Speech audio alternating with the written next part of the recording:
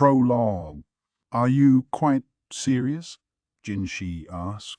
Across from him, a man reclined on a couch, a middle-aged ruler with a prodigious beard who now nodded slowly. They were in a particular pavilion in the outer court, small but with excellent visibility. A mouse couldn't have crawled in without them seeing it. The ruler leaned on his ivory-bedecked couch and poured grape wine into a glass vessel. Although he was sitting with the most august personage in the nation, Jinshi had also been quite at his ease. At least until a moment ago. The emperor stroked his beard and grinned. Would it be rude of Jinshi to suggest he didn't like it? But the beard looked very good on his majesty. Jinshi couldn't beat him in the facial hair department. "So, what are you going to do now, O groundskeeper of our garden of lovely blossom?" Unwilling to rise to his majesty's bait, Jinshi held back a wry smile, instead offering one like that of a heavenly nymph, an expression that could have melted any heart he chose. It might not sound very humble, but Jinshi was confident in his own looks, if nothing else. What a great irony, then, that the one thing he truly wanted he could not get. No matter how he strived, his aptitudes were hardly more than ordinary. Yet outwardly, if in no other way, he was utterly exceptional. It had always used to eat at him, but he had come to accept it. If his intelligence and physical prowess were to be irredeemably average, then he would do all he could with the one advantage he did possess. Thus he came to be the gorgeous overseer of the rear palace. His looks, his voice, seemed too sweet to be those of any man, and he would employ them to the fullest. "Whatsoever you wish, sire." Jinshi, with a smile at once graceful and determined, bowed to the emperor. The emperor sipped his wine and grinned in a way that invited Jinshi to do his worst. Jinshi knew full well that he was no more than a child dancing in the emperor's great palm. But he would do it. Oh yes, he would. He would entertain even his majesty's most outrageous wishes. That was Jinshi's duty, as well as his wager with the emperor. He had to win that wager. It was the only way Jinshi would be able to choose his own path. Perhaps other ways existed, but a man of ordinary intelligence such as Jinshi couldn't imagine them. Thus he had chosen the road he now followed. Jinshi brought his cup to his lips and felt the sweet fruit wine wet his throat, the heavenly smile never slipping from his face. "Here you go. Take this and this. Oh, and you'll need one of these." Maomao winced at all the stuff that came veritably flying at her. The one flinging the rouge and whitening powder and clothes in her direction was the courtesan Maomao. They were in her room at the Verdigris house. "Sis, I don't need any of this," Maomao said, taking the cosmetics one by one and returning them to their various shelves. "Like fun you don't?" Maomao said, exasperated. "Everyone else there is going to have even better stuff than this. The least you could do is try to look decent. Only courtesans get this tarted up to go to work." Maomao had just glanced aside, privately wishing she could go mix those herbs she'd collected the day before, when a bundle of wooden writing strips came flying at her. Her esteemed older sister was solicitous, but sometimes short-tempered. You finally get a job worth having and you won't even try to act like you belong there? Listen, the world is full of people who would kill to be in your place. If you aren't grateful for what you've got, your hard-won clientele will run out on you. "Oh, very well," Maomao said. Whether administered by the madam or Mime, education in the Verdigris house could be a bit rough, but there was truth to what she said. Maomao picked up the writing strips a bit sullenly. The wood was dark where it had been written on, and then erased over and over. Currently, it bore the words of a song written in a delicate hand. Maomao was old enough to be thinking of retiring from courtesan's work, but her intelligence saw her popularity continue to flourish. She could write songs, play Go and shogi, and thereby entertain her clientele. She was one of those courtesans who sold not so much her body as her accomplishments. "You've got a plum job now. Save up all the money you can make. The wood-strip-flinging woman of a moment ago was gone, replaced by Maomao's sweet, caring older sister. She stroked Maomao's cheek with a manicured hand, tucking some errant hair behind her ear. 10 months before, Maomao had been kidnapped and sold into service as a maid in the rear palace. Never in her wildest dreams had she imagined that after successfully making her way back to the pleasure district, she would once again go to work there. To those around her, it must have seemed a once-in-a-lifetime opportunity.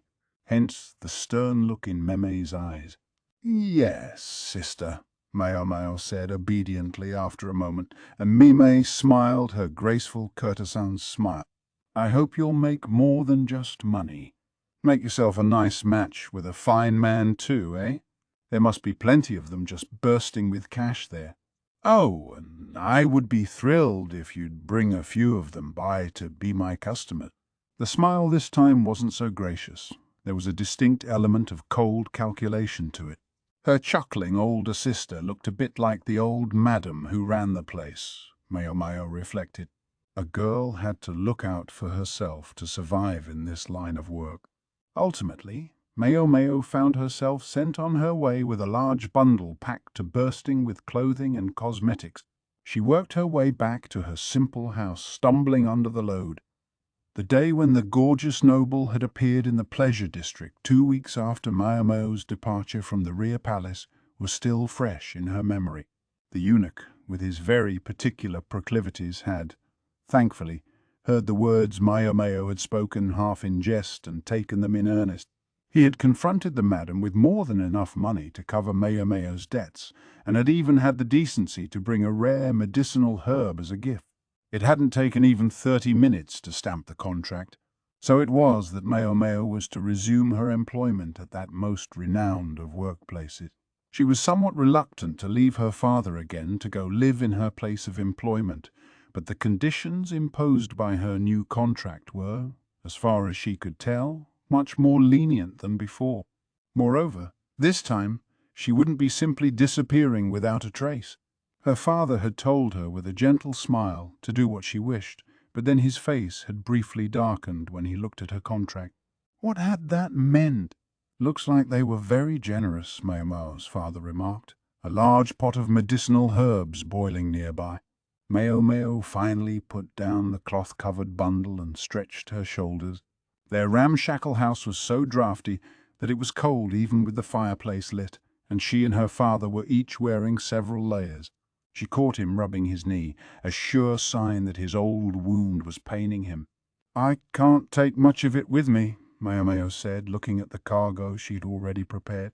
"The mortar and pestle are musts, and I can't do without my notebook. And I'm a little leery of getting rid of any more undergarments." As Maomao frowned and grumbled, her father took the pot off the fire and came over. "My Maomao, I'm not so sure you can bring these with you," he said, and plucked her mortar and pestle out of her bundle, earning a glare. "You're no doctor. Try bringing these in, and they might figure you're planning to poison someone. Come now, don't look at me like that. You made this decision, and you can't take it back now." "Are we sure about that?" Maomao slumped down onto the dirt floor. Her father deduced at a glance what she was really trying to say. "All right now, finish your preparations, and then get yourself to bed. You can ask them to let you have your tools just over time. It'd be rude not to be focused on your work, at least on the first day." "Yeah, fine." Maomao grudgingly returned the apothecary's implements to the shelf, then picked out a few of the most useful-looking parting gifts she'd received and put them in her bundle. She scowled at the whitening powder and the seashell full of blush, but eventually included the latter, which didn't take up too much room. Among the gifts was an excellent padded cotton jacket. Maybe they'd taken the opportunity to foist something on her that a customer had forgotten. It certainly didn't look like anything a courtesan would wear.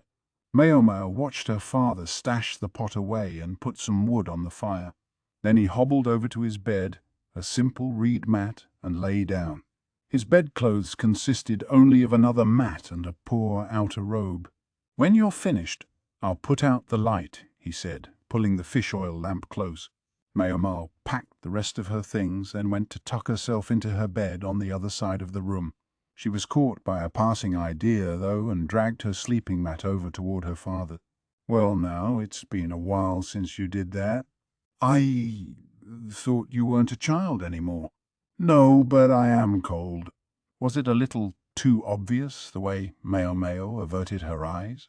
She'd been, she recalled, about 10 when she started sleeping by herself. It had been years. She stuffed the new cotton jacket between herself and her father and let her eyes drift shut. She rolled to one side and rounded her back, assuming a fetal position. "Ah, it's going to be lonely around here again," her father said calmly. "Doesn't have to be. This time, I can come home whenever I want." Maomao's tone was short, but she couldn't help noticing the warmth of her father's arm against her back. "Yes, of course. Do come back any time." A hand tousled her hair. "Father," she called him. "Dad Pops," but his appearance was closer to that of an old woman, and everyone agreed that his manner was motherly. Maomao had no mother. Not as such. But she had her father, who cared for her, and the yammering old madam, and her endlessly lively older sisters. And I can come back and see them whenever I want. She could feel the warmth of her father's hand, withered like an old branch, still stroking her hair as her breathing fell into the steady, even rhythm of sleep. Chapter 1. Serving in the outer court. I was under the distinct impression that I would be going back to the rear palace. Maomao found herself wearing an outfit made of cotton. When she recalled the crude hemp dress she'd been allotted as a maid in the rear palace, it seemed awfully sumptuous. "You were let go, I'm afraid. You can't go traipsing right back." "No, this is where you'll be working from now on." Showing her around the palace was Jinshi's aide, Gaoshun, who was instructing her in the names of the various buildings and the offices that resided within them. Given the size of the palace proper, it was bound to be a dizzying tour. The rear palace was part of the inner court where the imperial family resided. Her workplace now, though, was to be the outer court. In short, the same place as all the many functionaries who staffed all the many administrative organs. Over to the east from here you'll find a great many soldiers and military types, so I would suggest steering clear. Maomao nodded even as she eyed the nearby plant life. I knew it. Lots more ingredients growing in the rear palace. She suspected it was her father, Luomen, who had planted the wide variety of useful herbs during his tenure there. It would explain the profusion of medicinal plants in an otherwise limited space. As they walked along, Gaoshun explaining this, that, and the other thing, Maomao felt a peculiar prickling along her neck. She shot a glance behind her to discover some of the women who served in the outer court looking at her, or more properly glaring at her. Just as there are things among men that only other men understand, there are certain things for which only women have a shared sense. Men have a tendency to resolve their differences physically, whereas women often resort to emotional means. These women seemed to be taking stock of the newcomer. Don't like this one bit, Maomao thought. She stuck out her tongue at the other women, then scuttled after Gaoshun toward the next building. It turned out Maomao's duties in the outer court would be much the same as those she had performed in the rear palace. Clean the rooms she was told to clean and do odd jobs and little chores when and as she was instructed to do so. Jinshi, she gathered, had had bigger plans for her but never got the chance to implement them. Maomao failed the test. "How could you have failed?" "Why should I have passed?" Jinshi and Gaoshun had both been stunned. Apparently they had simply assumed that Maomao would succeed. Being brought up in the red light district, Maomao could read and write and had received at least a baseline education in singing and playing the erhu. The test in question was not as difficult as the civil service examinations, so they seemed to have figured that with a little studying she would pass easily. "Gee, excuse me for not living up to your expectations," Maomao thought as she wiped angrily at a window frame. She was in the hallway of Jinshi's office. The architecture was plainer than that on display in the rear palace, though the building was perhaps a little taller. The vermilion lacquered walls were a brilliant red, evidently refreshed each year. The truth was, Maomao didn't like studying, and was probably less adept than average at remembering things she wasn't interested in. Drugs, herbs, and medicines were one thing, but why would anyone bother to learn history? What good would it do them? And as for the law, it changed constantly. What was the point of memorizing it? Maomao, sadly, was incapable of investing much effort in that direction. It was only natural she should fail the test. She had, at least, opened the materials she'd been given to study with every intention of reading them through, but the next thing she knew, it was morning. This happened several times in a row, so Maomao consoled herself that the outcome had been inevitable. She nodded in agreement with her own conclusion. Didn't expect this place to be so dirty. On the one hand, such a big space had many spots that were hard to reach and easy to miss. But on the other, Maomao didn't not suspect that there might have been a little slacking involved. The women who served here earned their place through the test, very much unlike the maids recruited, sold, or stolen to serve the rear palace. The women here had families and educations and the pride to go with them. They probably saw maids' work as beneath them. Even if they noticed some dust, it was unlikely they would lift a finger to do anything about it. To be fair, it's not their job, she thought. The ladies of the outer court were something like secretaries. Cleaning was certainly not part of their portfolio, and there was no need for them to do it. But that didn't mean they shouldn't. The government had ceased to own slaves during the time of the former emperor, and bureaucrats began hiring men-servants and maid-servants to do odd chores instead. Maomao was now such a maid-servant, serving directly under Jinshi. In Maomao's experience, women who served in the rear palace were widely referred to as palace women, while those who worked in the outer court were frequently called court ladies. She might or might not have been exactly right about that, but it was a distinction Jinshi and others like him seemed to observe when they spoke. "All right, what's next?" She turned toward Jinshi's office. The room was large but not luxurious. In fact, it was quite spare. Its chief occupant was a busy man. Once he left his office, he rarely returned to it quickly. That made it easier for Maomao to do the cleaning, but there was one problem. "Excuse me, but what precisely do you think you're doing?" She registered that a number of unfamiliar ladies had surrounded her. They were all bigger than Maomao. One among them stood a full head taller than her. The better they eat, the bigger they get, Maomao thought, her glance unconsciously taking in both the girl's height and their bustliness. The one who had spoken to her was noticeably tall, implying an excellent upbringing. "Are you listening to me?" the woman demanded while Maomao entertained these somewhat untoward thoughts. In a word, the ladies were upset that Maomao was serving Jinshi personally. They wanted to know why she should have received such a privilege. Unfortunately, she wasn't privy to the inner workings of Jinshi's mind. She only knew that he had hired her. If Maomao had been a well-connected foreign gentlewoman like Gyokyu, or if she had been as luscious as Lithua or as sexy as Perrin, no one would have objected, nor would they have had grounds to. But Maomao looked like nothing more than a scrawny, befreckled chicken. The girls couldn't stand it. It drove them mad to see Maomao by the side of the gorgeous eunuch. They would have given anything to trade places with her. Maomao thought, what to do now? She was hardly the world's fastest talker. Often, in fact, she would think hard, but ultimately leave her mouth shut. But silence seemed likely to irritate these ladies as much as anything Maomao might actually say. She decided to cut to the chase. "Do I understand correctly that what you're saying is that you're jealous of me?" It was more than enough to anger the ladies. It was only after she had been slapped across the cheek that Maomao started to reflect that maybe she'd chosen the wrong words. There were 5 women around her, and Maomao hoped to avoid them killing her on the spot. But they herded her inexorably toward a dark corner of the hallway. She didn't have much to lose at this point, so Maomao decided to see if she could talk her way out of there. "You can't possibly think I'm getting special treatment somehow?" The ladies' faces distorted further. Maomao kept talking before she suffered another blow. That's absurd, and we all know it.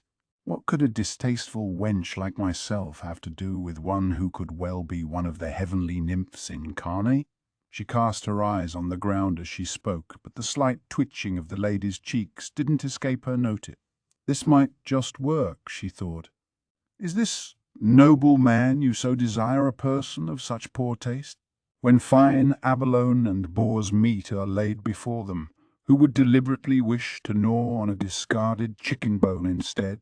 One would have to possess very specific proclivities. Those last words elicited another twitch from the women. I myself would not know, but do you believe that one of such beauty, with his ethereal smile, would possess such proclivity? I see, so his proclivities are. Nothing of the sort. That's ridiculous. Yes, ridiculous. A general hubbub ensued among the women. Maomao thought she'd escaped by the skin of her teeth, but one of the ladies was watching her skeptically. Yet none of that changes the fact that you were hired. Isn't that true? The comparatively calm woman said. She was the tallest of them, her face cool and composed. Now that Maomao thought about it, she realized this woman had remained detached throughout the preceding argument. Like the other women, she'd taken a half step back, but she continued to watch Maomao closely. She seemed like the type who might follow a mob just to see where it went, though not be a part of it herself. Well, if that's not enough to put them off, Maomao thought, and then she said, "This is the reason." She held up her left arm and rolled down her sleeve. Then she began to unwrap the bandage that ran from her wrist to her elbow. "Ee!" one of the women cried, and they all looked at her, speechless. Cruel scars covered Maomao's skin. Those experiments with burns I did recently left some good nasty ones too, Maomao thought. The aristocratic young women must have been disgusted. The heart of that most beautiful object of your affections is as celestial and pure as his smile. I can attest to it, for he's given even one such as me food and board. Maomao rewrapped the bandage as she spoke. She was careful to accent her remarks with a demure glance at the ground and a gentle tremble of her body. "Let's get out of here," one of the women said. Thoroughly relieved of any interest in Maomao, they promptly left. The tall one glanced back at her, but was soon gone as well. There, finally over, Maomao thought to herself. She cracked the joints in her neck and picked up her dusting rag again. Just as she was about to go find the next place that needed dusting, she discovered a gorgeous eunuch standing with his head pressed against the wall. "Might I inquire as to what you're doing, Master Genshi?" "Nothing at all." "And you, are they always after you?" "Those types." "Say, were you holding up your left arm?" "It's fine. Frankly, they're less trouble to deal with than the girls of the rear palace. Incidentally, if I may ask, why are you standing like that?" Maomao ignored the question about her arm. It seemed Jinshi had been unable to see everything from his vantage point. The position he had adopted wasn't particularly suited to nobility, Maomao thought. Judging by the way he was holding his head in his hands, Gaoshun, behind Jinshi, seemed to agree. "If you don't mind, I'll be about my cleaning, sir." With Jinshi back again, it wouldn't be possible to clean the office. She would have to find somewhere else that needed dusting. Maomao went off with her rag and a pail, but from behind her she heard Jinshi mutter, "Proclivities." "I don't think I said anything wrong," Maomao told herself. Even if Jinshi had witnessed the last moments of that confrontation, she saw no special reason for him to be upset. Instead, she focused on her cleaning. "Not much around here in winter, is there?" Sitting cross-legged in her room, Maomao folded her arms over her chest and grunted to herself. She'd stolen a moment here and there in between jobs during the afternoon to collect some herbs, but pickings were slim, and she still didn't have nearly enough to properly work with it. Left with scant choice, she simply cleaned them, patted away as much of the water as she could, and then hung them on the wall of her room to dry. She had been doing this ever since she came to the outer court, and Maomao's room had turned into quite a sight to see. Drying herbs hung everywhere. She had been assigned a relatively nice room for the quarters of a live-in maid, but there was no getting around the fact that it was still a little cramped, really no bigger than her quarters in the rear palace. The difference was that at the Jade Pavilion she had been able to ask for permission to use the kitchen, and combined with the abundance of available resources, producing her concoctions had been a simple matter, all of which had taken the sting out of the size of her accommodations. What to do? What to do? Maomao regarded the Paulonia chest she'd placed carefully on top of her wicker trunk. Tucked inside the chest, which was sealed with a silk cord, was the herb that grew from an insect. It was called Dong Chong Axia Kao, winterworm, summerweed, otherwise sometimes known as caterpillar fungus, and Jinshi had brought it with him along with the money when he came to the pleasure district. The mere sight of it had induced Maomao to sign the contract without a moment's further reflection, but now she wondered if she had let herself go too cheaply. She could never have overcome her desire for this uncanny herb, though. She opened the lid and looked at the fungus within, and an unconscious smile spread over her face. It turned to a grin, and her cheeks veritably started to twitch. No, must stop. The day before, she'd let the twitch turn into such a great yawp that her neighbors 2 rooms over had come pounding on her door to object. Apparently you weren't supposed to go shouting in the middle of the night. Allegedly people were trying to sleep or something. Maomao pressed her fingers into her cheeks to relax the smile, then lay down on her bed. A serving woman's work started early, even before the cock crowed. The person she served might have been missing something very important, but he was still gorgeous and still of high station. One ought not to displease him. Maomao pulled up her thin sheet along with several layers of outer clothing that doubled as bedding and closed her eye. Is your current room not somewhat small? The gorgeous eunuch inquired over breakfast. Maomao blinked, then replied, I dare say it's more than generous for a serving girl like me. Even she understood that she could hardly voice her true feeling. Yes, it damn well is small. If possible, I'd like to request a room with a generous fireplace located next to a well. You mean it? This time she simply didn't say anything. The eunuch had just woken up and hadn't entirely made himself up for the day yet as he enjoyed his breakfast. His otherwise tousled hair was held back with a simple tie. It was a bit problematic how lurid it looked. Gaoshun was in the room along with Maomao, as was a lady-in-waiting in the first flush of old age. They were the only ones allowed here, and Maomao could understand why. A woman might be driven mad with lust by what Maomao was currently seeing, and even a man might forget the boundaries of gender. This esteemed personage, she concluded, could be downright sinful. He's like a bug in heat. Some female insects produced exotic scents to attract mates. A single female could draw dozens or hundreds of males. Maomao herself had been known to take advantage of this characteristic to collect insects she needed as ingredients. From that perspective, Jinshi's constitution might be considered extremely interesting. If I could capture that subtle aroma and turn it into an incense, I bet it would sell. Such was the mindset with which Maomao regarded her potential love potion ingredient. Ahem! That is to say, Jinshi. It was an unfortunate fact that when Maomao was focused on a particular thought, something not having to do with the situation at hand, her attention tended to wander from the present moment. It frequently prevented her from following conversations going on around her, a tendency that was compounded by her habit of nodding along whether or not she was actually listening. If you wish, I shall have a new room prepared for you. Jinshi, looking inordinately pleased with himself, was requesting more porridge from Suirei. She was one of just a few ladies-in-waiting ever to have served Jinshi. From her looks, Maomao guessed she was well past 50. Suirei's face remained impassive as she doled out a new bowl of porridge, topping it with black vinegar. Maomao hadn't exactly followed the conversation, but Jinshi seemed to be saying that he was willing to give her a nicer room. That much she understood. Then, though, her eyes met those of Gaoshun, who had his head in his hands again. Jinshi's ever-weary aide seemed to want to communicate something to Maomao, but she only cocked an eyebrow in response. If he wants to tell me something, he has to say it, she thought. I'm not a mind reader. She refrained from saying this out loud, though, because she knew that she herself frequently failed to be articulate enough.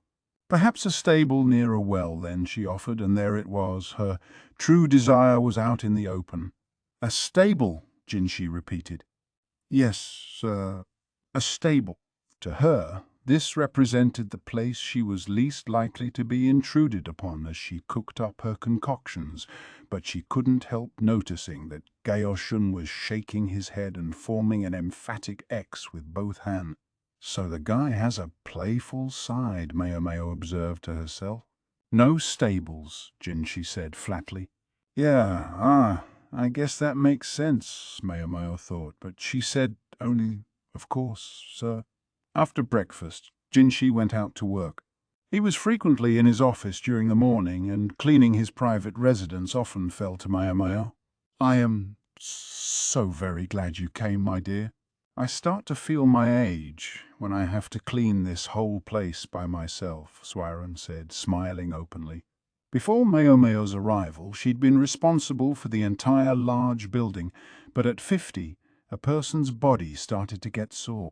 You're not the first new girl we've had here, I might add. But, well, things happen, and none of them have ever stayed. I think you're going to be fine on that point, Maomao. The cheerful lady-in-waiting seemed to have picked up Gaoshun's nickname for Maomao. In addition to being quite a talker, Suirei's wealth of experience had made her a quick worker as well, and her hands never seemed to stop moving. She polished some silver eating vessels quick as a flash. Cleaning the bedroom came next. Maomao went to stop her. This was all obviously maid's work, but Suirei only said, well, but then we'd never have time for our afternoon task. There you had it. It seemed Suirei had held herself solely responsible for the cleaning of the rooms ever since some blunders with those earlier maids and ladies-in-waiting. Incidents of theft, maybe? Maomao thought. And probably not just of money, she surmised. She could easily imagine other targets of such activity. According to Suirei, things didn't only disappear. Sometimes she discovered they suddenly had more possessions than before. Anyone would be upset to find underwear they didn't recognize in the dresser, she said. Made from human hair, at that, and with a name carefully embroidered on it. Maomao got goosebumps. This was not quite the explanation she had been expecting. That must have been very difficult, ma'am. I tell you, I was traumatized. As Maomao industriously polished another window frame, she reflected how life might be better if that eunuch were to wear a mask any time he went out. They finished cleaning Jinshi's private quarters and took a late meal. Next would be his office. This was, in principle, easier than cleaning his personal chambers because the room itself was less elaborate.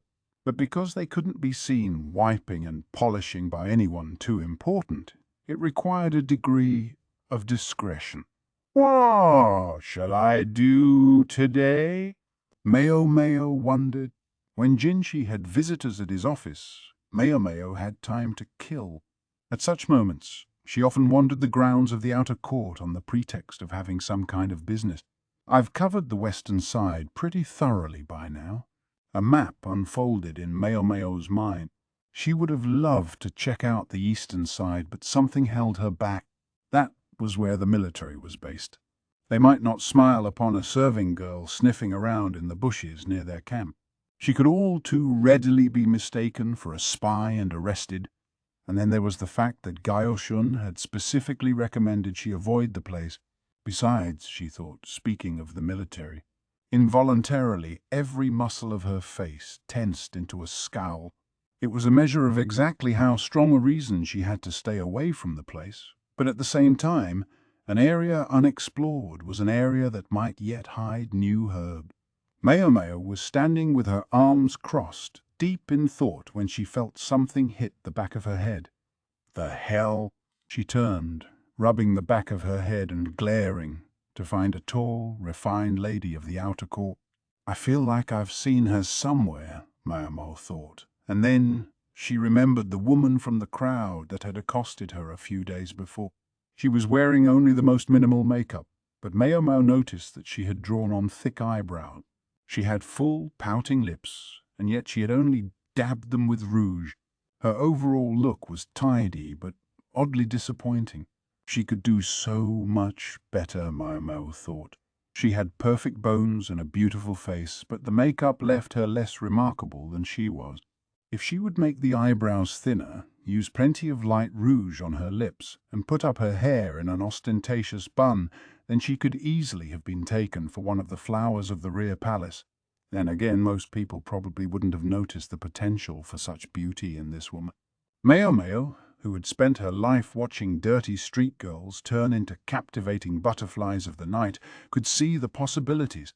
"The likes of you aren't supposed to go any farther," the woman said, very blunt but sounding somehow tired. Maomao only wished she had started by talking instead of hitting. Then the woman walked past, as if to communicate that as a certified lady of the outer court, she had nothing more to say to a maid like Maomao. In her hands she carried a small, cloth-wrapped package, clutching it protectively. Maomao sniffed the air. There was the aroma of sandalwood, accompanied by a distinct, bitter odor. She cocked her head curiously, looking in the direction the woman had gone. "Maybe she serves one of the soldiers?" He wondered. The woman had come from the direction of the military camp, and indeed, if she was spending time there, then modest makeup might be the wise move. The camp might not be as dangerous as the back streets of the pleasure district, but there were plenty of young and not so young men with their blood up there, and an attractive young woman would do well to avoid them. What Maomao was really contemplating, though, was what that smell had been. Her reverie was broken by the ringing of a bell. "Guess I'll have to forget about it for today," she thought. She did an about-face and headed back toward Jinshi's office, hoping the master of the place would be absent when she got there. Chapter 2. The Pipe. The gorgeous noble, that is, Jinshi, was busier than Maomao had realized.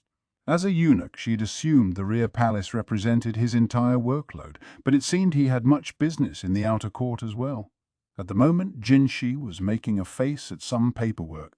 He'd indicated that he was going to be stuck in his office the entire day, so Maomao had no option but to work around him as she cleaned. She was collecting scrap paper in one corner of the room.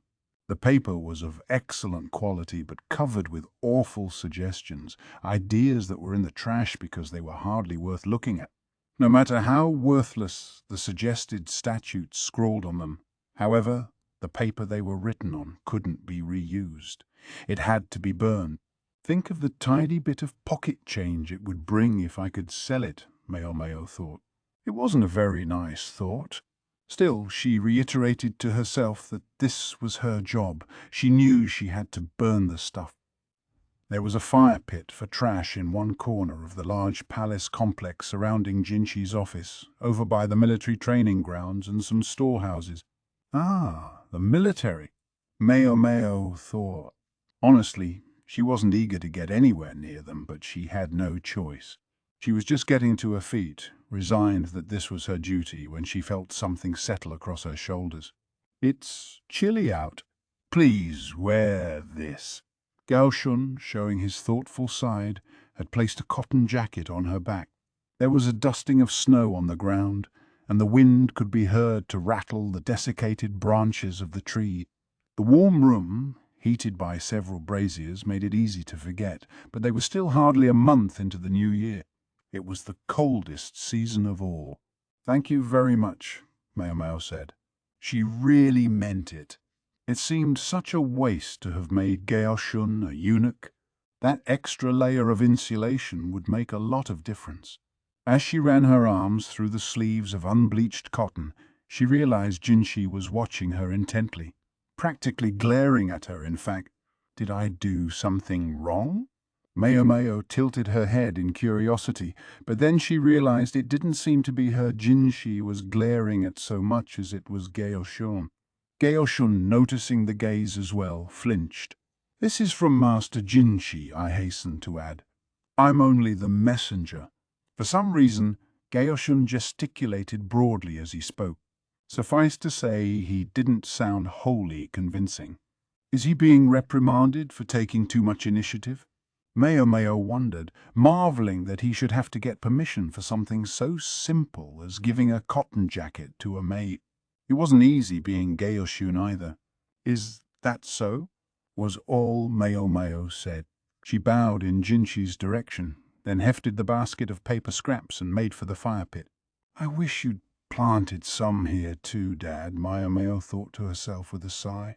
The outer court was many times larger than the rear palace, yet boasted far fewer herbs that might make worthwhile ingredients. She'd succeeded in finding little more than dandelions and mugwort. Then again, she'd discovered some red spider lilies as well. Maomao enjoyed eating red spider lily bulbs soaked in water.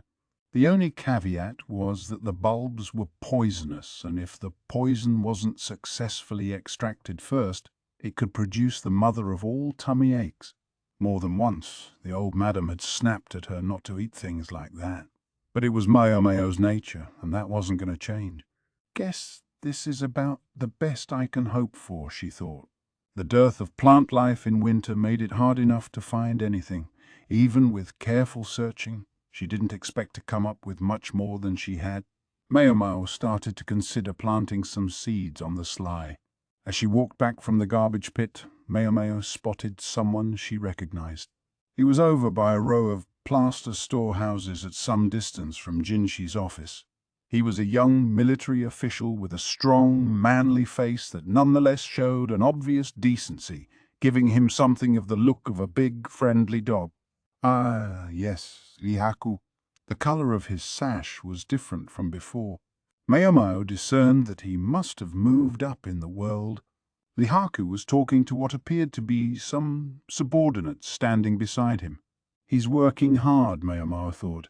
Every time he had a little break, it seemed, Lihaku could be found at the verdigris house, chatting with the apprentices over tea.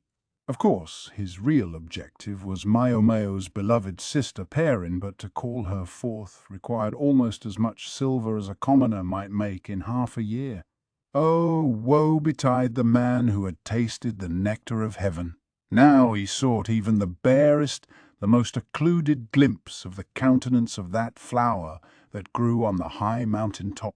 Maybe Lihaku sensed Maomao's pitying gaze upon him, for he waved to her and came jogging over, bounding like the big dog he was. Instead of a tail, the kerchief holding his hair flapped behind him. "Oh, how unusual to see you outside the rear palace, accompanying your mistress on a day out." He clearly didn't know that Maomao had been dismissed from service in her old workplace. She'd been back in the pleasure district only a very brief time, so she had never bumped into Lihaku there. "No," she said, "I no longer serve in the rear palace, but in the personal quarters of one particular personage."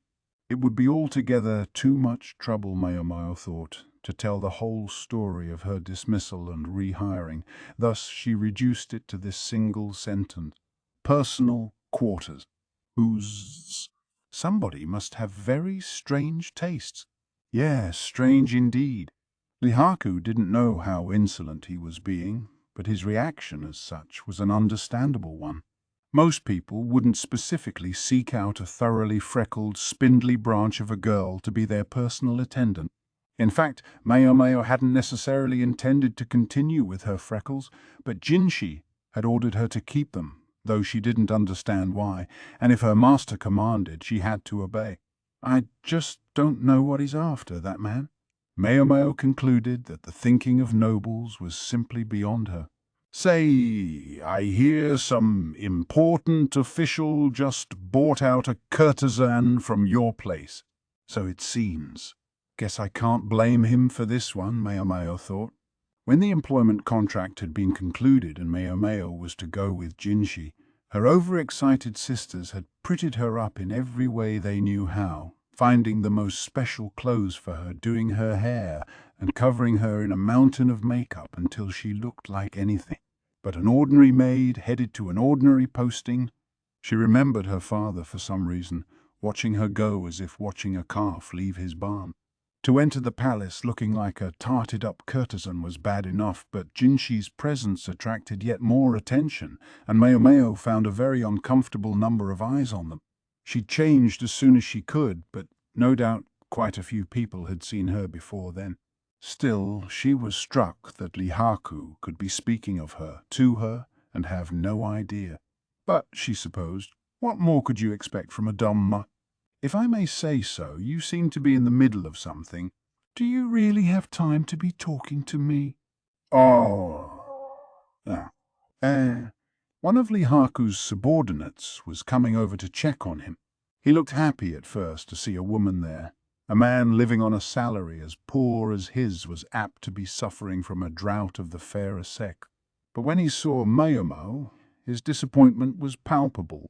She was used to this reaction, but it also showed some of what made the superior superior and the subordinate.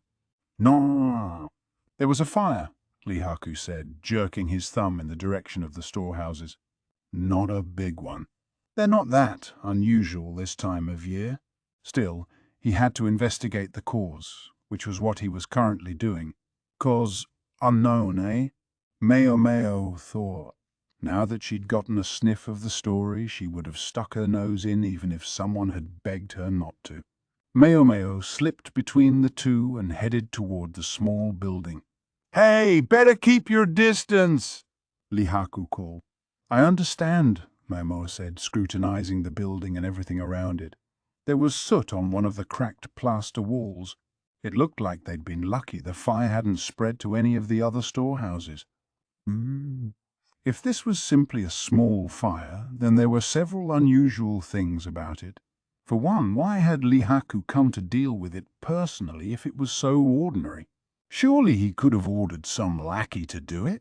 What was more, the building seemed substantially damaged, more like the effects of an explosion than a short-lived blaze. Maybe someone had even been injured. They must suspect arson, Maomao concluded. It would be one thing to burn down a random storehouse somewhere, but on the palace grounds themselves, that was something else. Maomao's country was largely peaceful, but this wasn't to say no one had any grievances against the government. Barbarian tribes occasionally conducted raids, and droughts and famines did sometimes occur. Relations with other states were largely cordial, but there were no guarantees as to how long they would stay that way. And there must have been some inhabitants among the country's vassal states who were displeased with their status. Most of all, the former emperor's practice of annual hunts for women had left the farming villages with a serious shortage of potential brides. It had been only 5 years since his former majesty had departed this world, and there must have been many who still remembered his rule all too well. As for more recent events, slavery had been abolished upon the accession of the current emperor, no doubt depriving more than a few merchants of their source of income. Hey, what do you think you're doing? I said, stay back. Lihaku caught Maomao's shoulder, glowering. Oh, I was just curious about something. Maomao peered into a broken window. Then she slipped neatly out of Lihaku's grip and scampered into the building. Scorched stores were everywhere.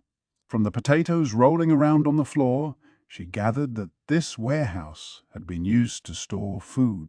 What a shame, she thought, that the potatoes had gone past the point of being well cooked and were now hopelessly blackened.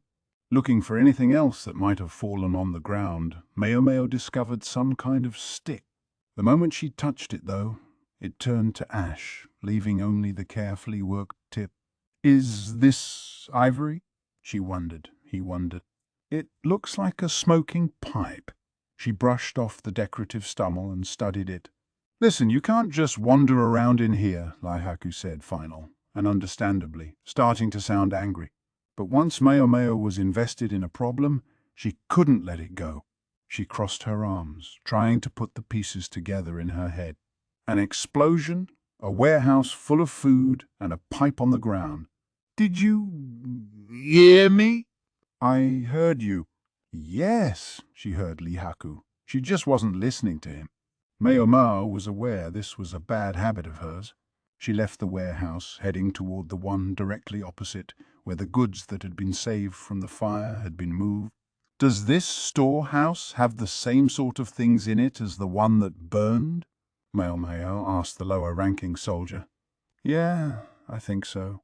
Oldest stuff is farthest inside, apparently." Maomao smacked a closely woven cloth sack, producing a cloud of white powder. "Wheat flour," she presumed. "Can I have this?" she asked, pointing to an unused wooden crate. It was well built, with close fittings, probably intended for storing fruit or the like. "Yeah, I guess. What are you going to do with it?" Lihaku gave her a blank look. "I'll explain later. Oh, and I'll take this too." Maomao grabbed a wooden board that looked suited to serve as a lid for the crate. Now she had everything she needed. "Have you got a hammer and saw anywhere?" "And nails. I'll need nails." "What exactly are you planning to do?" "Just a little experiment." "Experiment?" Lihaku looked befuddled, but his curiosity got the better of him.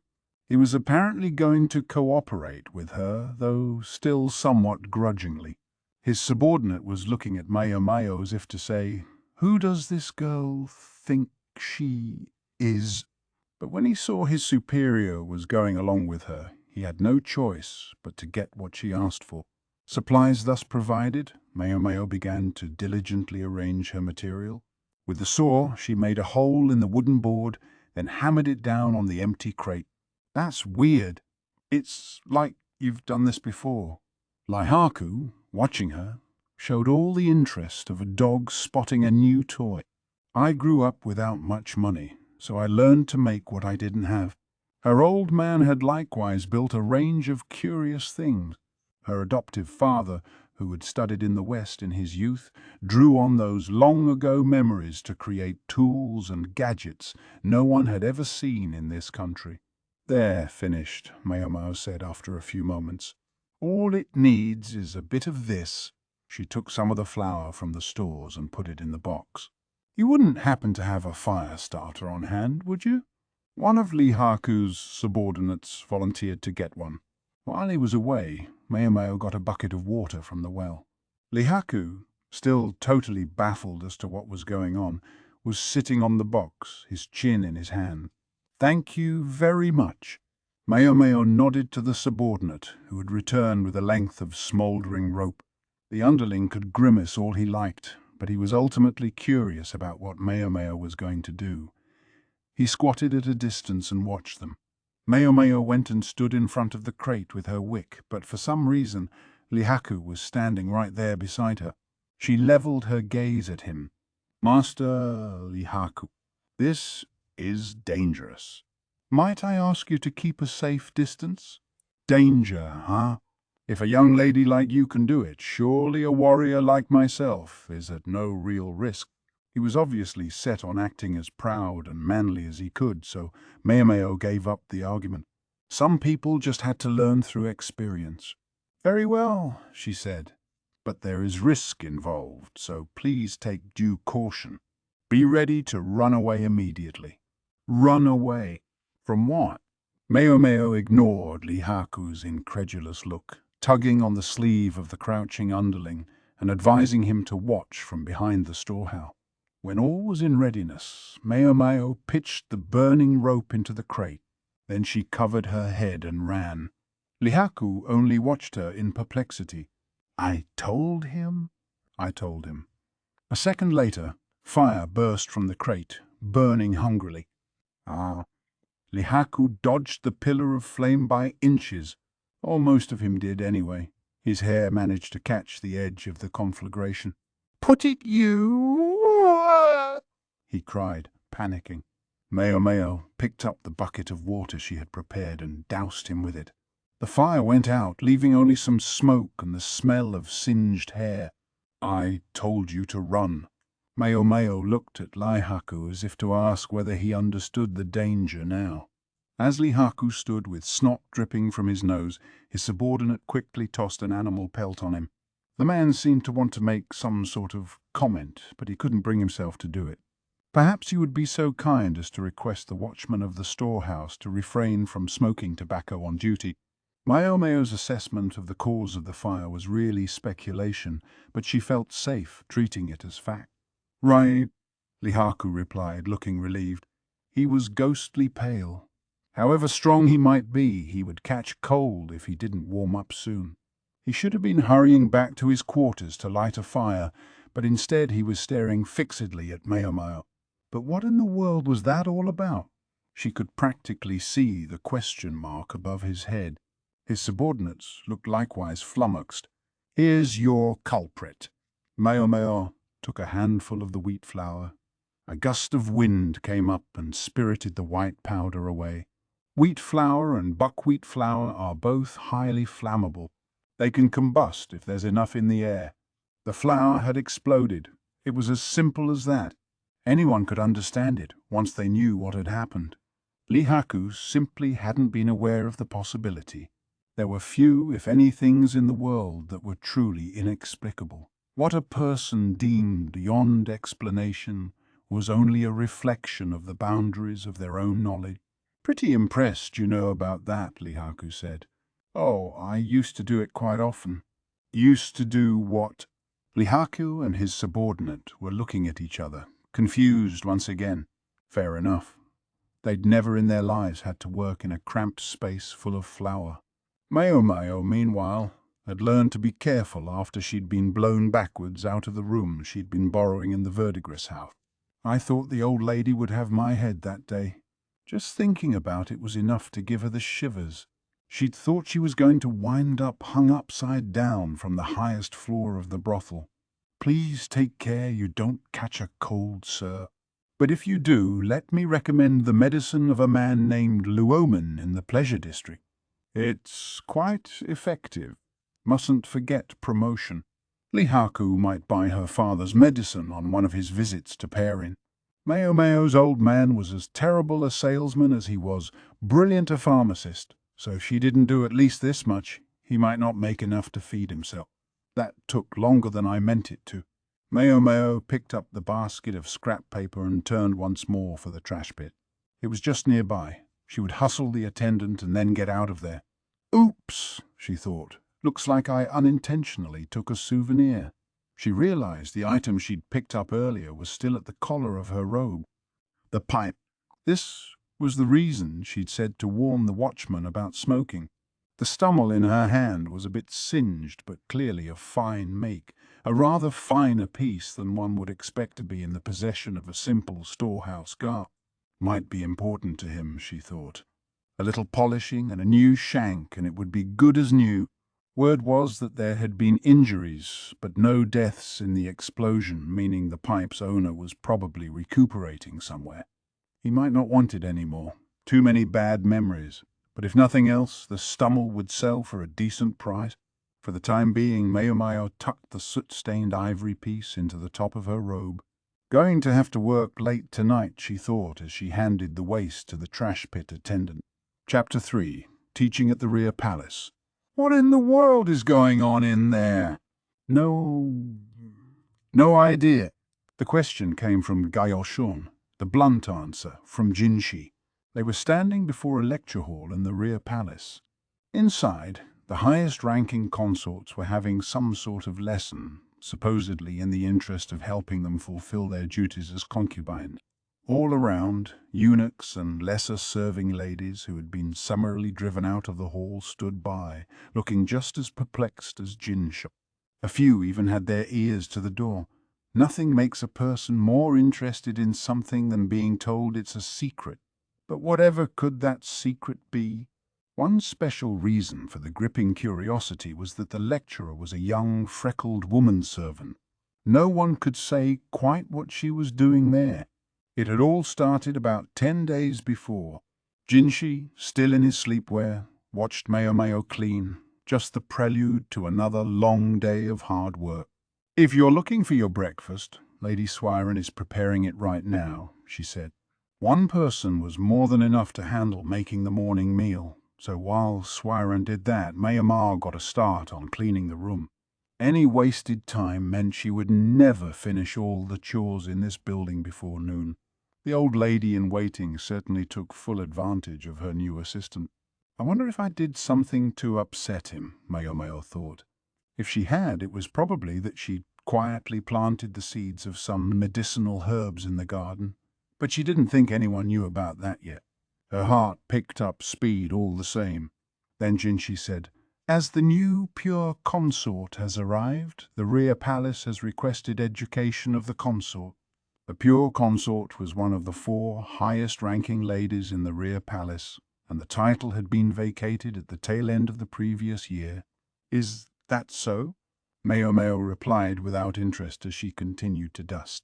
She ran the rag along the floor as hard as if the timbers had killed her parents and she was taking revenge. It had been part of her daily routine since she'd been assigned to Jinshi's personal service. There were probably other jobs she could have been doing, but maid's work was all she'd known, and frankly, she couldn't think of what those other jobs might be.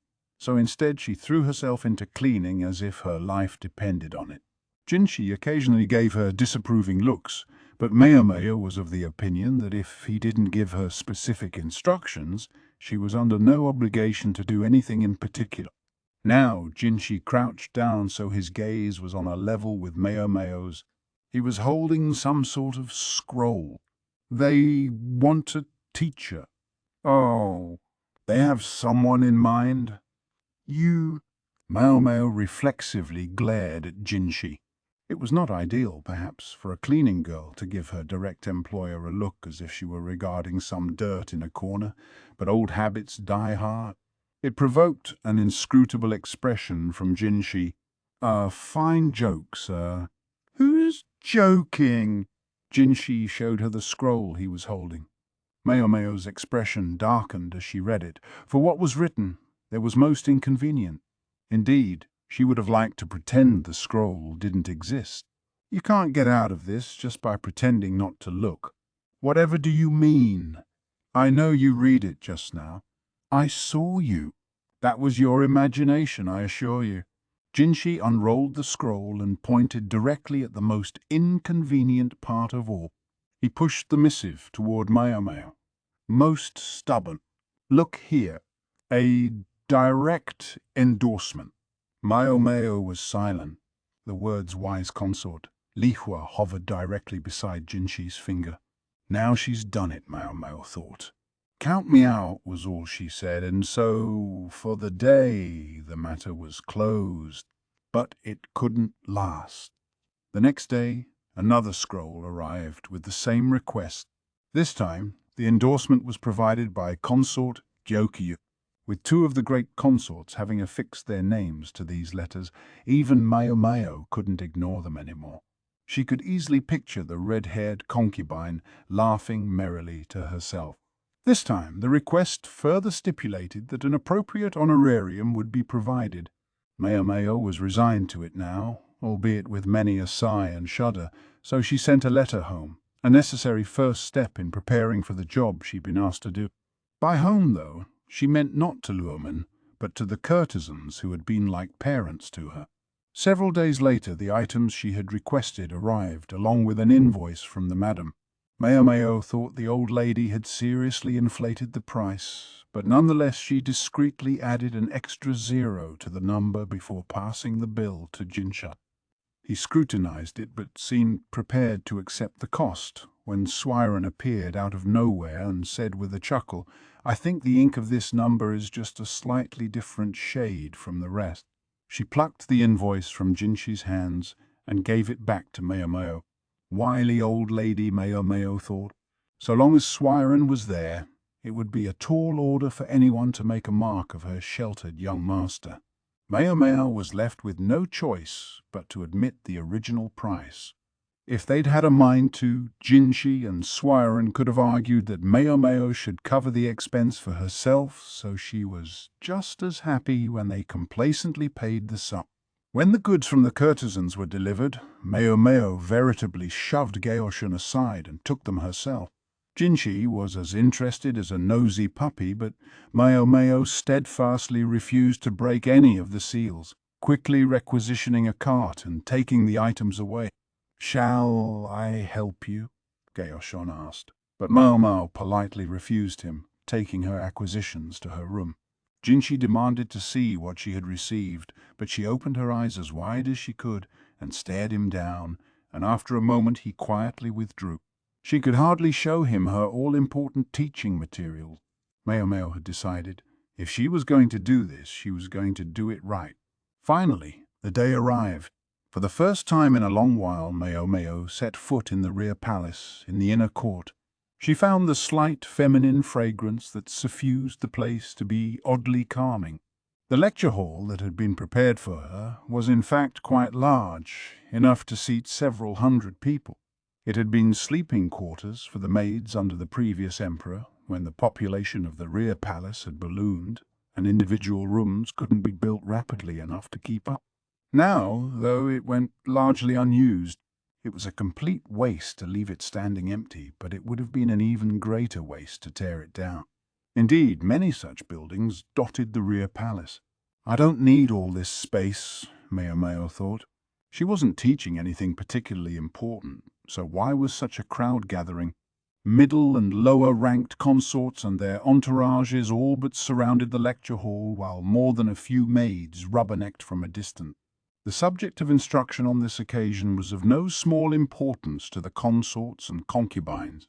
In some sense, it could even be said to bear on the future of the nation, but for Maomao, all it did was elicit a long sigh. "All right, listen up," Jinshi said. "Only the high consorts are to receive instruction." One might have expected disappointment among the lower-ranking consorts at this pronouncement, but quite to the contrary, many of them were seemingly satisfied at having gotten a glimpse of Jinshi.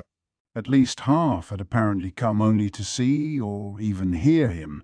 They clung to pillars and railings all around. It looked awfully overdramatic to Maomao, but more than a few such ladies were doing it.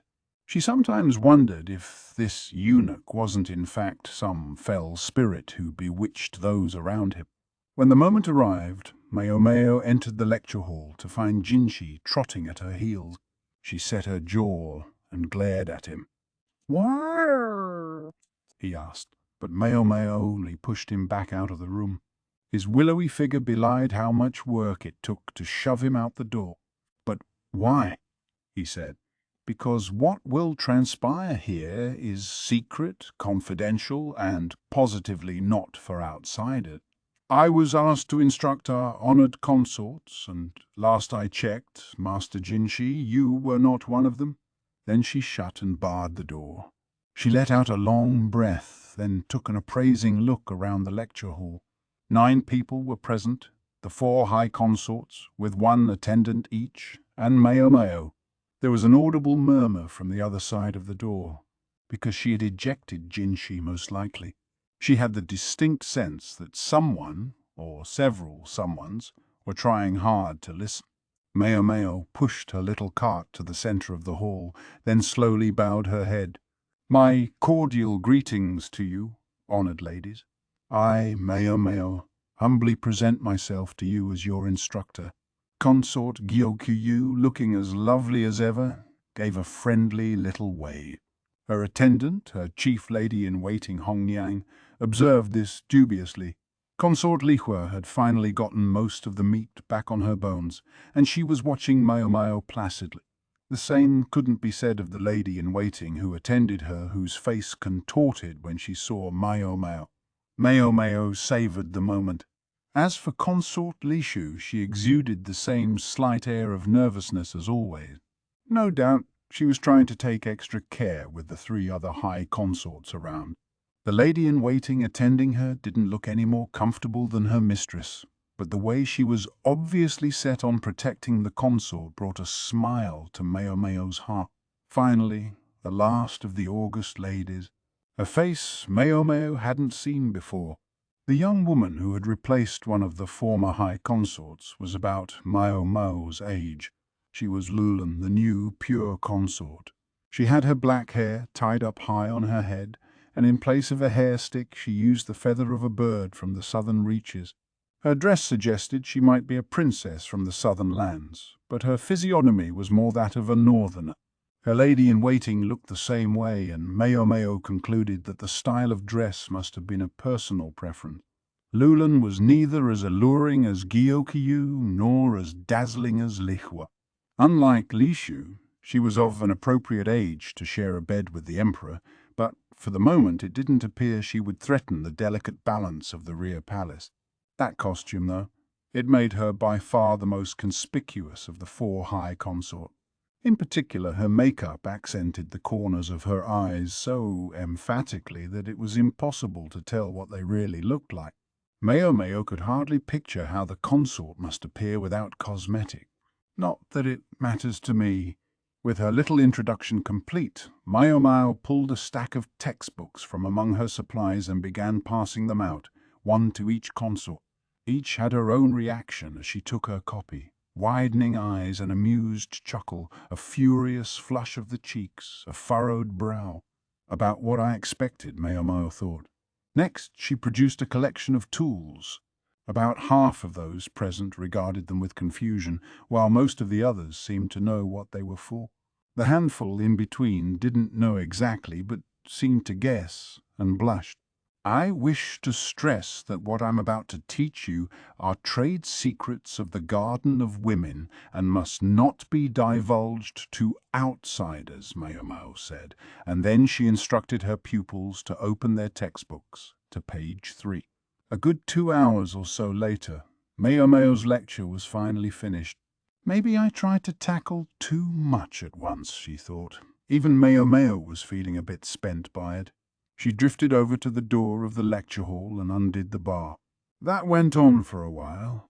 The gorgeous eunuch wandered in, looking quite at his leisure. He did seem ever so slightly annoyed, and for some reason his left cheek and ear were red. Maomao was at least kind enough not to openly accuse him of eavesdropping. Jinshi regarded the room he had entered with mute amazement. "Is something the matter, sir?" "You took the words right out of my mouth," he said, looking closely at Maomao. "I'm afraid I don't know what you mean." She had only given the consorts of the rear palace instruction in the necessary knowledge, as she had been requested. As for the individual consorts, their responses to Maomao's lecture were as follows. Gyokyu was enthused. "Finally, some new tricks," she was saying.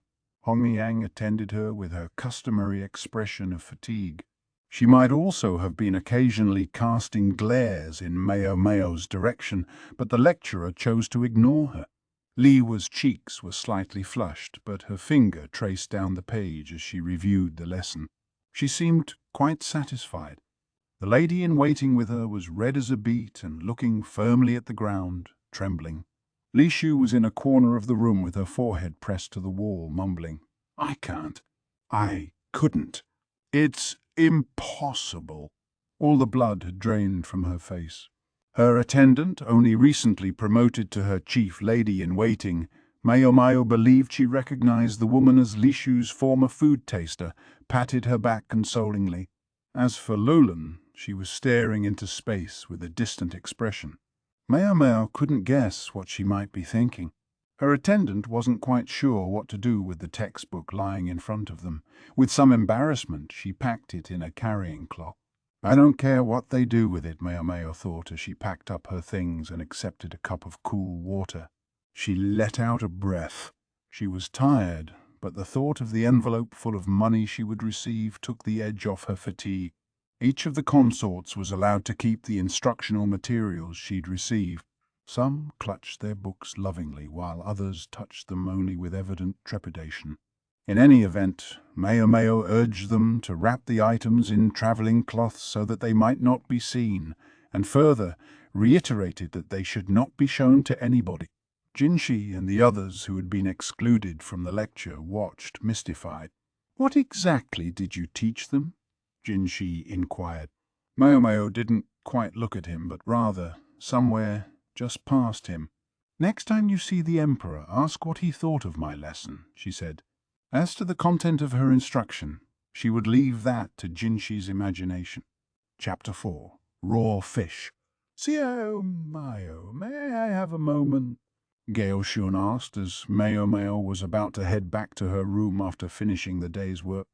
Their shared master Jinshi, evidently tired from his own exertions, had gone to take a bath directly after eating. What seems to be the matter? Maomao asked, at which Gaoshun hesitated for a moment, stroking his chin to cover for himself, and finally let out a long breath. There's something I'd like you to look at. Jinshi's aide seemed to have even more furrows in his brow than usual today. What Gaoshun showed Maomao was something written on a bound collection of wood strips, which he unrolled on a table. Maomao looked closely at them. A record of an old incident, she observed. The strips recounted the case of a merchant who'd contracted food poisoning some 10 years before. The victim had allegedly consumed blowfish. Maomao swallowed in spite of herself.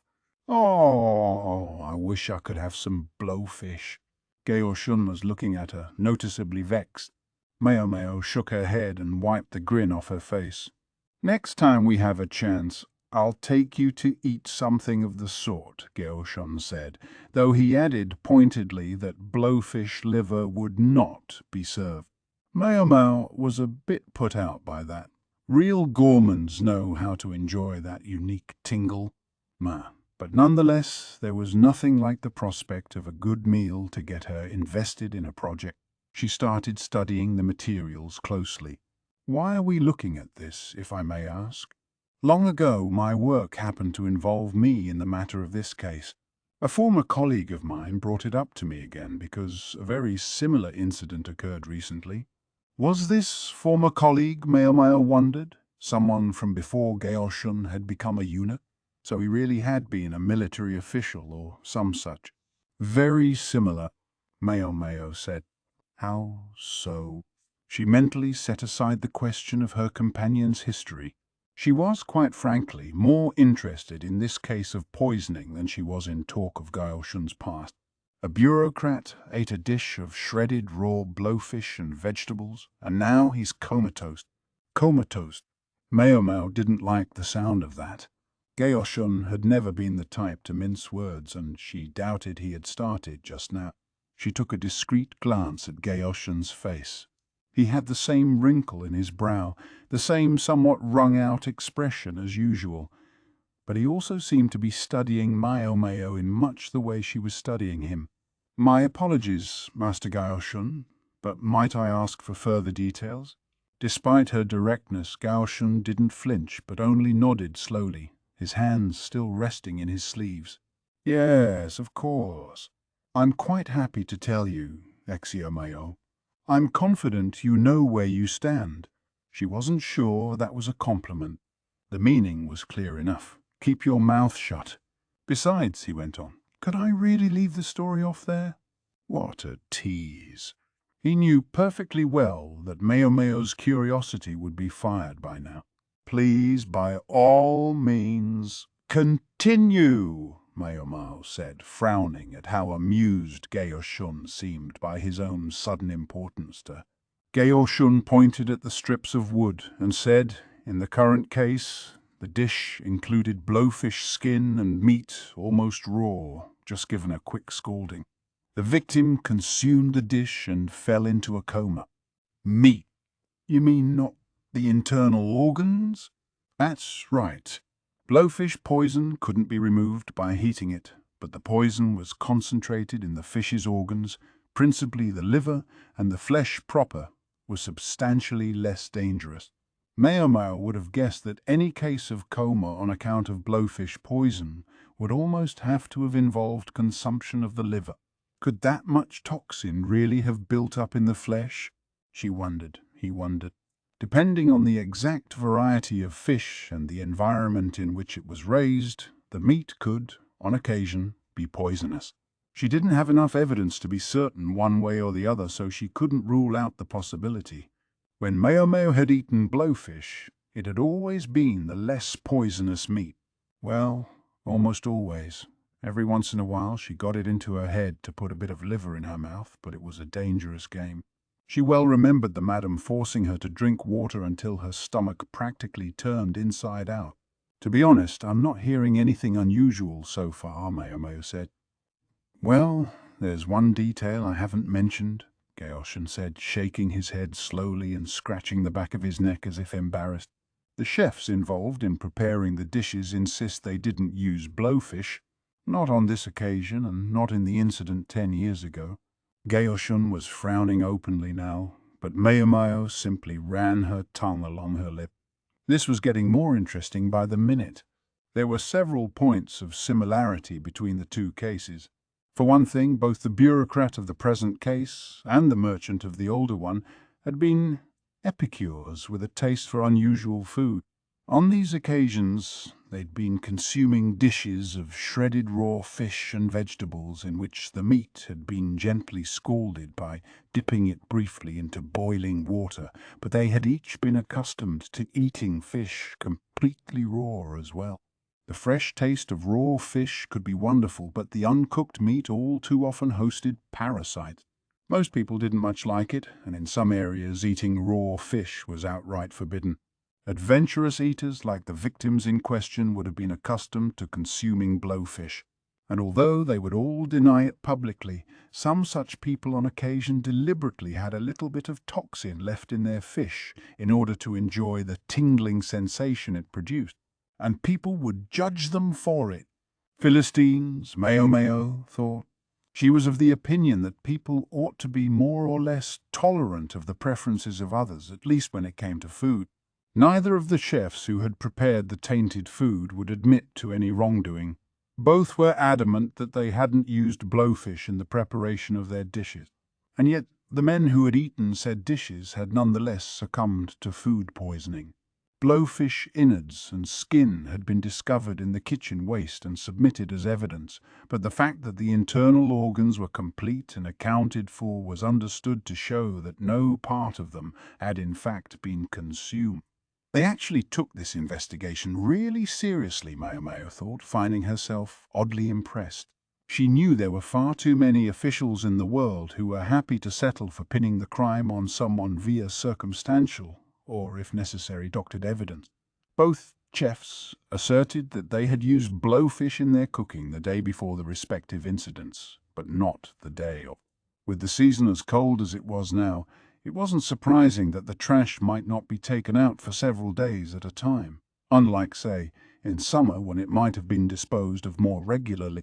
The dish in question had been prepared with a different fish, the remains of which were also discovered in the trash.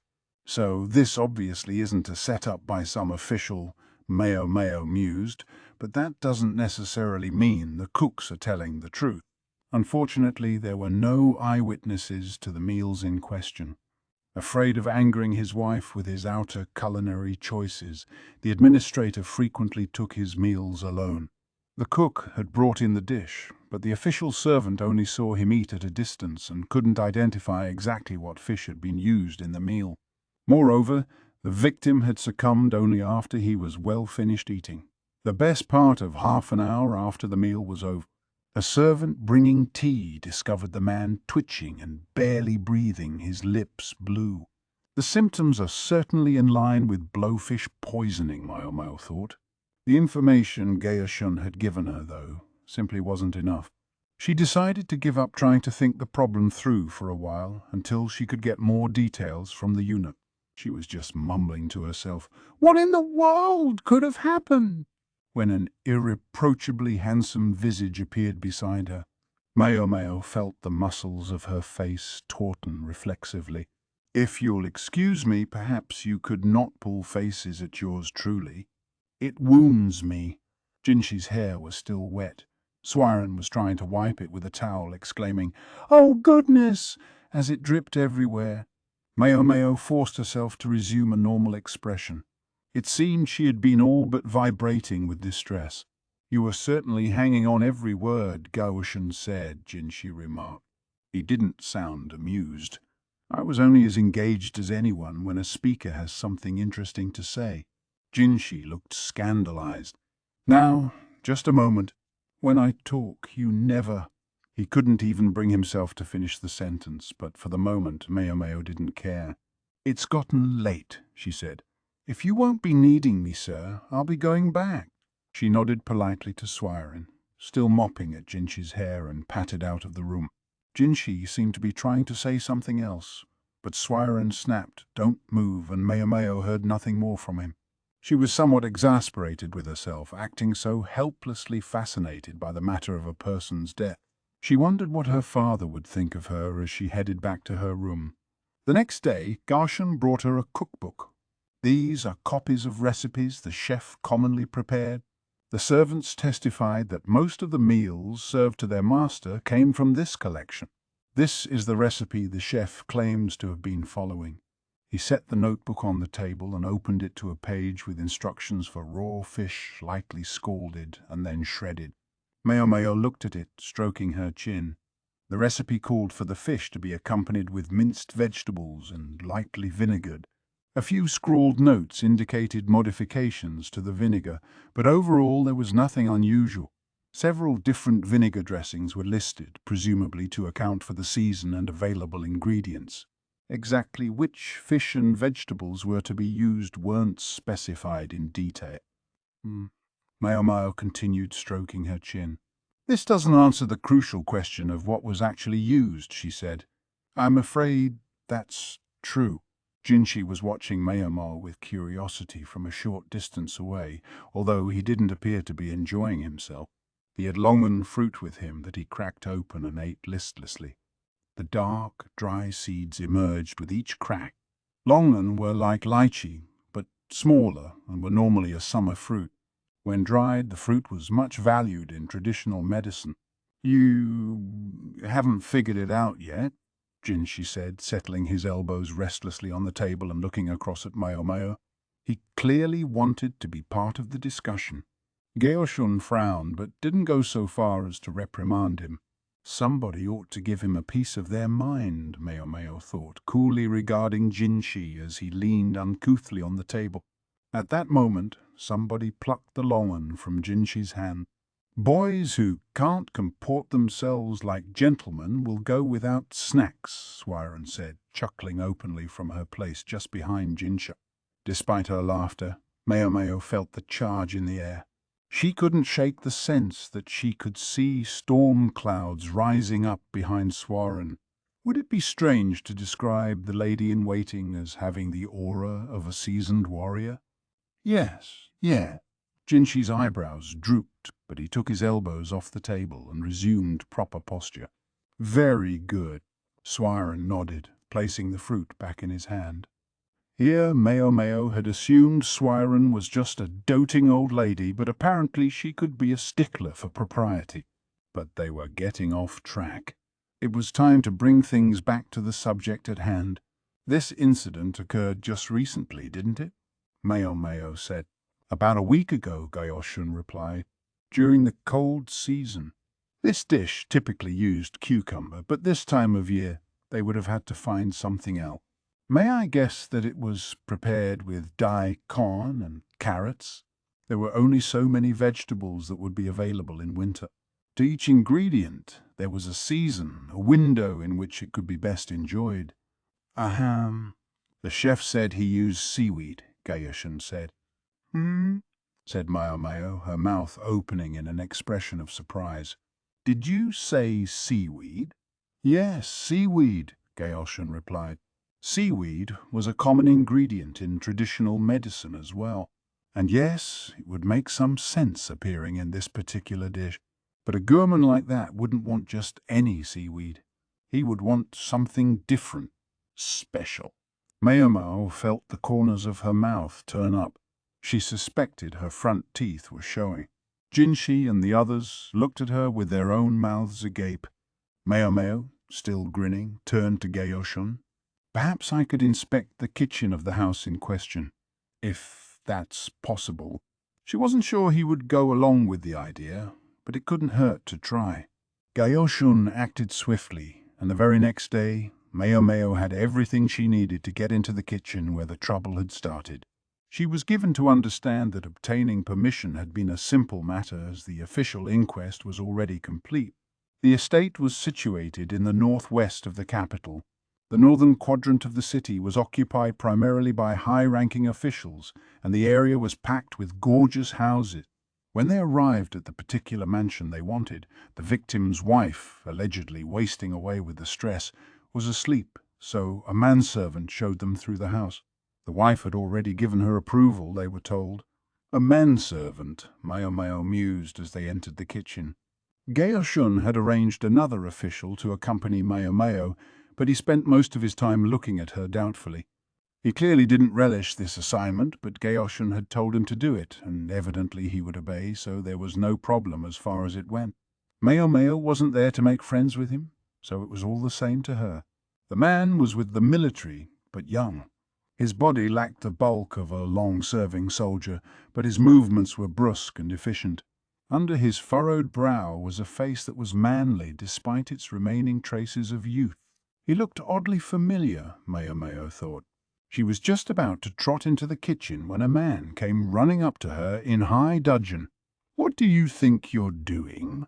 You can't just wander around this house. Gao! Ginga! Who let this riffraff in?" He caught the manservant by the collar. Maomao was fixing him with a glare when the young man accompanying her stepped forward. The mistress of the household gave us her blessing. "And this is official business." Maomao applauded the calm but firm tone he took with the overheated newcomer. "Is this true?" The man relaxed his grip on the servant's neck. Through a coughing fit, the manservant managed to confirm that it was. "Now, may we proceed? Or is there some reason we shouldn't?" the young official asked, at which the man made a sound of disgust and spat. "Foul! What do I care?" The manservant later explained to them apologetically that the younger brother of the comatose official was overseeing his estate in lieu of the man's indisposed wife. He was the one who had accosted them. So that's what's going on, Maomao thought, but recognizing that it would be improper to insert herself into someone else's family affairs, she left it at that. Instead, she looked around the kitchen. As she'd feared, the chef had already washed and cleaned his tools. However, aside from the fish, which had been disposed of lest it start to rot, the majority of the ingredients still remained. She began to explore the room, and there, on a shelf near the back wall, she found it, sitting right out in the open. Maomao's discovery, salted and stored in a small pot, brought a grin to her face. "What is this?" she asked the servant. He squinted into the pot, his face suggesting he wasn't sure. So Maomao took a bit of it and dropped it into a jug of water. "Do you recognize it now?" "Oh, this is that thing the master liked." The servant informed them that the master had eaten it all the time. It couldn't possibly be poison. The servant's mistress evidently trusted him, and he didn't appear to be lying. You heard the man?" "Hurry up and go home," the younger brother snapped. He'd been watching Maomao at work for some time now. In particular, he seemed to be fixated on the jar she was investigating. "Yes, of course," Maomao said, putting the jar back where she'd found it, and grabbing a handful of the contents as she did so, secreting it in her sleeve. "Our apologies for disturbing you." She left the kitchen, but she could feel the man's eyes boring into her from behind. "Why did you just run away like that?" "You hardly even objected," the young military man said to Maomao as they rode home in their carriage. She was surprised he was willing to initiate the conversation. "Oh, I hardly think I ran away." Maomao produced the bit of salted seaweed from her sleeve and placed it delicately in a handkerchief. It had left her sleeve disgustingly salty, but the young man would probably get upset if she tried to shake it out right there. "This is strange," she said instead. "It's a little too early in the year to harvest this particular kind of seaweed, but I don't think a salt-cured piece from last year would have lasted this long. No, this ingredient was well outside its season. That leads me to think it wasn't harvested around here," Maomao went on. "That maybe it was obtained from the south somewhere, through trade, for example. You wouldn't happen to know where such a thing might come from, would you?" The young man's eyes widened. He seemed to understand what she was asking of him. That just left Maomao's own task to attend to. The next day, at her request, Gaoshun arranged a kitchen for her to use. It was in one of the bureaucratic offices of the outer court and included accommodations for someone to stay overnight. Maomao had prepared everything the night before. Now she started to cook. Well, cook might be a strong word. She was only steeping the seaweed in some water to get the salt off. It was a simple enough process, but things being what they were, she'd figured it would be better not to use the kitchen in Jinshi's building, hence why she'd asked for a different one. 2 plates sat in front of her, bearing her preparation. She'd divided her pilfered seaweed into 2 portions and soaked them in water. By now they were a rich, deep green. Also before her were Gaoshun and the official who had consulted him about this case, along with the young soldier from the day before, and, for some reason, Jinshi. Maomao thought Suirei was likely to rake him over the coals again for being a rubberneck. "I discovered you were right," the soldier said. "The seaweed had been imported from the south. I tried asking the manservant we met about it. He says that indeed that seaweed was never eaten in winter. I inquired with the other servants as well, but the answers were all about the same." The stranger in the room, the man who had consulted Gaoshun about the incident, shook his head. "I already spoke to the cook about it. He says it's the same kind of seaweed he always uses.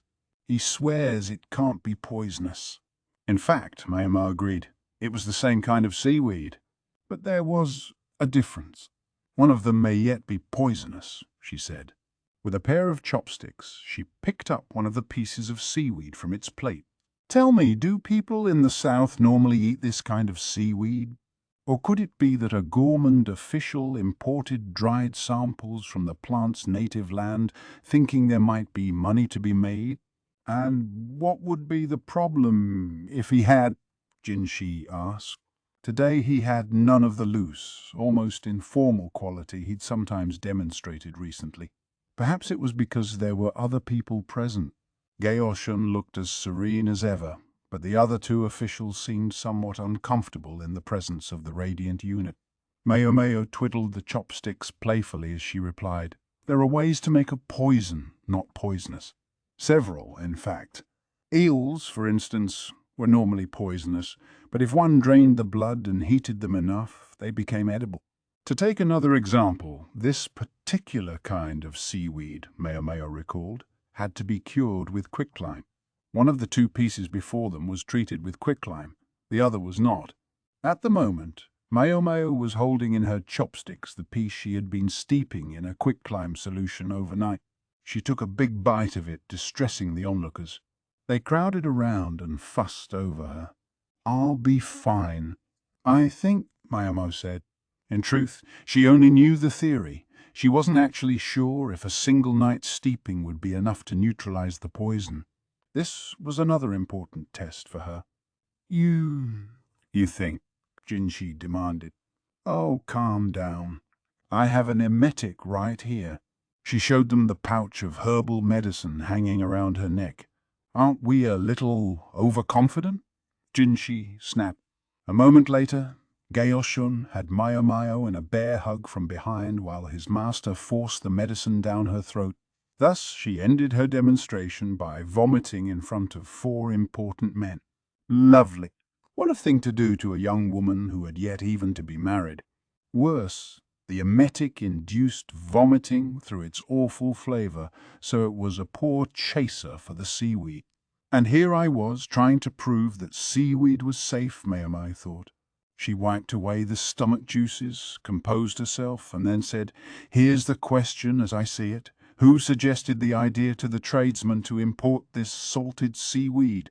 The merchant had gone to a foreign land, one where there was no custom of consuming this plant, simply in order to obtain it. Presumably he was at least aware of the potential danger. The man who fell into a coma from it could be said to have reaped what he sowed. But what if something else was going on? What if the possibility of poison had been well accounted for? Here I go, speculating again. There had been a similar case 10 years before. What if it had given someone a hint, inspiration? Maomao had no way of saying whether the 2 were really connected, But as far as the current case, she trusted her intuition. Everyone here in this room with her was intelligent. She doubted she needed to say anything more, and she didn't intend to. Maomao was a person of such minor consequence. She had no desire to ponder anyone's particular guilt. "I see." Gaoshun nodded slowly, evidently comprehending what Maomao was driving at. She let out a relieved breath, then grabbed the seaweed in front of her and ate it, this time from the other plate. And thus, for the second time that day, Maomao was induced to retch by a pale-faced Jinshi and his companions. The culprit turned out to be the younger brother of the comatose bureaucrat. Once they found out where he'd purchased the seaweed, he could hardly confess fast enough. So Maomao had been right to be suspicious of the way he'd been watching her in the kitchen. He might as well have told them outright. There was something he didn't want them to see in there. His story was a common one. With the elder son alive and well, the younger went forgotten. Maomao and the others were almost disappointed to discover such a comically prosaic motive at work. However, a problem remained. Apparently the man had been willing to commit murder over this simple grievance. But how had he learned about the poisonous seaweed in the first place? He claimed a fellow patron at his favorite bar had happened to mention it in the course of a conversation. And neither Maomao nor anyone knew at the time whether this was simple chance or if it went deeper. Maomao was cleaning up, muttering over the fact that she never did get to eat the toxic seaweed. But it was no use crying over spilled milk or regurgitated seaweed, so she determined to think about something else. I wonder what I'll use my precious new ingredient for. The bizarre herb sprouting from a bug danced in her head. Just as it threatened to take over her every thought, she shook her head. She had to stay focused. She was on the job, but she couldn't keep herself from grinning at the thought of that disgusting dried insect with the greyish mushroom popping out of it. She was overjoyed just thinking about the possibilities. Maybe she would make a medicinal wine out of it or turn it into pill. The overweening happiness caused her, to her chagrin, to greet the master of the room with a giant smile on her face. The moment she registered Jinshi and the shocked look he was giving her, Maomao dropped her eyes to the ground. I'll bet that wasn't very appealing. Slowly, uncomfortably, she looked up to discover Jinshi was suddenly beating his head against a pillar. It made a clacking sound like a woodpecker. The noise brought Gaoshun and Suirei running. Gaoshun seemed to be fixing Maomao with a glare. "It wasn't my fault," Maomao protested wordlessly. "Your master is wrong in the head." Silently she was pouting, but all she actually said to them was, "Welcome back." She could at least act polite. Jinshi had been spending especially long days at work of late. He claimed it was because there were so many things that needed taking care of. In which case, perhaps he should have been working the other day rather than standing around gawping at Maomao's experiment. Jinshi's assessment of the person he'd recently had to entertain to get his work done was less than flattering. You could say we don't get along, or at the very least that there's a stark difference of opinion. Now he sighed as he accepted some fruit wine from Suirei. Everyone in the room had a well-developed tolerance for Jinshi, so it didn't affect them. But if some girl had happened to see him like this, she might have fainted on the spot. A most troublesome eunuch indeed. So there was someone out there who could successfully have a different opinion from Jinshi. That was impressive in its own right. "There are some people even I can't deal with easily," Jinshi said.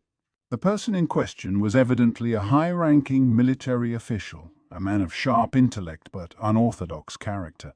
He would nitpick, bring visitors to people's offices, barge in, challenge them to a game of shogi, distract them with simple banter, and otherwise prevent paperwork from getting stamped for as long as possible.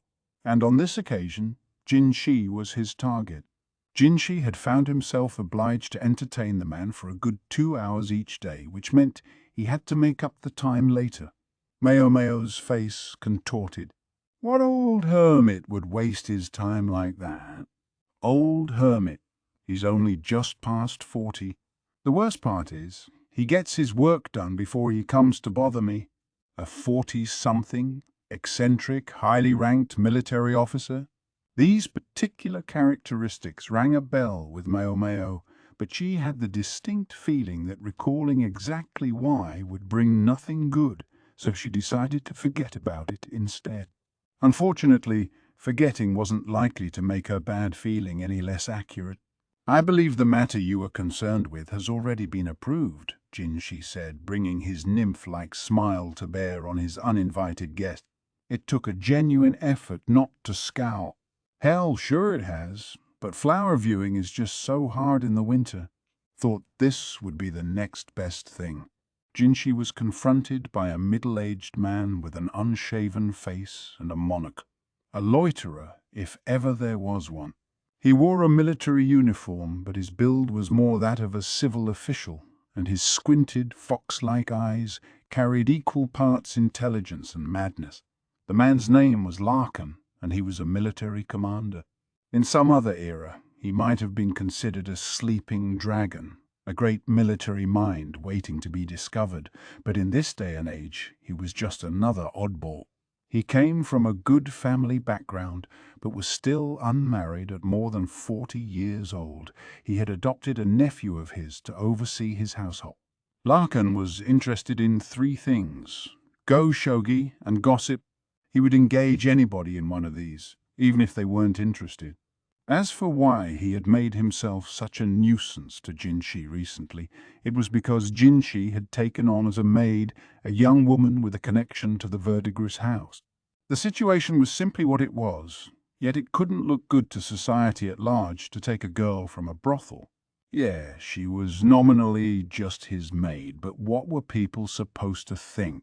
This rumor-loving official had run with the story of Jinshi's youthful new acquaintance, until the military was thoroughly convinced that the eunuch had purchased her out of prostitution. And it was hard to say they were wrong, exactly.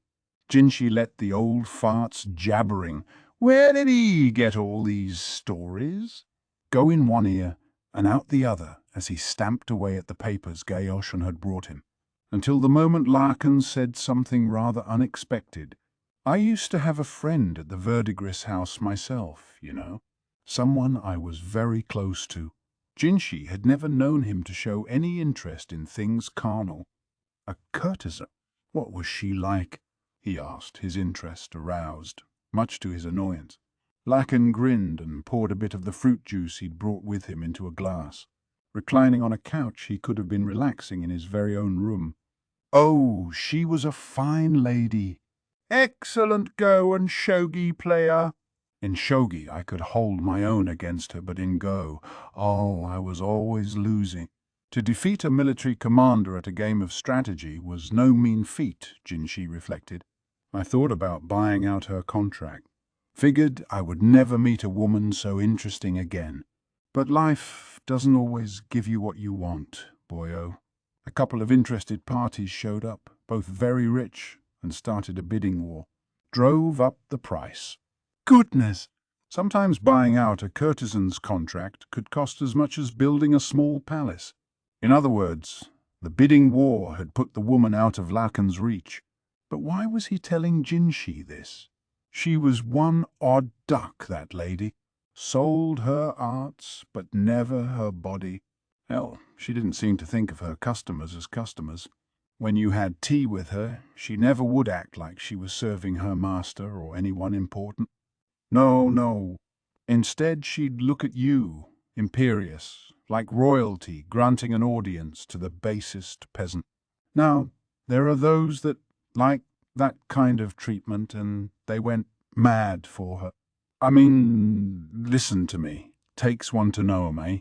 Ah, the very thought sends a shiver down my spine. Jinshi, growing more and more uncomfortable with the conversation, tried to look away from Lakan. Gaoshun was stationed quietly in the background. His mouth was pulled into a single straight line and he was biting his lip hard. There were a great many people in this world who shared Lakan's predilections. Jinshi wasn't sure if Lakan realized the effect he was having. In any event, the arch-eccentric went on. "Ah, what I wouldn't have given to take her to bed." His leering grin betrayed no small hint of madness. I admit, in the end, I just couldn't let her go.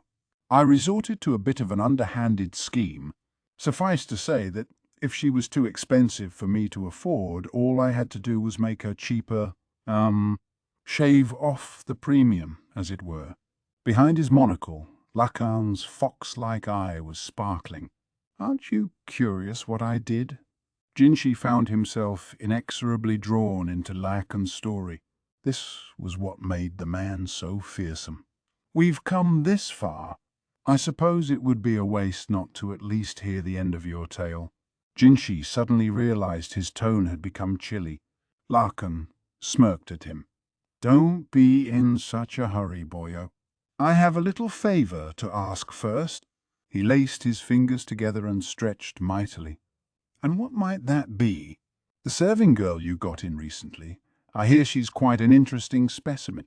Jinshi was on the cusp of letting out a sigh of exasperation. This again. But what Lakan said next caught him by surprise. They say she has a knack for solving mysteries. Lakan didn't miss the flinch this provoked from Jinshi. I have a friend, he went on, a metal worker who used to produce pieces for the palace. But he kicked the bucket a bit back, see? He had 3 pupils, but, funny enough, he didn't designate a successor.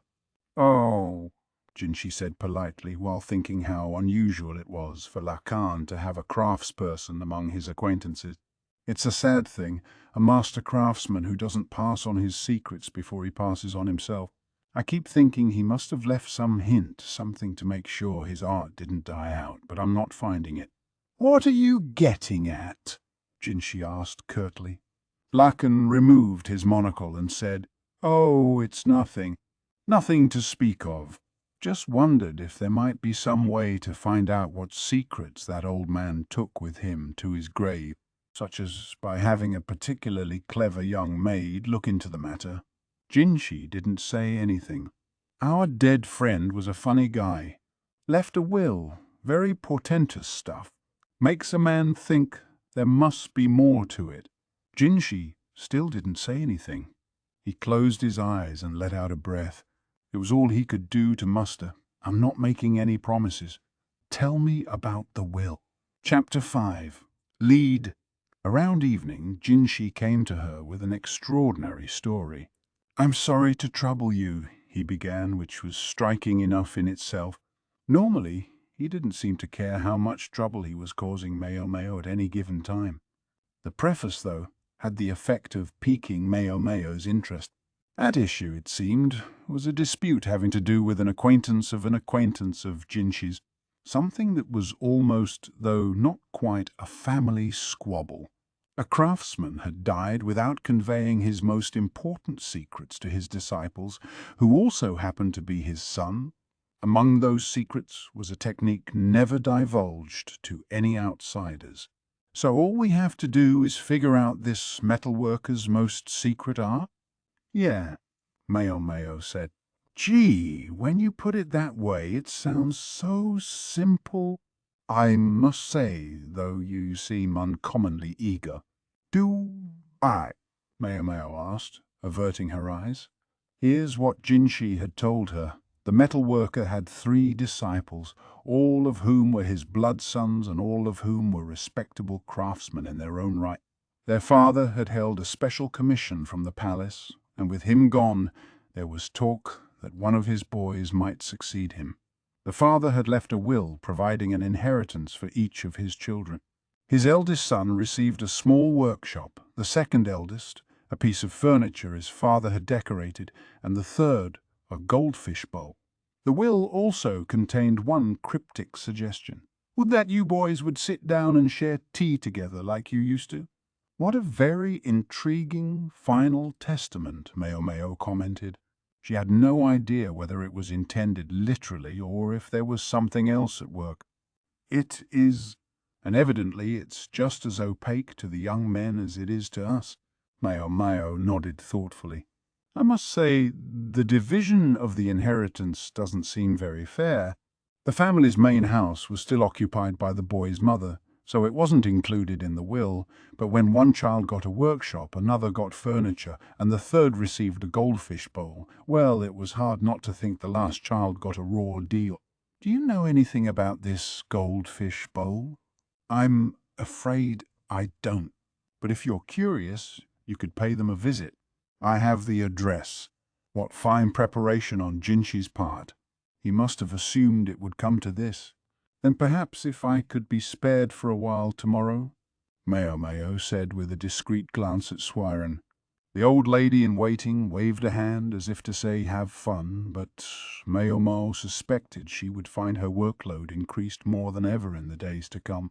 The craftsman's house was past the far end of the great main thoroughfare that ran through the capital. Situated in an area full of shops, it was an impressive place with a great chestnut tree standing in the yard. Jinshi and Gaoshun were not with Maomao. Instead, the same young man who had accompanied her when she was investigating the case of the poisonous fish was there. His name was Balsam. Doesn't seem like he thinks much of me, Maomao thought, observing how he only spoke the absolute minimum necessary to her.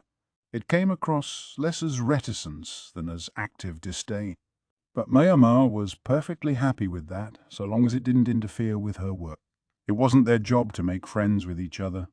I've spoken to the family and they're willing to accommodate us, Balsam said. Outwardly, however, I'm the one who's here to ask the questions. You're my attendant. Very well. Better even, Maomao thought. This was ideal. They arrived at the house, Maomao pattering obediently behind Balsam, and when they knocked on the door, a member of the family appeared, a grim-looking man of some 20 years old or so. I heard you were coming, the man said, ushering Maomao and Balsam into the house politely despite his dark demeanor. Within, the home gave much the same impression as it did from outside, tidy and well-maintained. Small arrangements of flowers were placed here and there. In a recess in one wall was an unusual object, what appeared to be a chunk of rock ornamented with metal that seemed to shine with a faint bluish hue. Maomao studied the object intently. Oh, that thing, the sullen man said, coming over to her. Father bought that when he was getting some materials. He always did have a soft spot for strange thing. For the first time, a hint of joy entered the man's face. They left the main house and proceeded down a covered walkway.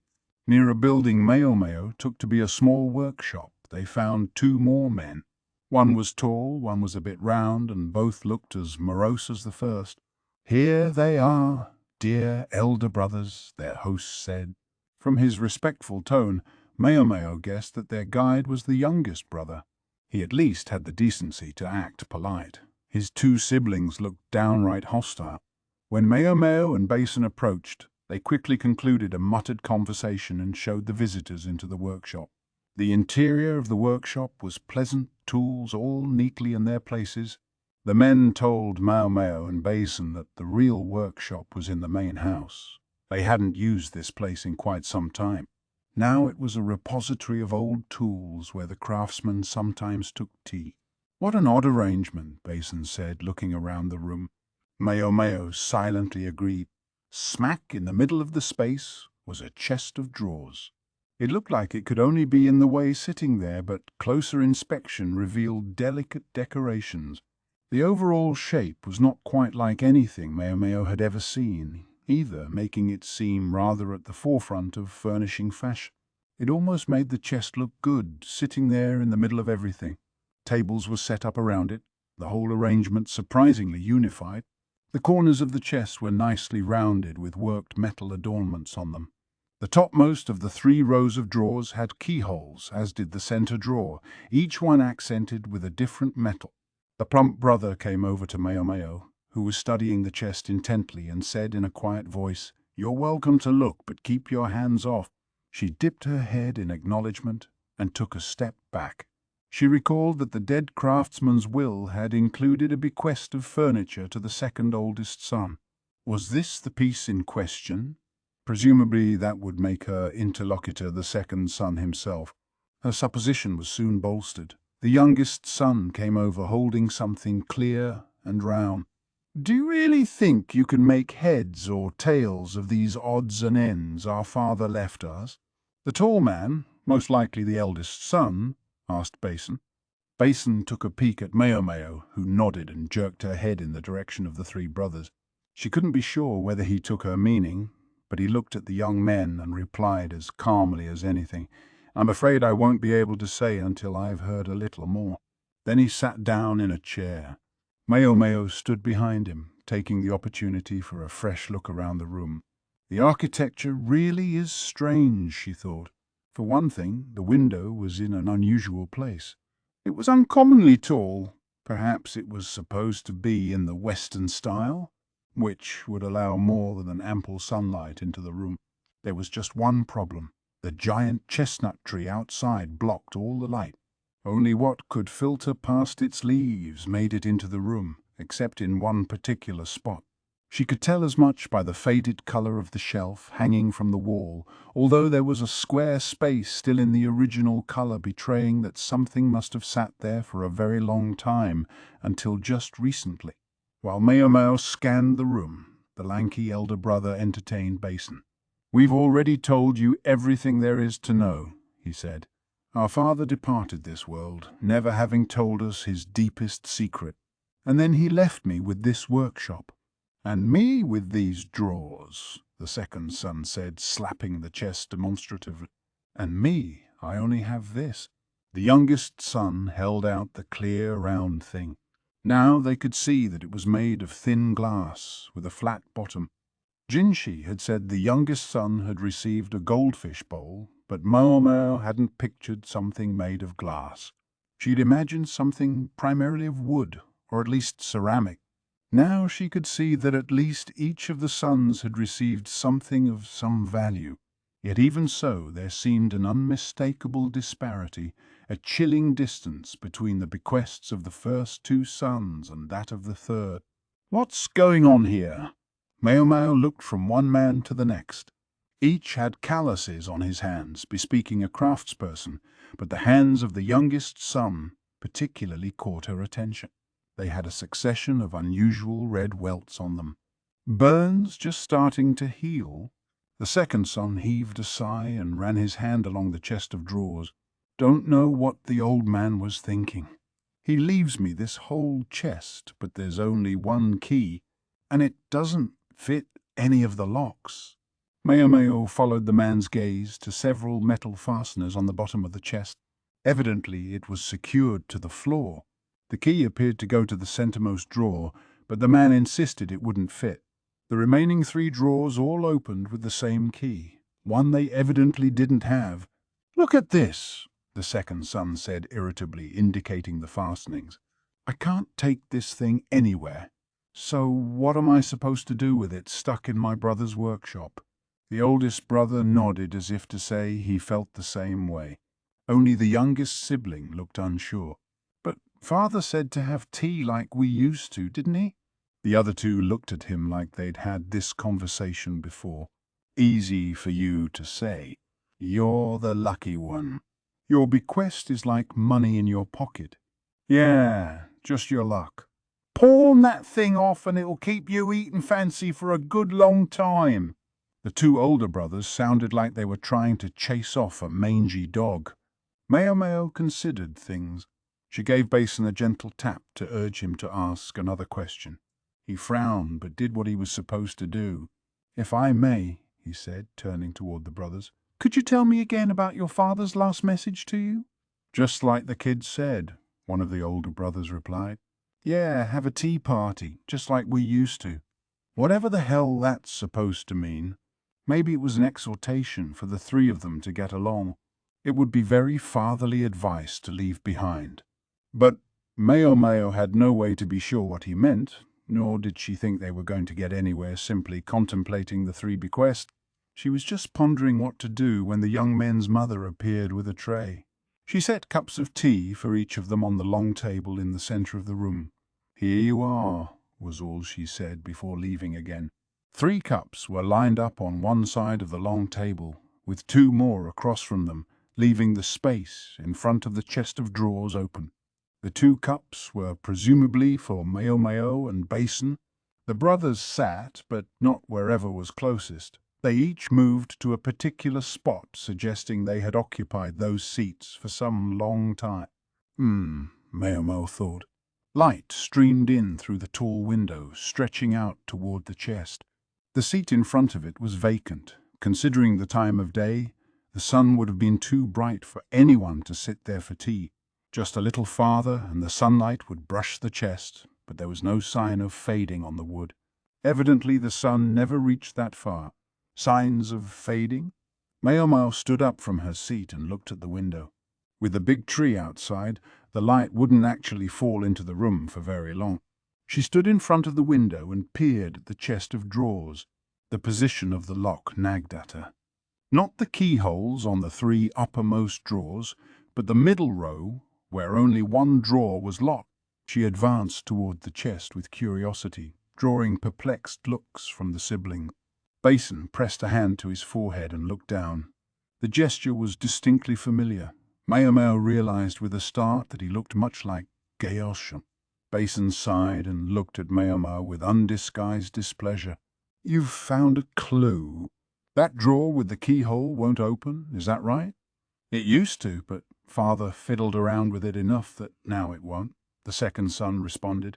"And there's only one key. This is it. And our old man told us. I guess you know by now how he loved to say things that don't make sense. He said that if we break the lock, whatever's inside will break too. So we can't just go smashing it." Maomao positioned herself in front of the chest and examined the keyhole. She had the impression that something was packed inside. Maybe there's a reason the chest is stuck to the floor too, she thought, turning over what she knew in her mind. The bequests to the 3 brothers, the workshop, the chest, the bowl, the drawer that wouldn't open, and Maomao looked at the youngest brother's goldfish bowl. "Pardon my asking, but did that bowl used to sit on that shelf there?" she said. Yes, it did." The younger brother walked over to the window, still holding his bowl. He folded a handkerchief and placed it on the faded spot, then set the bowl on top of it. "We used to keep a goldfish here, but the cold would kill it, so in the winter we only put it here at noon when it was warmest. We haven't had a goldfish in years, though. This bowl has been nothing but a decoration." He smiled, a bit sadly. Maomao gave the arrangement a calculating look, then left the workshop. "Hey, where are you going?" Balsam demanded. "Just to get some water," Maomao said. She returned shortly thereafter and poured the water into the goldfish bowl. "I presume it once had water in it like this." "Yes, that's right. And the design on the side was always pointed toward us, like this." "Thought so," Maomao said to herself, looking again at the bowl. Light entered through the window and struck the goldfish bowl. From there, it was focused on a single point, the chest of drawers, specifically the center lock, which glittered in the beam of sunlight. "May I further presume this is the exact time of day at which you customarily took tea?" "What's going on here?" the second oldest brother said, stepping between the bowl and the chest. "Stay back," Maomao shouted, more vehemently than she'd meant to.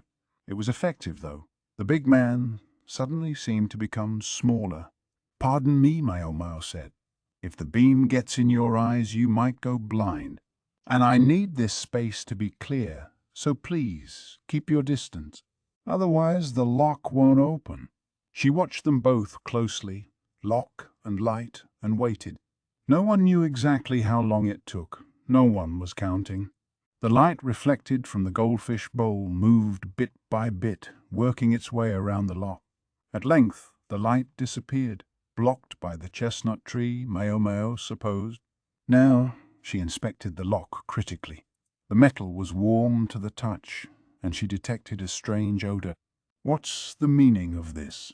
someone asked, but Maomao replied only, "By any chance did the deceased suffer from anemia and stomach aches?" "Yes, he did.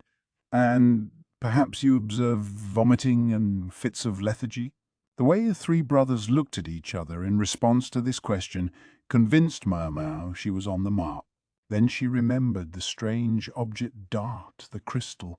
I'm not very knowledgeable about metalwork, but was soldering done here as well? Yeah. All right. Please open the drawer with the key.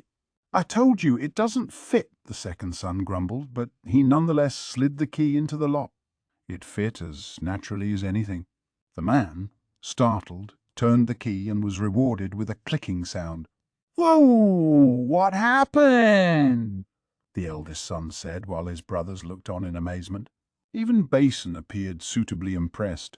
Nothing special, Maomao said. We simply followed your father's last request. You all had tea together, just as you used to.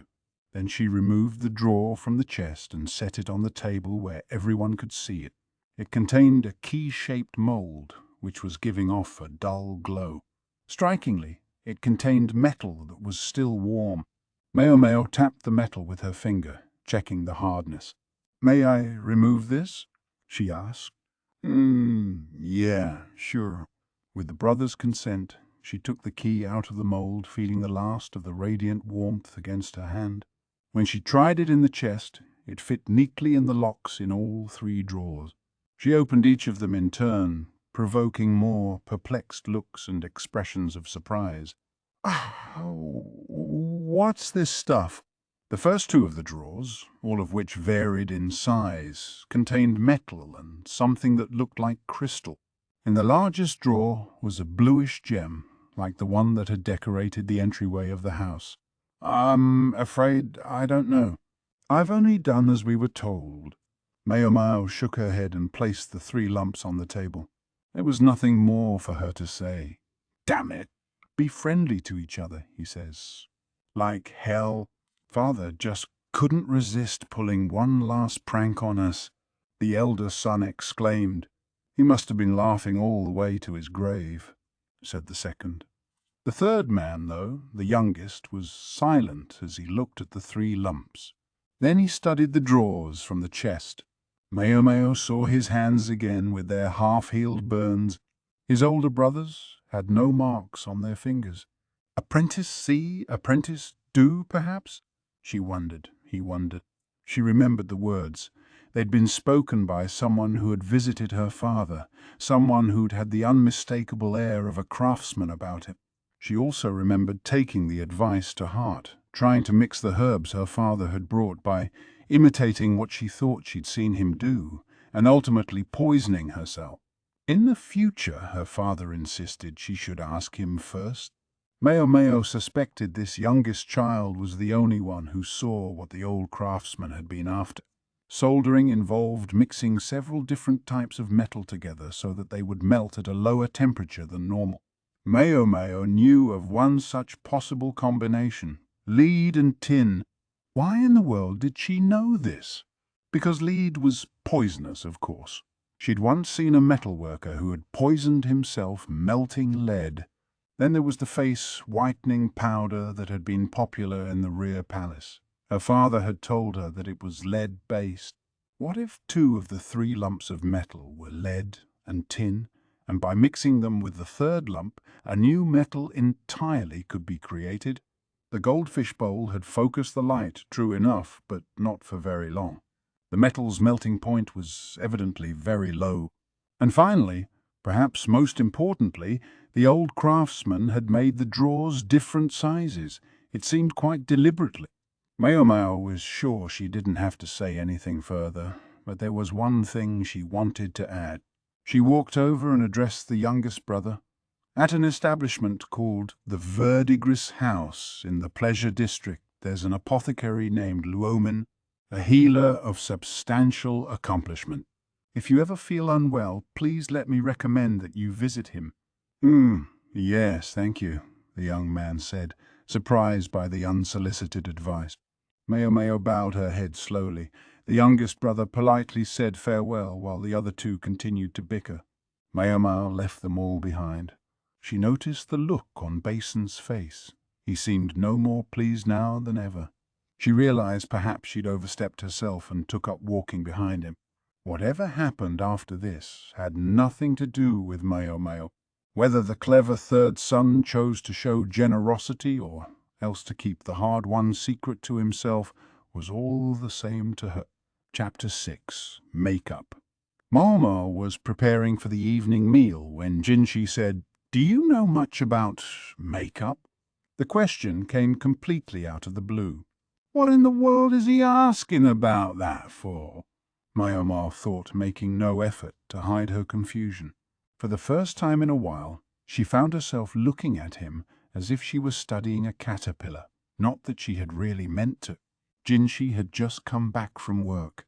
Suirei was helping him change clothes, and this was what he wanted to know.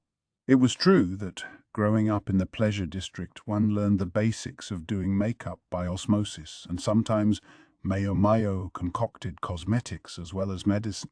She couldn't deny she had a fair amount of knowledge about the subject. Do you wish to give some to someone as a gift? You misunderstand. It's for me. That struck Maomao dumb. Her eyes became bottomless black pits, vacant and empty. She no longer even looked like she was gazing at a dead bug or a puddle of mud. What are you imagining? Jinshi snapped. Well, what else would she be imagining? Jinshi in makeup? He was the one who'd brought it up. He doesn't need any damn makeup. Maomao thought. He already had the beauty of some denizen of the heavenly realm. A touch of crimson around the eyes, a dab of rouge on the lips, and a flower mark upon his brow would be enough to bring the nation to its knees.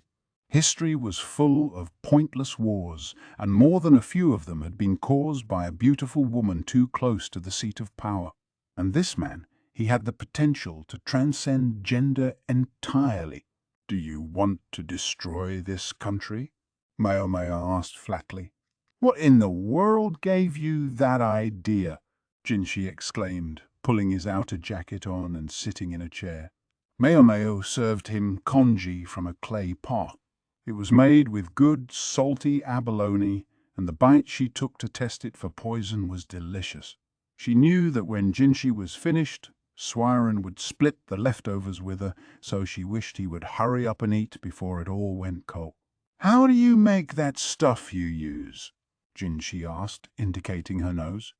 Oh, my freckles, Maomao thought, and then it came to her. His beauty was already so overwhelming that he needed nothing to enhance it, but perhaps something to blunt it. I dissolve dry clay in oil, sir. If I want the product to be especially dark, I mix in charcoal or red lip pigment. And can you do that on short notice? Maomao produced a clamshell from the folds of her robe. Inside was tight-packed clay. This is all I have on me right now, but give me a night's time and I can easily make more. Jinshi took the clamshell, scooped up some of the contents with his finger, and rubbed it on the back of his hand. It was a bit too dark, Maomao thought, for his almost porcelain skin. She would have to thin the mixture out. Will you yourself be using it, sir? Jinshi chuckled softly. It wasn't a real answer, but Maomao figured she could take it as a yes. If you know of any medicine that can change a man's face, I would love to hear about it, he said lightly. He was joking, but Maomao replied, Such things exist, but you would never be able to change back. Lakan, for instance, would do the job in a hurry. I suppose so, Jinshi said with a strained smile. He wouldn't want that, and neither would anyone else around here. Maomao could easily picture herself torn to pieces and fed to the beasts if she dared to do such a thing. There are certain techniques, sir, which might achieve the same effect, she said. If you please, then... Jinshi smiled as if this was what he had been waiting for, and finally set about eating his congee. He was enjoying some perfectly cooked chicken meat so much that Maomao despaired of getting any leftovers. When Suirei took the tray away, there was only a single bite left on it. I want you to make me someone else entirely, Jinshi said. I wonder what he's planning, Maomao thought, but she valued her life more than to ask. Besides, she had nothing to gain by knowing. She need only do as she was told.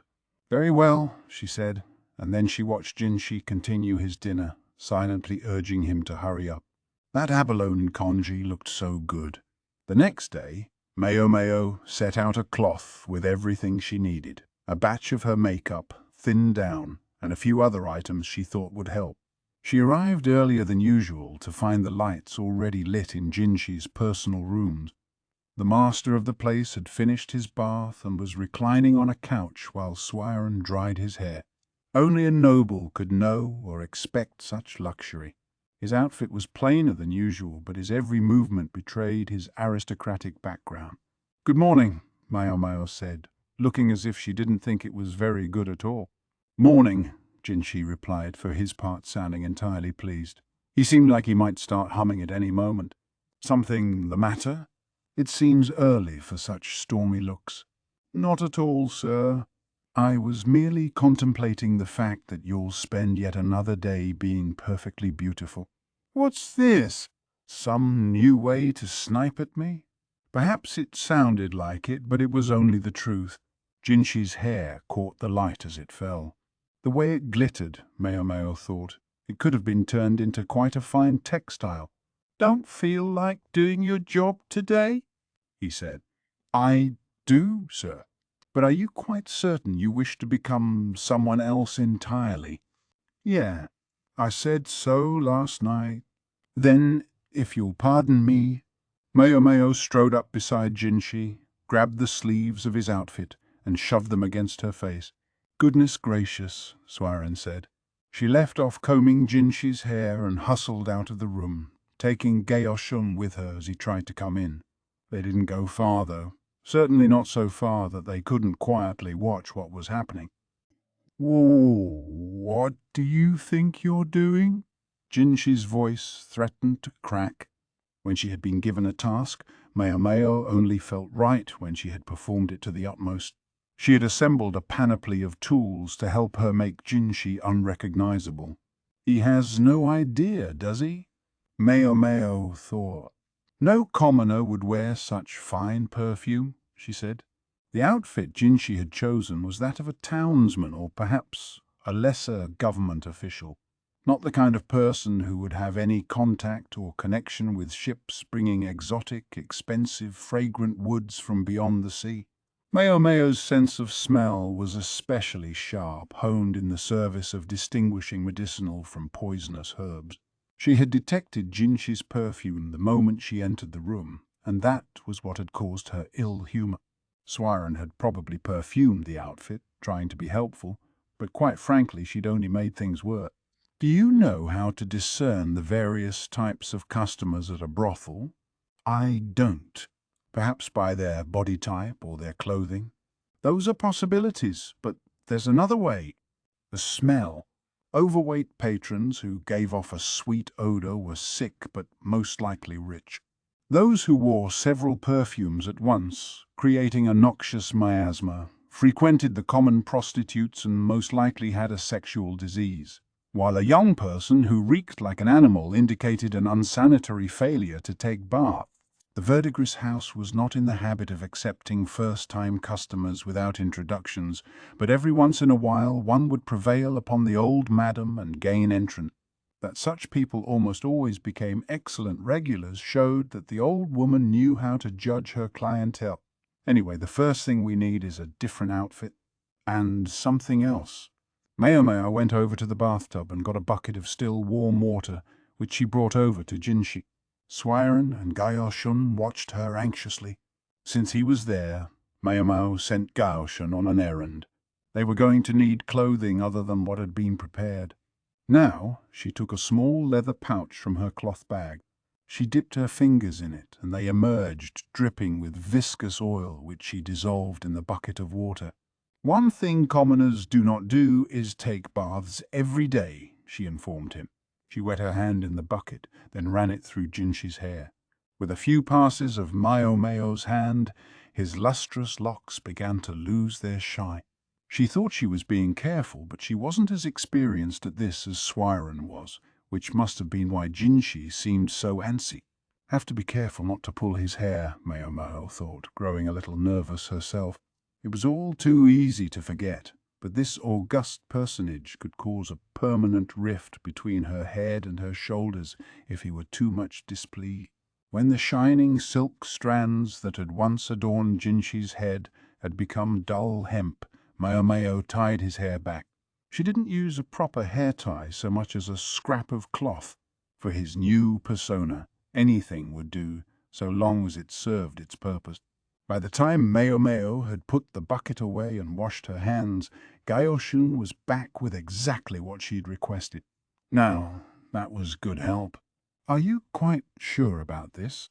Gaoshun asked, looking distinctly uneasy. Beside him, Suirei was making no attempt to hide her repugnance. No doubt it was hard for such a long-serving lady in waiting to believe what she was seeing. Gaoshun had procured a large-ish and very well-used commoner's outfit. It had at least been washed, but the cloth was thinning in places and the original owner's musk still clung to it. Maomao put the outfit to her nose and said, "I might have preferred something even a little stinkier." Now Suirei truly looked astonished, her hands on her cheeks. She seemed about to speak up, but Gaoshun silenced her with a motion of his hand. Still, he couldn't conceal the furrow in his own brow. Maomao felt bad for Suirei, but she still had plenty to do that would test the woman's spirit. "Master Jinshi, please undress." Yeah. "Certainly," Jinshi said, though he didn't sound very certain. Maomao paid his reluctance no mind, but bustled around the room looking for something that would serve her purpose. She found several handkerchiefs, then produced some binding cloths from her bag. "Might I ask the two of you to help me?" she inquired of the nervous spectators. She pulled them both in, giving Gaoshun a handkerchief to wrap around Jinshi's skin. He might have been a man of near celestial beauty, and he might have been lacking an important part that most men possessed, but nonetheless Jinshi's torso was reasonably well muscled. He must have thought he would be cold wearing only his undergarments, for he had left his trousers on. Maomao, who had thought the room quite warm enough, realized maybe she hadn't been very generous with him, and added some coals to the brazier. Gaoshun wrapped the handkerchiefs around Jinshi. Suirei held them down, and Maomao secured them in place with the cloth.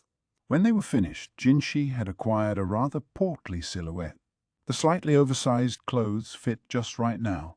Maomao had given Jinshi a not quite average body type, and the last traces of his perfume would soon be overcome by the odor on the clothes. Jinshi's face, the only thing that was obviously and unmistakably still his own, looked very strange floating there above his new body. "All right, let's move on to the next thing then." Maomao got out the batch of makeup she'd prepared the night before. It was slightly darker than Jinshi's skin tone. She began applying it delicately with her fingers. "Yes," she thought, "I am literally close enough to touch him, and he's still outrageously beautiful." Not only did he have no facial hair, he seemed to have no body hair of any kind. Once she'd done a thorough application of foundation, a mischievous thought came to her. For after all, when would she ever have such a chance again? When would there ever come another opportunity to indulge her curiosity about exactly how lovely Jinshi would be if he were made up like a girl? Maomao took a shell containing red pigment from among her implements. She dipped her pinky in and brushed some carefully onto Jinshi's lips. Then Maomao was silent. Gaoshun and Suirei, looking on, were likewise speechless. Each of them looked first uncomfortable, then deeply conflicted. Then they all looked at each other and nodded. "What's going on?" Jinshi asked, but no one answered. Their minds were too full of something much bigger. They were clearly all thinking the same thing.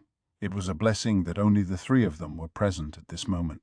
If there had been anyone else around, be they male or female, it would have been a tragedy.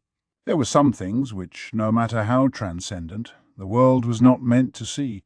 It was fearsome to realize that with just a dash of lip color, Jinshi might possess the power to bring low at least a couple of small villages. "It's nothing, sir," Maomao said, taking the handkerchief Suirei offered her and rubbing it along Jinshi's lips, hard enough to make sure she got everything off. "Ow, that's uncomfortable. What in the world was that about?"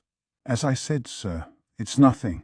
Nothing at all, I assure you, Suirei added.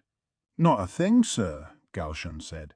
Jinshi was sceptical about this sudden show of concord between the three of them, but he asked no further question. Maomao put the momentary distraction out of her mind and got back to work. The next step called for slightly darker colouring. She smeared some of the pigment on his face, creating bags under his eyes. While she was at it, she went ahead and tried a mole on each cheek. His gracefully arching eyebrows she thickened bit by bit, working carefully on one side and then the other. There were ways to alter the contours of the face, but at close proximity it would be obvious that it was makeup, so Maomao decided to forgo that step. On a woman, a bit of makeup might go unquestioned, but on a man's face it would arouse suspicion. Instead, she stuffed cotton into Jinshi's cheeks to change his profile. Gaoshun and Suirei looked on, surprised she would go that far, but she wasn't done yet. She daubed the remaining pigment here and there to complete the effect. For example, a bit of the stuff under his nails made him look positively filthy. Can't have his hands looking too pretty, she thought. Jinshi's hands, like his torso, were noticeably masculine. Maomao had always taken him for someone who had never lifted anything heavier than a pair of chopsticks or a writing brush, but his palms had detectable calluses on them. He implied he had been trained with the sword or perhaps a fighting staff, although she'd never seen him practicing. They weren't skills a eunuch would normally need. She couldn't muster the curiosity, though, to wonder about something so trivial as why Jinshi might have been trained in the fighting arts. Instead, she continued to systematically dirty his hands, turning them into those of an ordinary townsperson. "Are you quite finished?" Jinshi asked, when Maomao started packing up her cosmetics and tools, wiping some sweat from her brow. The gorgeous eunuch had vanished, replaced by an ungainly urban dweller who looked none too healthy. His face retained its appealing symmetry, but his protruding belly, the spots on his hands, and the dark bags under his eyes bespoke a less than sanitary lifestyle. The fact that he still looked like someone who could have got himself cast as a ladies' man in some stage play showed how much trouble his natural beauty was apt to cause. "Gracious, is that really my young master?" Suirei said. "Don't call me that." Suirei had seen the entire process from start to finish, and even she was surprised by the transformation. Now Jinshi could have moved unrecognized almost anywhere in the palace. Unrecognized by his looks, at least. Maomao removed a bamboo cylinder from her pouch. She pulled the stopper, poured some of the contents into a cup and handed it to Jinshi. He eyed it dubiously and frowned. The characteristic, nose-prickling odor, Maomao suspected. It was a combination of a number of different stimulants, and honestly speaking, the flavor could hardly be called appetizing. "What exactly is this?" "A special draught of my own devising. Drink slowly so it gets on your lips and then swallow. It should cause swelling of the lips and throat, thereby changing your voice. Oh, you may want to take the cotton out of your mouth first." Jinshi could look and even smell different, but certain people would know him instantly if they heard that honeyed voice. If Maomao was going to do something, she was going to do it right. "It's quite bitter," Maomao added, "but don't worry. It isn't poisonous." A collective, stunned silence greeted her. Maomao ignored it and resumed industriously cleaning up her workspace. She'd gotten permission to take the rest of the day off. For the first time in a while, she would be able to go back to the pleasure quarter, and above all to do a little of the mixing and concocting she loved so much. The thought made her unusually cheery, but her parade was swiftly reined on. "Xiaoma, you said you'd be going home today, yes?" "Indeed, sir. I intend to leave presently," she said. Gaoshun greeted this with a smile, as if to say that that was perfect. It was an unusual expression from the reticent aide. "In that case, you'll be going the same way as Master Jinshi," he said. "Oh, blah," Maomao thought immediately. Her saving grace was that she didn't give voice to her disgust, but it was probably written all over her face. "Gaoshun," snuck a glance at Jinshi, who looked just as shocked as Maomao.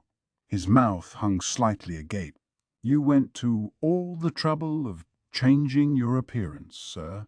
It would undermine the effect if you travelled with the same attendant you always do." "Goodness, I hadn't thought of that," Suirei said with an exaggerated nod that suggested the two of them had very much thought of it. "Ahead of time." "Do you see what I mean, Master?" Gaoshun said. He looked uncommonly eager about this, pleased to be foisting Jinshi off on someone else for once. "Most likely." "I do." "Yes, that would be helpful." Suddenly, Jinshi was on board too. "Now this won't do," Maomao thought. "I'm exceedingly sorry," she said, "but I'm afraid that even in my company Master Jinshi would have quite the same problem." It was true that with his new, less remarkable appearance, it would be suiting for Jinshi to have a plain attendant such as Maomao, but it was already well known in some quarters that she was his personal maid. It would be best if they didn't travel together, against the slightest chance of them being recognized. "Ah, but that crafty old lady-in-waiting, Suirei," she greeted, and dismissed this idea with a smile. She came over holding a lacquered box from which she produced a pair of eyebrow tweezers and an ornamental hairstick. "Then I believe a disguise of your own is called for, Axiomayo," she said, and her smiling eyes contained a sharp edge that prevented Maomao from objecting further. That nagging premonition, though, got worse and worse. Chapter 7. A Jaunt Around Town. They would take a carriage from Jinshi's rooms to the gate of the outer court. Maomao's dramatic and successful transformation of her master was a double-edged sword. A man who looked like Jinshi now did bumbling around the palace was going to attract suspicion. Even the lowliest of maids and manservants were supplied with halfway decent clothing here. It might have seemed obvious to simply put on more refined clothing for the journey out, but considering Jinshi's stomach was artificially stuffed, a change of clothes later would have been tricky. This was a source of irritation to Maomao, who wanted everything to be perfect and was rather incensed at Jinshi's failure to understand his own beauty. They disembarked the carriage in a quiet spot, and almost immediately Maomao began lobbing critiques at Jinshi. "Master Jinshi, your posture is much too good. Slouch a little."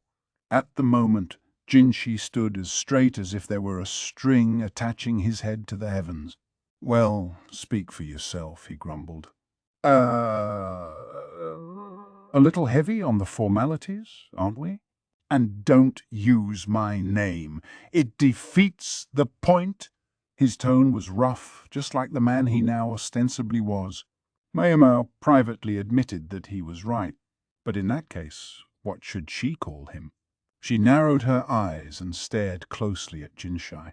Though she hadn't meant to, it made her look as though she were studying a moth that had fluttered up to a lantern. Jinshi's expression shifted to something difficult to describe. "What shall I call you then, sir?" Maomao finally asked. "Good question," Jinshi said, stroking his chin. He hummed for a moment, then said, "Call me Jinka." Jinka. Maomao thought. It wasn't particularly odd, and she was happy to use it, but the deliberate choice of the character Ka, which meant flower, was somewhat surprising in a man's name. But then again, Jinshi wasn't the most masculine name in the world either. Maomao briefly regretted that she hadn't simply disguised Jinshi as a woman, but then she remembered that dab of rouge and thought better of it. She shook her head. Jinshi must never appear in women's clothing lest the very world tear itself apart. "Very well then, Master Jinka," Maomao started, but she caught Jinshi glaring at her. Yeah. The formality. Jinka, then. No honorifics, no deference. Maomao found the ornate mode of polite speech employed at the palace tricky to navigate, but in her mind, completely casual language was even harder. And what was that gleam in Jinshi's eyes? She'd worked so hard to make him appear sickly. He would bring the illusion crashing down if he looked too pleased. "Excellent, my lady," he said, his tone somewhat facetious. Maomao gaped at him, and Jinshi grinned broadly. I should think this manner of speech the most suited considering our respective appearances, he said, looking Maomao up and down. Maomao's own disguise had been arranged by Suirei, who had dressed her in hand-me-downs from her own daughter. There was a whiff of camphor about them, but the make and material were excellent and the design thoughtful, so they didn't look out of vogue. Her hair had been carefully gathered up and secured with a hairstick. She did indeed present the image of an affluent young lady. Now Maomao pursed her lips and trotted off. Let's get this over with. Yes, ma'am. Maomao was profoundly uncomfortable with this reversal of their accustomed roles, but Jinshi looked like he was having the time of his life. Jinshi's destination was a restaurant just outside the pleasure district. Apparently he had a meeting with some sort of acquaintance there, but Maomao didn't press for detail. Not asking too many questions, she felt, was frequently a wise way to get by in the world. Still, she couldn't help feeling somewhat used by Jinshi and Gaoshun. Maybe I should act a little more oblivious, she thought as she walked down the street. This road was home to a market bustling with merchants hawking their wares. Leafy green vegetables were still few and far between at this time of year, but there were plenty of fat daikon. Maomao had been given a bit of pocket change. She was just thinking that maybe she would have someone wring a chicken's neck for her and boil it with some daikon when someone grabbed her by the collar. "What is it?" she asked. Jinshi was looking down at her with a most distressing grin on his face. "You're going to go shopping?" he said. "I saw something I want. I was just gonna go get it." Looking like that, she took his point. A woman who was well off enough to have an attendant with her would never dirty her hands purchasing her own produce, let alone having a chicken slaughtered. Maomao gazed longingly at the vegetables. "But I wanted to make it for my old man," she thought. Pops was both a doctor and an apothecary par excellence, but he had one glaring flaw, a total inability to weigh profit and loss. Thus, though apothecary's work should have kept him eating luxury foods for the rest of his life, he instead lived in a shack that looked like it could fall down in a stiff breeze. Of course, if he ever seemed like he was really going to starve for want of food, the old madam would probably have funneled it into him. Maomao resumed walking, pouting now. Jinshi was still trying to pretend to be her manservant, but he had a long stride, and before she knew it he was in front of her. Maomao had to pick up her pace to keep up with him. She thought, he's got a long way to go. Jinshi's eyes were still sparkling. He at least managed not to gawk, but he was obviously enjoying where he was and what he was doing. To a pampered aristocrat like him, a common market must have been a novel sight. Maomao overtook Jinshi and glared at him. He seemed to realize he'd been careless and looked chastened for a moment, but then he set off walking again as if nothing had happened. At least he stayed behind Maomao this time. Maomao said nothing out loud, but she thought to herself, when I get home, I've got to see how the field is doing. She crooked her fingers, counting as she imagined what herbs she might find there. I wonder if the mugwort has come in yet. And how terrific would it be if the butterbur were ready to pick? Still, she said nothing aloud. She was just imagining herself frying the butterbur with some meat and miso when she realized Jinshi was looming just beside her. "What is it, sir?" Maomao said, glaring at Jinshi and inadvertently reverting to her usual deference. Jinshi was clearly itching to say something. "Why so quiet?" he asked, likewise adopting the directness to which he was usually entitled. Why wasn't she saying anything? Well, there could really be just one reason, couldn't there? Because I don't have anything to say. She had only spoken the truth, but apparently that was a mistake. Jinshi bit his lip and an inscrutable expression crossed his face. Maomao wasn't worried that he might burst into tears. He wasn't a little boy, but he still managed to look thoroughly pathetic. He was the one who said I should act more brusque with him. Maomao thought. She wasn't normally the type to initiate a conversation anyway. So when she didn't have anything in particular to talk about, and when no one was asking her any specific questions, she tended to keep her peace. Why this was such a shock to this man mystified her. She was just scratching the back of her neck nervously, wondering what to do when a meat skewer stall came into view. She broke into a brisk trot and ordered 2 skewers from the man behind the counter. Just looking at the perfectly crisp chicken meat made her mouth water. "Try it," she said, passing one of the skewers to Jinshi. He slowly took it, looking at it as if he'd never seen one before. "Quick, before it gets cold!" Maomao guided them to a small side street just off the main road. She brushed some dust off a wooden crate and sat down on top of it. When she bit into the grilled meat, the juices exploded in her mouth, and the fragrant chicken skin gave an audible snap. "God, that's good!" Maomao leaned forward to keep the juices from running onto her clothes. Jinshi wasn't eating, but just watched her. "Not gonna have yours? As you can see, it isn't poisoned." "No, that's, not what I'm worried about," Jinshi said, tapping his cheek. "Ah." Now she remembered. She had stuffed cotton into his mouth to help give him a different profile. Maomao took out a square of paper and passed it to him. He spat out the cotton balls and tossed them into a nearby wastebasket. A versatile paper square like that one was very valuable, just another of Suiren's thoughtful touches along with the clothes. I didn't think to bring any replacement cotton, Maomao thought. This rubbed her perfectionist streak the wrong way, but she doubted it was something most people would actually notice. Still inspecting the skewer with a certain amount of wonder, Jinshi brought it to his mouth. It must have been a little warm for him because he blew on it forcefully before chewing and swallowing. "What do you think, sir?" "Damn sight better than what they served at the bivouac." "Good and salty," Jinshi said, wiping the juice off his lips with his fingers. Maomao took a handkerchief out of her pouch and handed it to him, but she was thinking, bivouac? Eunuchs, as far as she knew, didn't normally serve in the military, so she wasn't sure what to make of this. Maybe a person like Jinshi would be roughing it out in the wilderness if a war started or something, but under normal circumstances, what would lead to a eunuch spending his nights in the field? As she entertained the question, Maomao studied Jinshi's face. A bit of the makeup had come off around his mouth, but it wasn't enough to worry about. She looked away. "All right, whatever our business is here, let's get it over with," she thought. She finished the last of the meat on her skewer and stood up from the crate. She was determined to go back and buy that bacon and chicken once she'd ditched Jinshi. Despite her haste, Jinshi insisted on doing everything with slow, elegant movements, much to Maomao's annoyance. "Are you quite sure you're going to be in time for your meeting, Jinka?"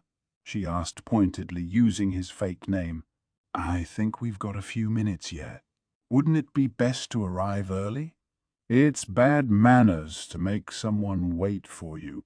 Now it was Jinshi who looked annoyed. "If I didn't know better, I'd think you were trying to get rid of me." "Would you?" Maomao said innocently. But of course Jinshi had hit the nail on the head. He looked a bit sullen, but didn't complain further. Instead, he changed the subject. "I can't imagine life in the palace is that bad. Surely it must be better than here in the pleasure district." Maomao had to admit it wasn't terrible, particularly now that she was serving there of her own volition. She had a small but clean room and an offer to move to other quarters. She had been quite lucky, she felt.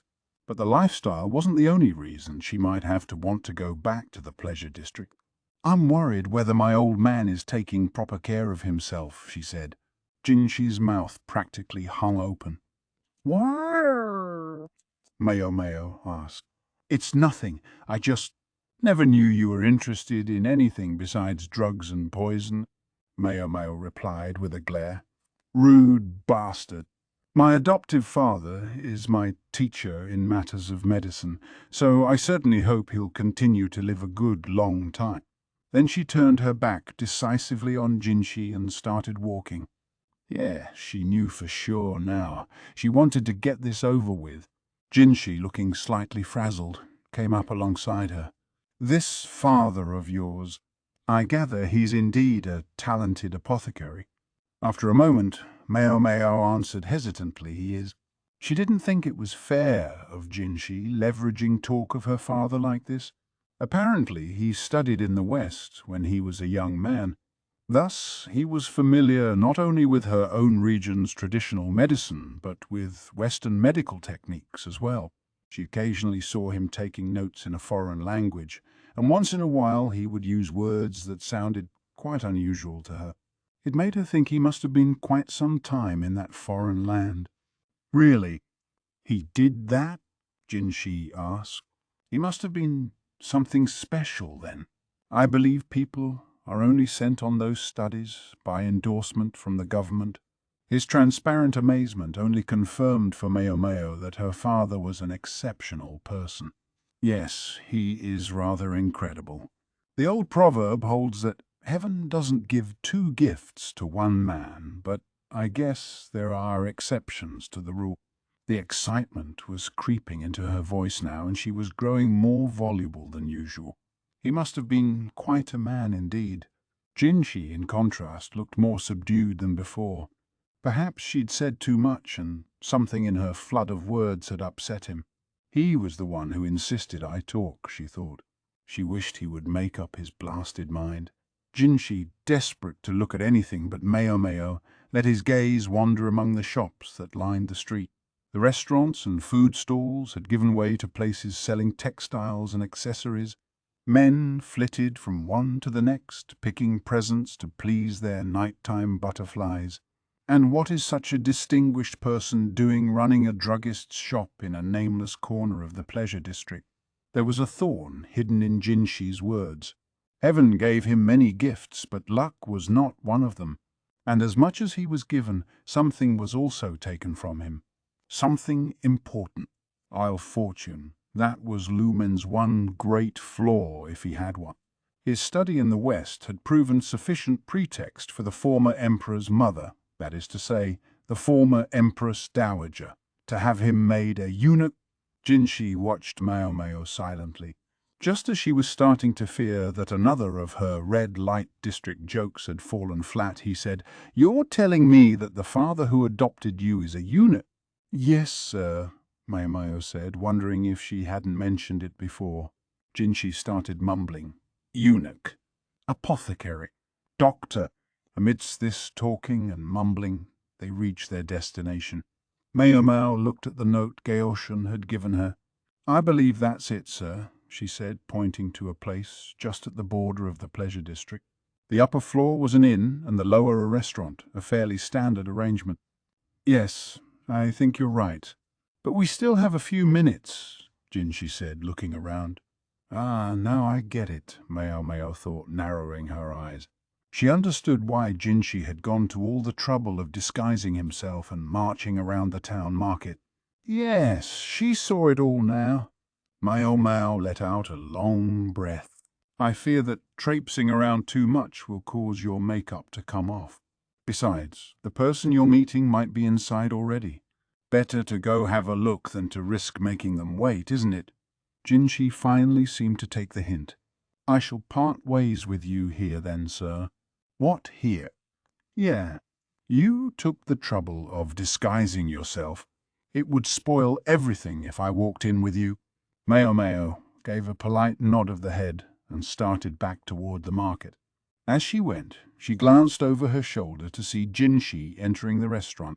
"I guess even eunuchs need a day off now and then," she thought. She crossed her arms and nodded. And then she started thinking again. If he was going to come all the way out here, he might as well just go into the pleasure district proper, for she knew what kind of restaurant it was that Jinshi had just gone into. They served the waitresses along with the food. "Well, I hope he has a good night," she thought, a touch caustically, staring at the restaurant with a freezing look in her eye. Chapter 8. The Plum Poison. Maomao awoke to the twittering of sparrows. She sat up in her meagre bed, the characteristic odor of brewing medicine prickling her nose. "Good morning," said a calm, grandmotherly voice. It belonged to her father. "That's right. I'm back home," she thought. This was her first trip back since she had begun working in the outer court. Typically, maids in her position had no vacations to speak of. Of course not. Even if their master were to take a day off work, it wasn't as if he stopped living his life. Most such people had more than just one or two servants, leaving a little leeway for one of them to take time off. But matters were different with Jinshi. He had so few attendants. I can't believe she made it this long by herself. Maomao could only tip her proverbial hat to Jinshi's attendant Suirei, whose indulgence was the only reason she'd been able to take this break. Although Maomao paid for it, the rest of the time, Suirei worked her relentlessly. Maomao got out of bed and sat in a crude chair. Her father brought her some warm congee in a chipped bowl. She sipped at it. It needed salt, but her father had at least given it a good, hearty flavor by mixing in some fragrant herbs. Maomao added a few drops of vinegar and stirred. "Make sure you wash your face," her father said. "Yeah, once I eat." Maomao continued stirring the porridge with her spoon, while her father prepared the ingredients for the medicine he was mixing up. "What do you plan to do today?" he asked. Maomao looked at him, almost a bit confused. "Nothing special," she said.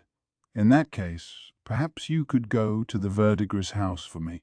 There was a beat before Maomao said, "Sure." "All right." She added another liberal dash of vinegar to her congee. Her father's apothecary was situated inside the verdigris house, but when he asked her to go there, he had something else in mind. When Maomao arrived, she greeted the manservant outside with a familiar hello and went in.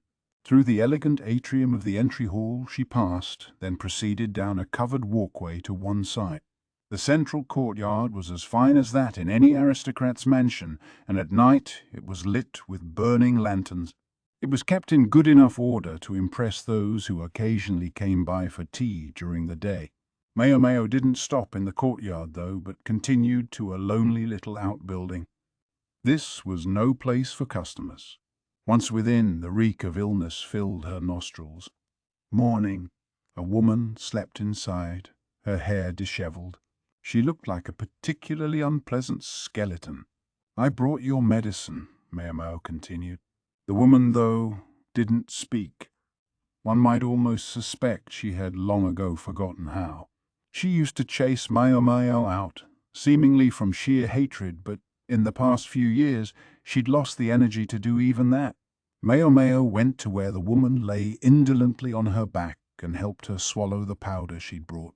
It was what her father used in place of quicksilver or arsenic. Less poisonous, he said, and more effective, but at the moment it wasn't even serving to help sedate the woman. Yet they had no other way to treat her except to give her this powder. The noseless woman was nearly 40 now, but once she had been celebrated as a butterfly, feted as a flower. The verdigris house was a prestigious enough establishment to pick and choose its customers now, but it hadn't always been so.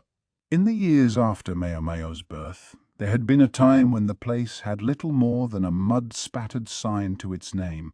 It was during that time that this woman had been a courtesan taking customers, and, to her misfortune, she'd contracted syphilis, known in Maomao's language as the Plum poison. If this medicine had been available to her in the early stages of her illness, perhaps she might have been cured, but by now the state of her body barely bore looking at.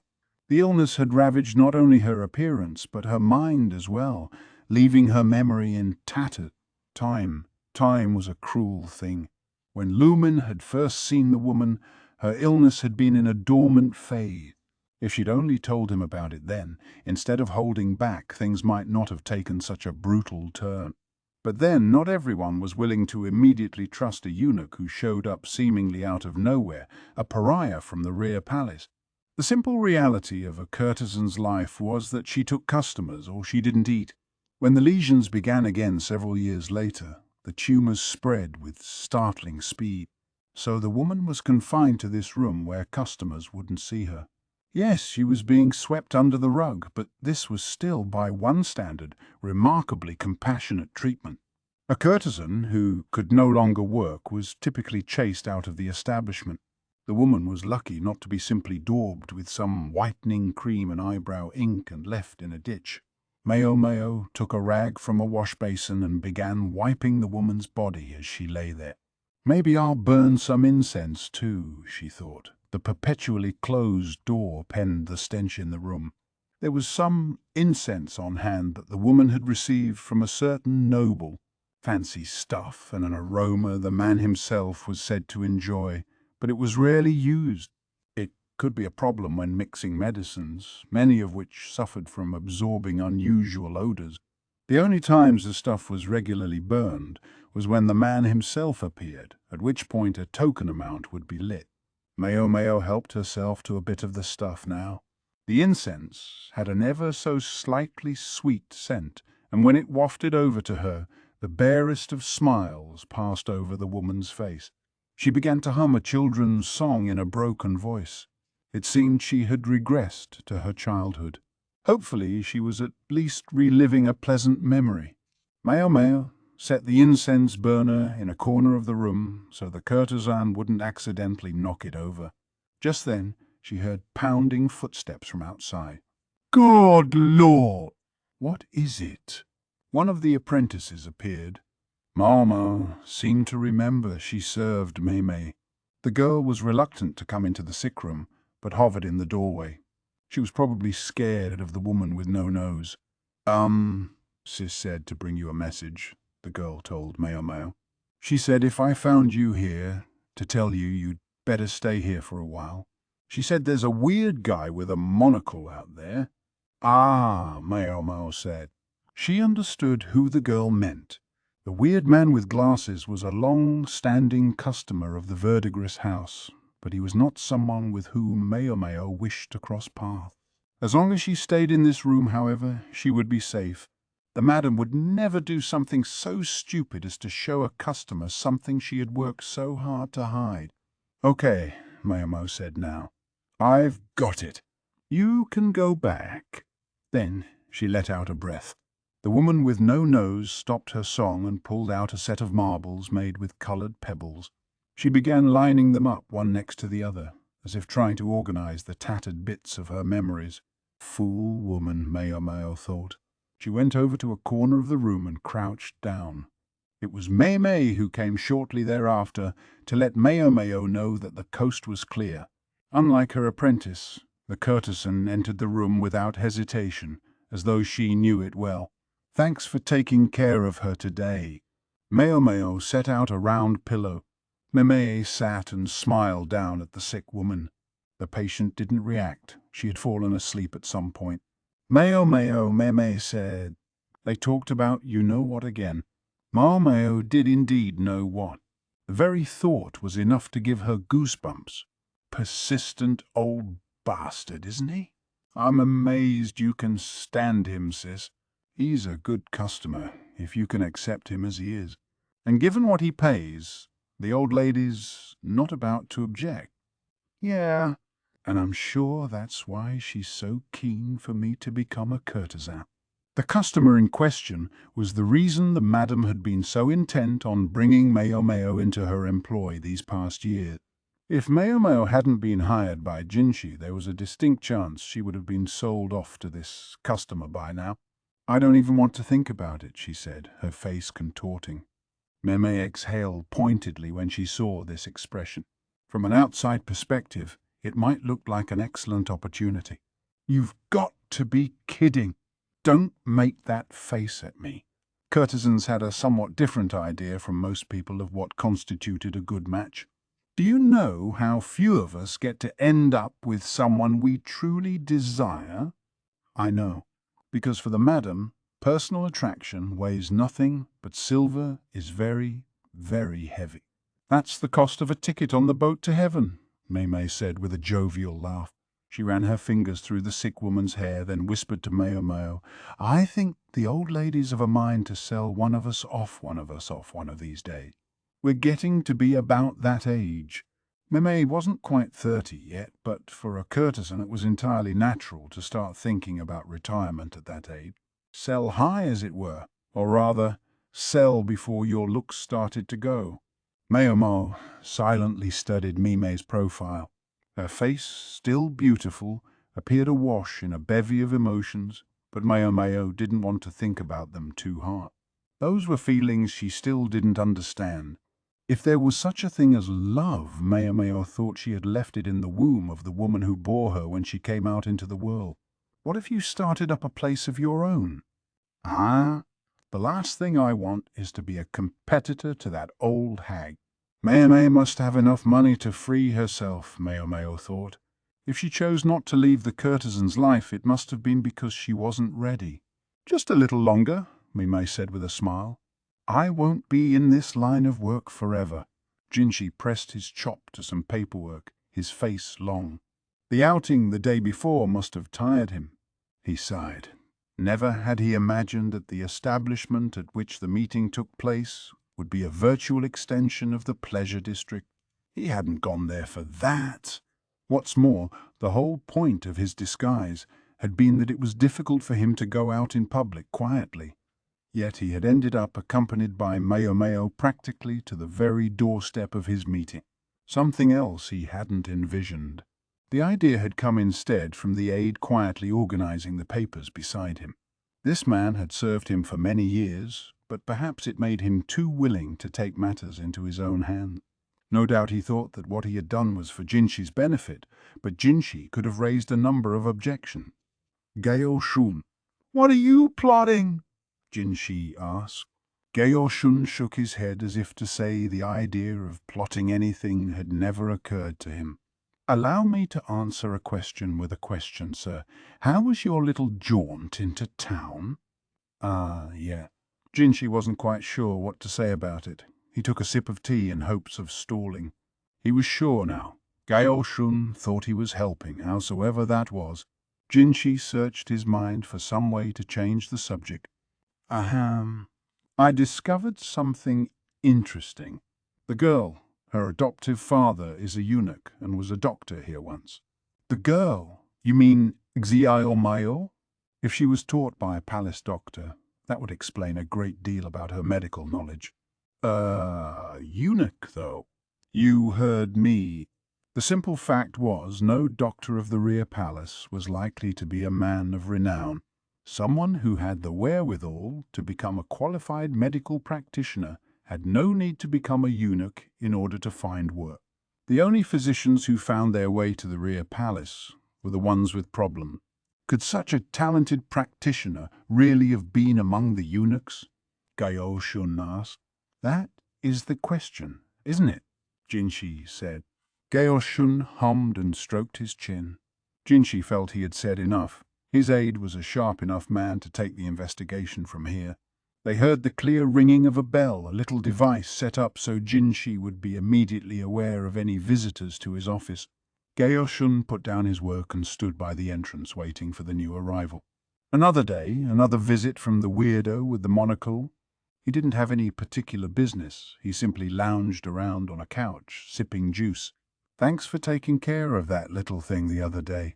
It did turn out to be quite a story, didn't it? Lakan stroked his chin and squinted at Jinshi, making his already narrow eyes even narrower. It seems the youngest of those brothers was the most capable after all, Jinshi said as he flipped through some papers. He suspected the commander had known all along.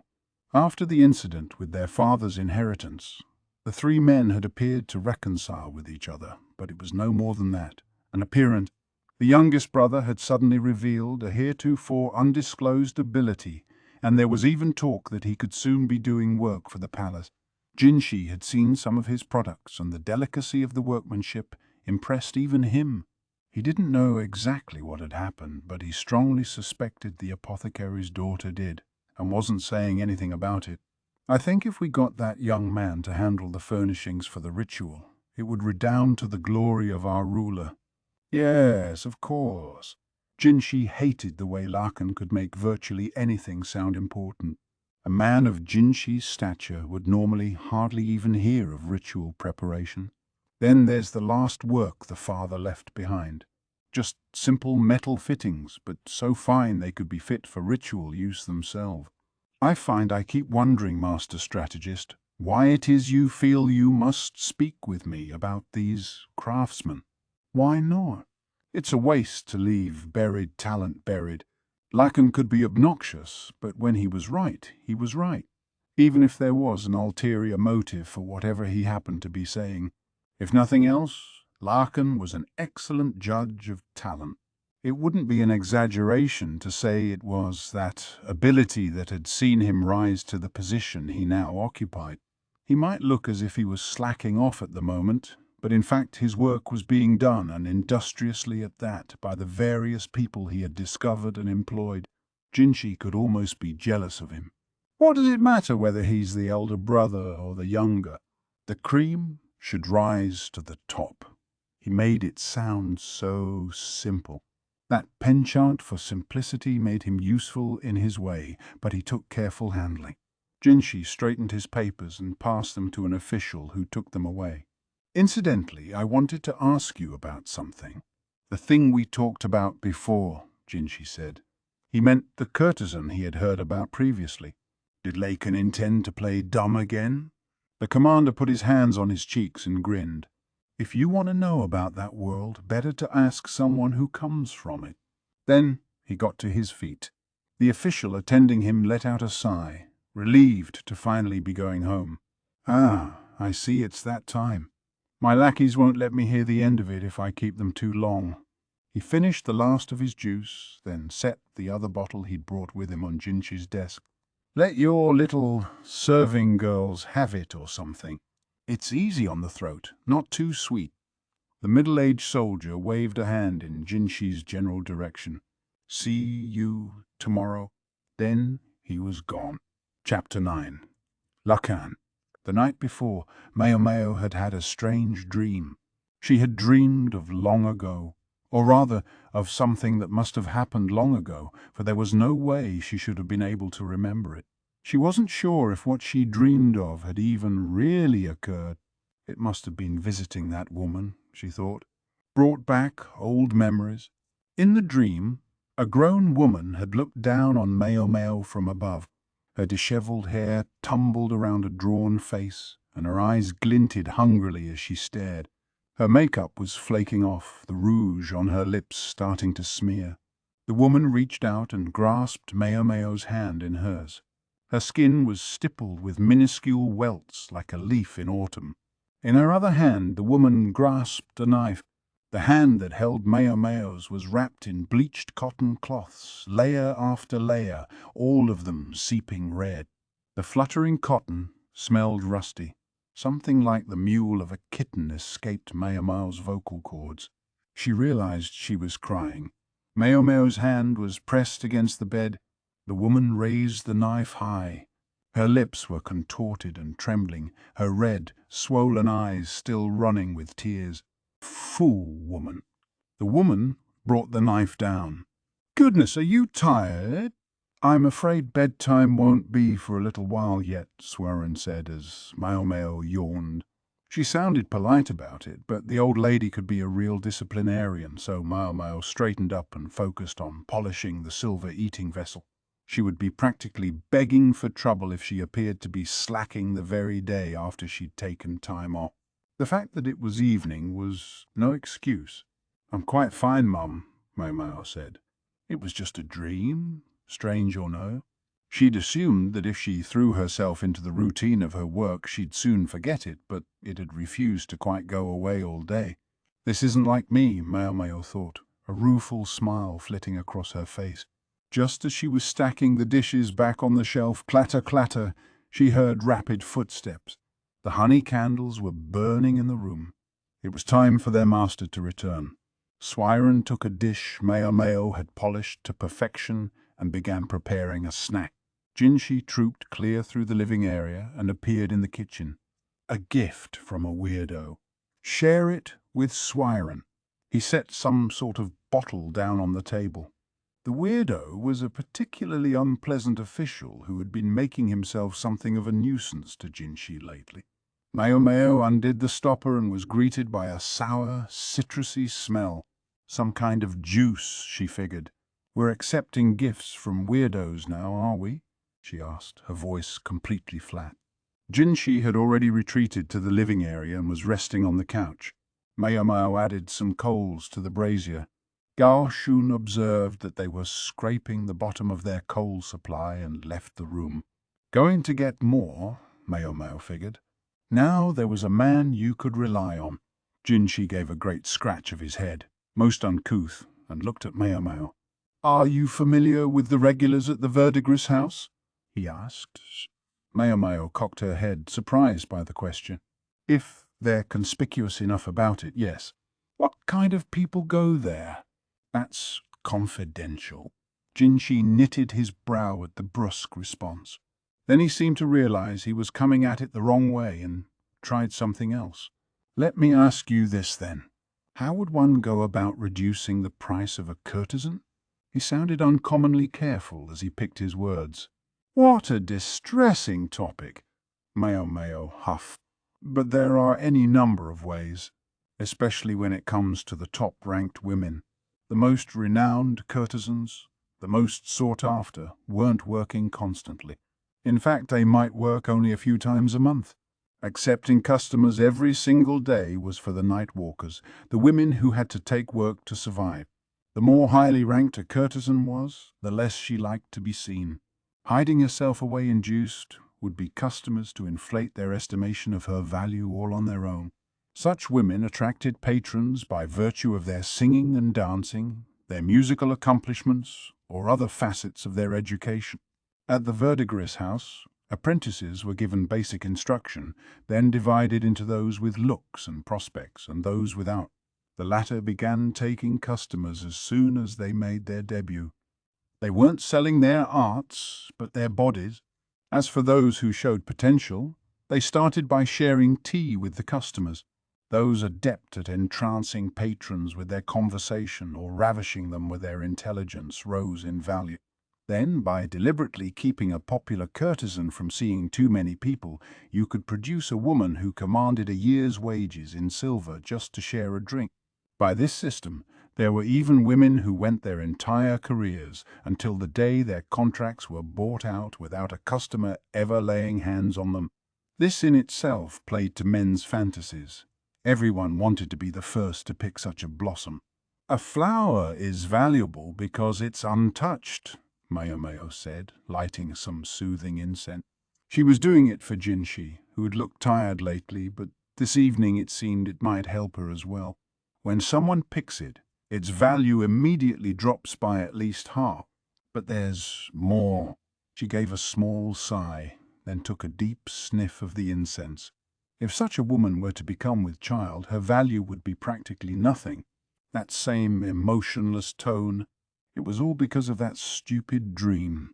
Jinshi let out a deep breath as he pressed his chop to some paperwork. He wondered what was going on. It nagged at him, what the apothecary's daughter had said the night before. She'd sounded so solemn. And then, conveniently, the man most likely to know the answer to Jinshi's private question appeared. "Hello, hello." The grinning fox knocked on the door and entered without waiting to be invited in. He'd come, just as he had promised he would yesterday. He'd even made a subordinate haul along a couch with a nice soft cushion. Jinshi tried to resist pulling a face as he wondered how long the man would be here today. "Shall we pick up where we left off yesterday?" Lakan asked, pouring some juice from a bottle he'd brought with him. He'd even brought treats of some kind. He placed on the paper-riddled desk a baked snack that smelled richly of butter. The occupants of the office wished he would stop putting food directly on the table. Gaoshun could only hold his head in his hands when he saw the oil stains left on the papers. "It seems, sir, that you did something quite reprehensible," Jinshi said as he pressed his chop to another piece of paper. He hardly registered what it said, but Gaoshun, standing behind him, didn't speak up, so it was probably fine. Based on what Maomao had told him, he had a fairly good idea what this wily madman must have done. And after that thought came another, equally unwelcome one. Namely, that his actions weren't incomprehensible, that they had a consistency, even a certain logic. Jinshi thought he understood why Lakan had started with the talk of buying out a contract at the Verdigris house, why he'd spoken of his old friend. But Jinshi didn't want to admit the implications. To do so would only invite yet more trouble. Reprehensible. How rude. And the last thing I want to hear from a thieving little magpie. Lakan's eye narrowed behind his monocle, and then he laughed. I finally brought the old lady around. Do you know that? It took me 10 years of work. And then you swoop in and snatch her away from me. Just imagine how that feels. Lakan gestured emphatically with his cup. Ice floated in the juice. Are you saying I should give back your shiny trinket? By this, Jinshi meant the reticent young woman. No, keep it. I don't want to get stuck in the same rut as before. And if I don't want it, then what could I possibly do? I could count on one hand the number of people who could go against your will, my lord. Lakan was resolute about never saying quite what he really meant. It drove Jinshi to distraction. Lakan knew who and what Jinshi was. Otherwise he never would have said what he did. But the logic was there, in his words.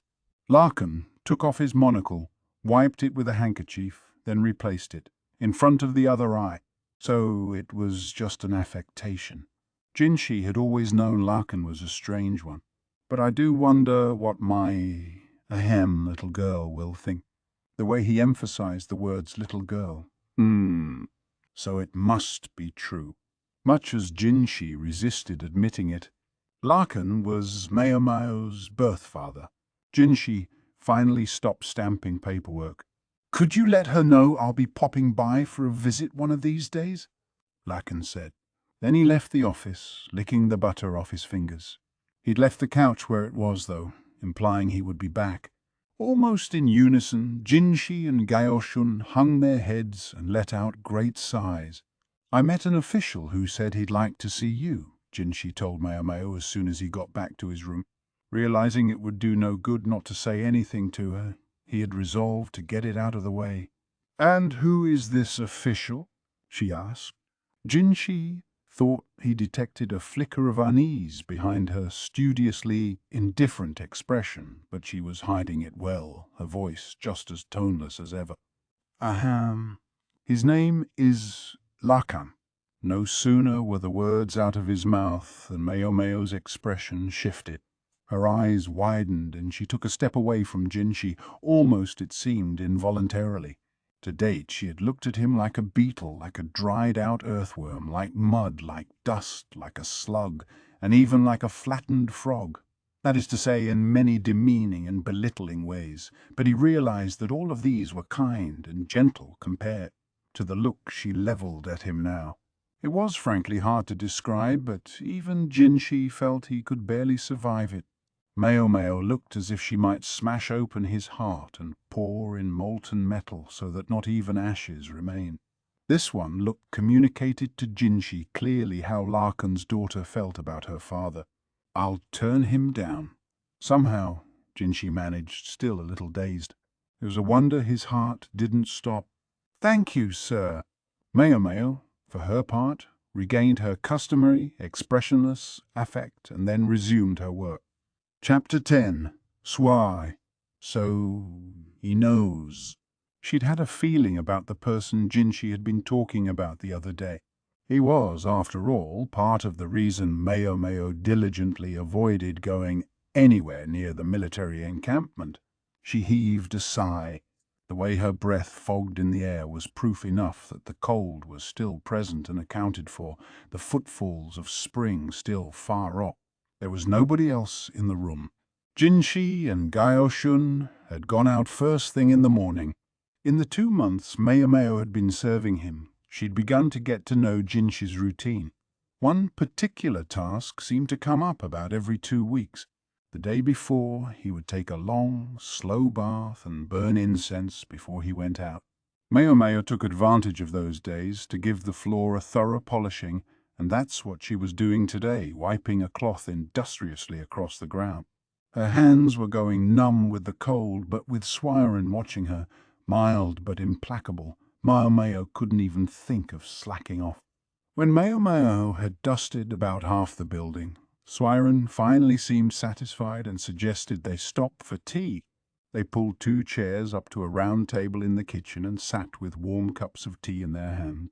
The leaves were leftovers, not new, but were of such high quality that the brew still smelled wonderful. Maomao savoured the sweet aroma as she ate a sesame ball.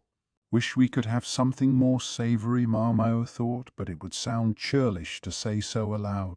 She suspected Suirei had prepared the snack, assuming that a young woman would enjoy a sweet treat.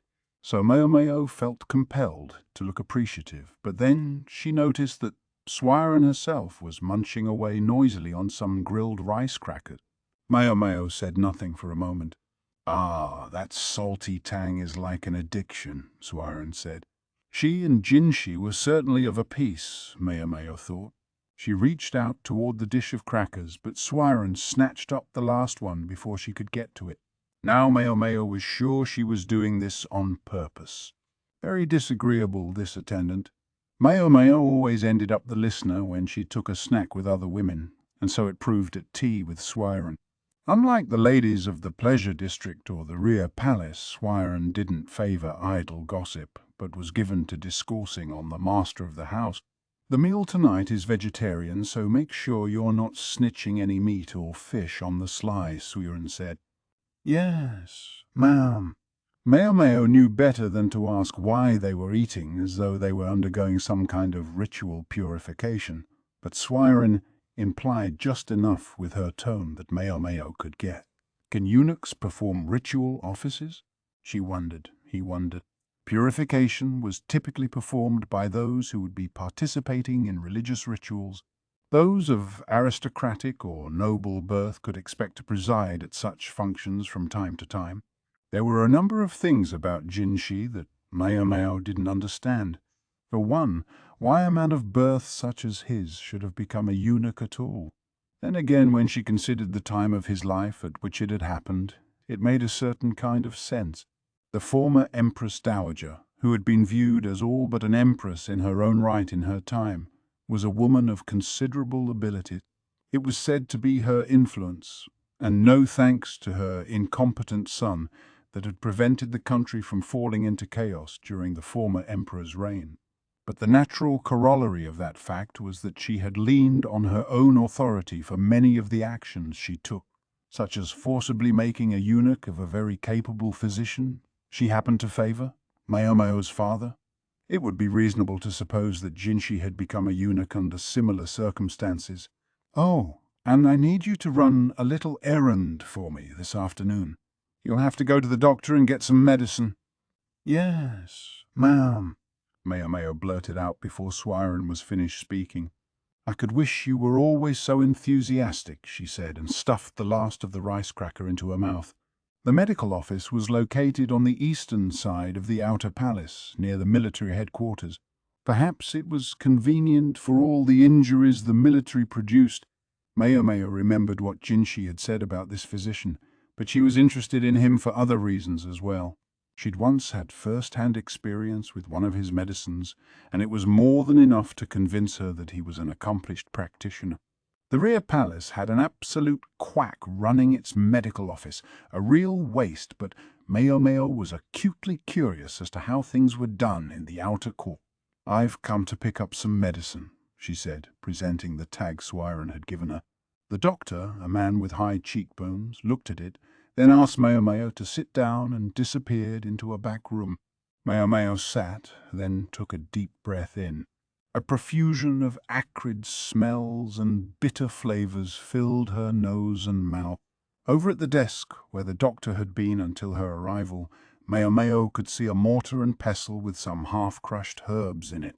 With a supreme effort of will, she managed to control her urge to turn the place upside down.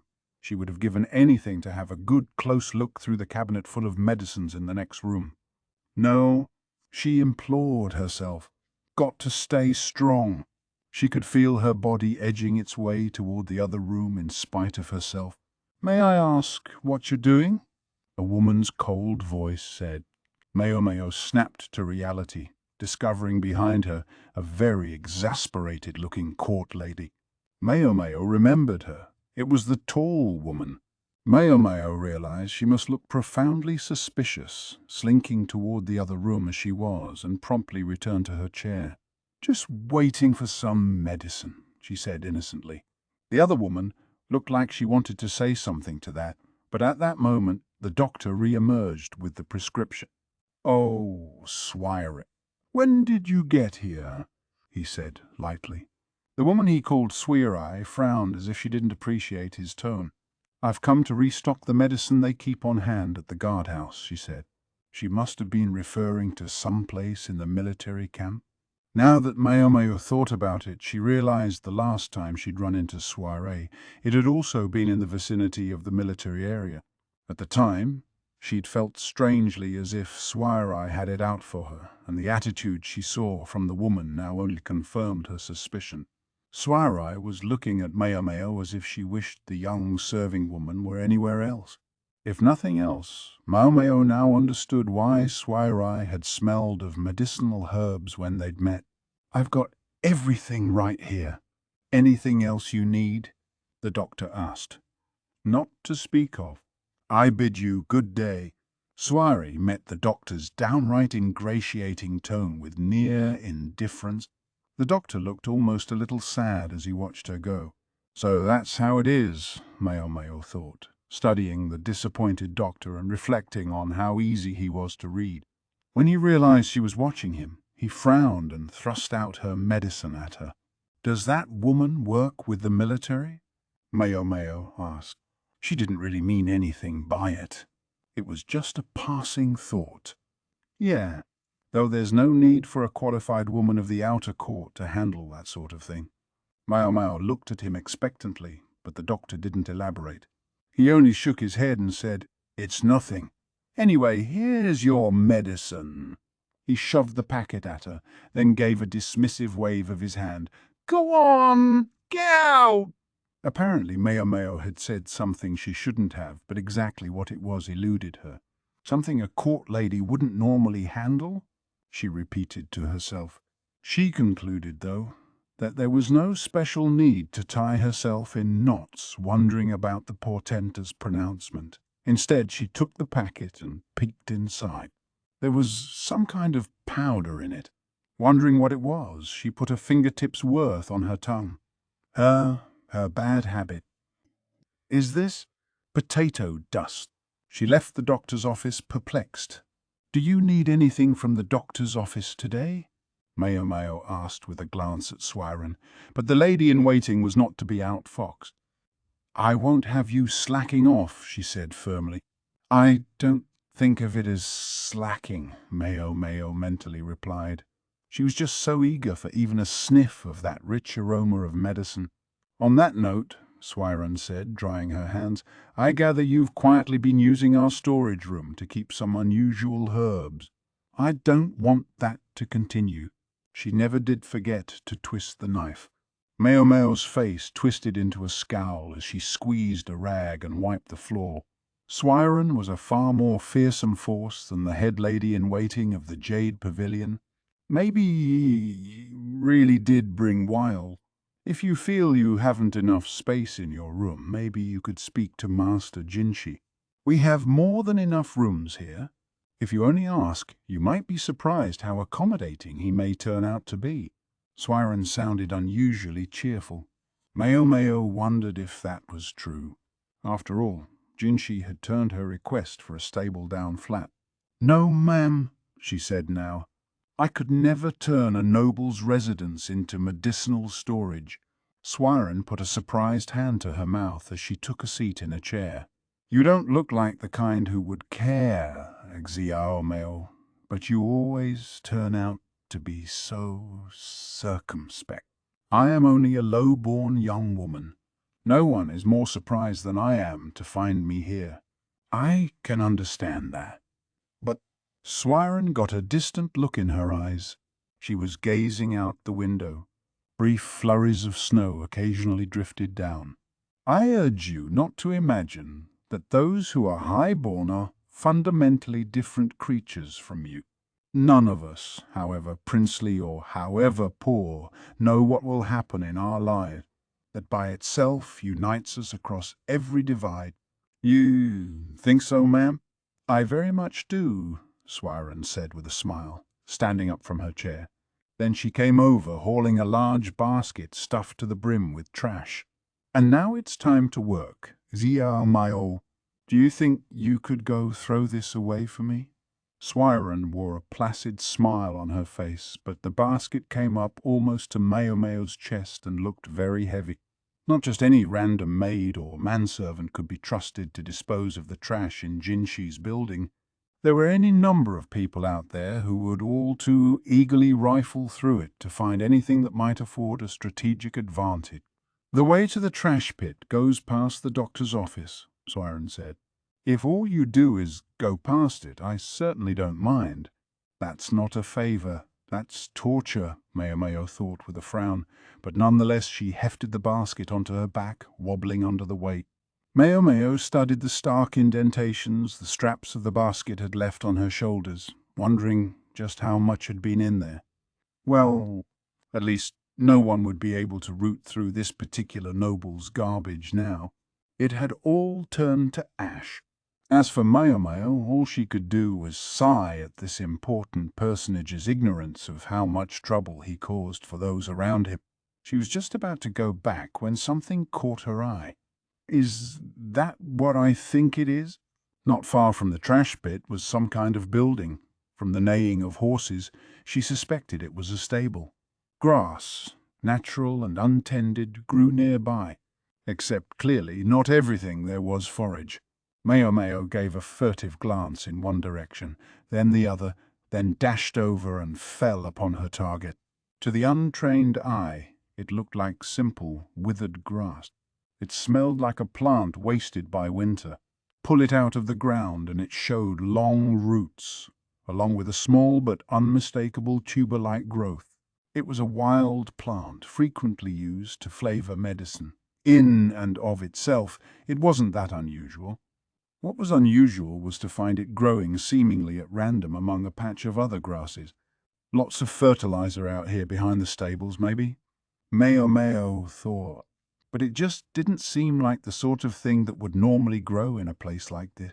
Maomao looked around again.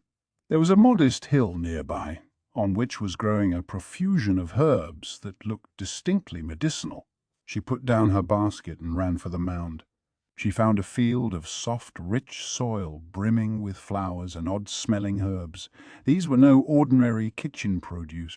They were still a bit colourless on account of the season, but it was more than enough to make Maomao's eyes shine. Elated, she started to inspect each plant, trying to determine what it was, when the sound of footsteps, muffled by the soft earth, approached her. "And what are you doing?" asked a most irritated voice. Maomao, still crouching on the ground, looked back to discover the tall woman standing behind her. In one hand she held a small basket, in the other a sickle. Suirei, that was what the doctor had called her. Shit. Maomao knew she had to look suspicious here. She decided to try to explain herself, keenly aware that the sickle could come down on her at any moment. "Please, Mum, there's no cause for alarm. I haven't picked anything yet." "Meaning you were about to? May I take it?" Suirei remained impressively calm. The sickle wasn't swung at Maomao, but instead was set gently on the ground along with the basket. "Any farmer would want to inspect such a fine field," Maomao said. "And what palace is peopled with farmers?" She had Maomao there, but Maomao had thought it was a clever line. Where there were fields, there had to be farmers, right? Unfortunately, Suirei didn't find this logic as coherent or compelling as Maomao did. Instead, the woman sighed. "I'm not here to hang you by your thumbs or something. This garden isn't technically allowed anyway. A word of warning, though. The doctor shows up here periodically, so I wouldn't recommend making too many visits." She started pulling weeds as she spoke. "So he let you be in charge of this place?" So. He lets me plant what I like anyway." To Maomao's ears, Suirei sounded notably disinterested. Maomao didn't exactly overflow with enthusiasm herself. It looked like she'd found a kindred spirit. Suirei, though, seemed to have enough social sense to join the other court ladies when they picked on Maomao. "And what do you like to plant?" Suirei looked at Maomao without saying anything, but only for a second. Then she returned her gaze to the ground. "A medicine to revive the dead." That was enough to get Maomao's heart pounding. She nearly grabbed Suirei and demanded to know what she was talking about, but rationality got hold of her at the last moment. Suirei eyed Maomao and then said the cruelest thing imaginable. "I'm kidding." Maomao didn't reply, but the devastation must have been clear on her face, for the other woman gave a humorless laugh. "Word has it, you're an apothecary." Maomao wondered where she'd heard that, but nodded. Suirei was once again expressionless as she plucked dead leaves. She left any thick roots, trimming the leaves with the sickle. "I wondered just how good an apothecary," she said, and Maomao, if she wasn't mistaken, heard a barb in Suirei's voice. She looked at Suirei and replied only, "Good question." Suirei said and stood. "I plant morning glories here every year. It's not quite the season yet, though." Then she collected her herbs and went back down the hill. A medicine to revive the dead. If such a thing existed, Maomao would do anything to get her hands on it. Humanity had sought a means of immortality virtually throughout its history. Could such a thing exist? Maomao believed, in fact, that the possibility couldn't be ruled out. But she shook her head at the idea that it would just happen to be a drug that brought people back to life. She looked longingly at the field for a moment, the part of her that wanted to help herself to a little something and the part that knew she shouldn't arguing back and forth. In the end, the mental dispute only made her late getting back. Suirei's discipline was unassuming but severe. Maomao found herself cleaning and polishing right up to the ceiling beam. Chapter 11. Chance or something more. Maomao was cleaning a hallway somewhere in the outer court, as she so often did when she heard a very strange tale. A large figure came up to her in a mild panic. On closer inspection, it turned out to be the big dog, Lihaku. "What's going on?" Maomao asked, setting down her cloth. The burly military officer wouldn't have a reason to come to Jinshi's office, unless he needed something from Maomao. "No time for chit-chat. There's trouble." And what might that be? If he'd come all this way, it must be serious. Despite the way he sometimes acted, Lihaku hardly had time to kill. "You remember the fire at that storehouse?" Later, we found out that on the exact same day, there was a burglary at another one. He scratched his head as he spoke. "The only thing I can think is that someone was using the fire as a diversion." Maomao crossed her arms. So that was the story. What was stolen, if I may ask? At that, Lihaku fell into an uncomfortable silence. He tapped her on the shoulder and gestured, apparently wanting to go somewhere they wouldn't be overheard. Maomao let him lead her out of the gallery and toward the garden.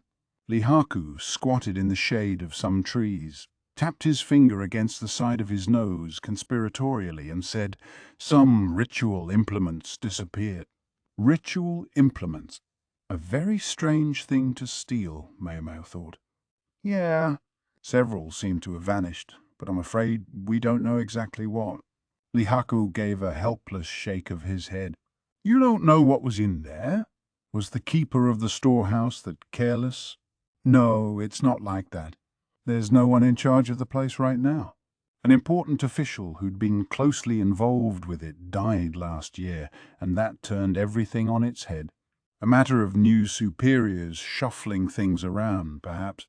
Perhaps you could ask whoever oversaw it before him then.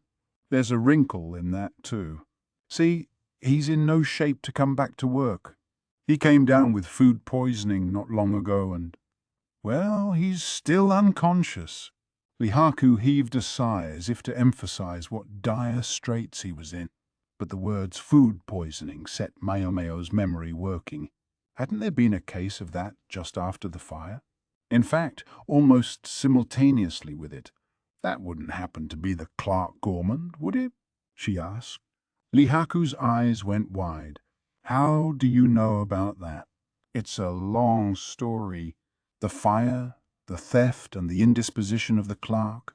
Could they all be one giant coincidence? On some level, it was always possible, but it seemed deeply unlikely. Something else Lihaku had said got her attention too. You mentioned an important official who passed away last year. What kind of person was he? Lihaku put a finger to his forehead and grunted. I remember he was some old fart who always had a stick up his. Always stood on principle. What was his name? Blast! It's on the tip of my tongue. I know he was real big into sweets. Perhaps you're thinking of Master Kunin, Maomao said, remembering the person Jinshi had told her about the year before. A straight-laced, sweet-toothed official who had died from an overdose of salt. Yeah, that was it. Way, you know about him too. It's a long story. Lihaku's surprise was understandable. Maomao was by no means enough of an optimist to assume all these coincidences could be, well, mere coincidence. Each looked like an accident in isolation.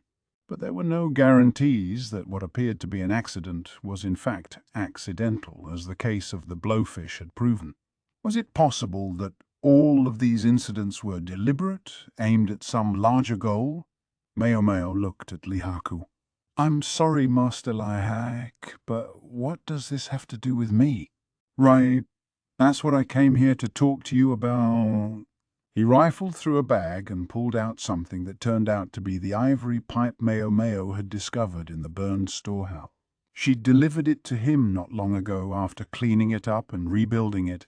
He'd said he would see that it made its way back to the storehouse watchman, but he still had it. It's not my fault, Lihaku said now. The watchman told me to keep it. Said he didn't want it anymore. The guard had been dismissed after blame for the storehouse fire had fallen on him. Maomao had taken the pipe to be a potentially expensive purchase, but evidently it had been a gift. Someone was very generous, she thought.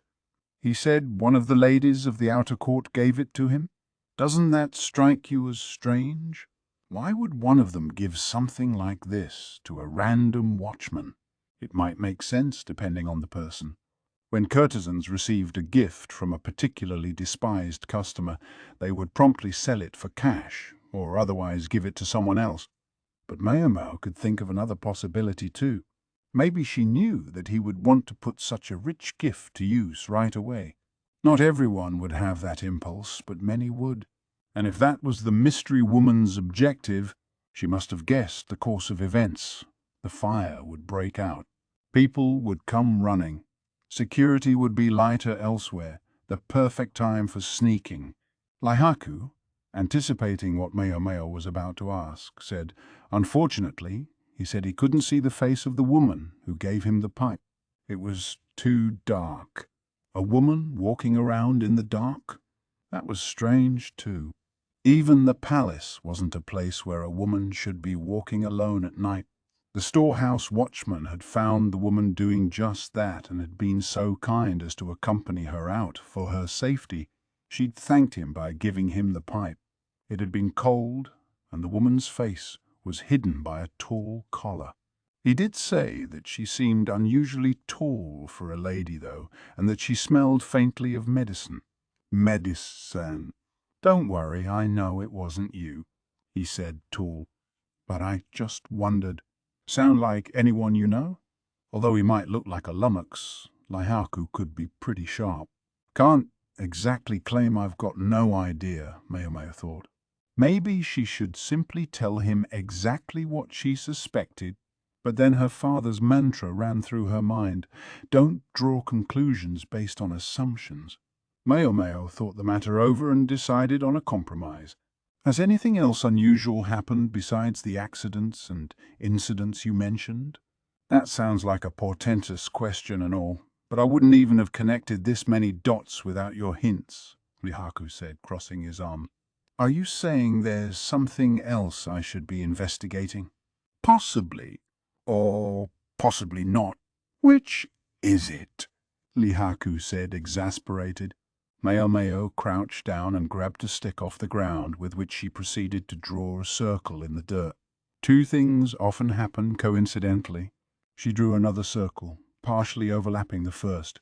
Three things may happen and still be chance. She added another circle.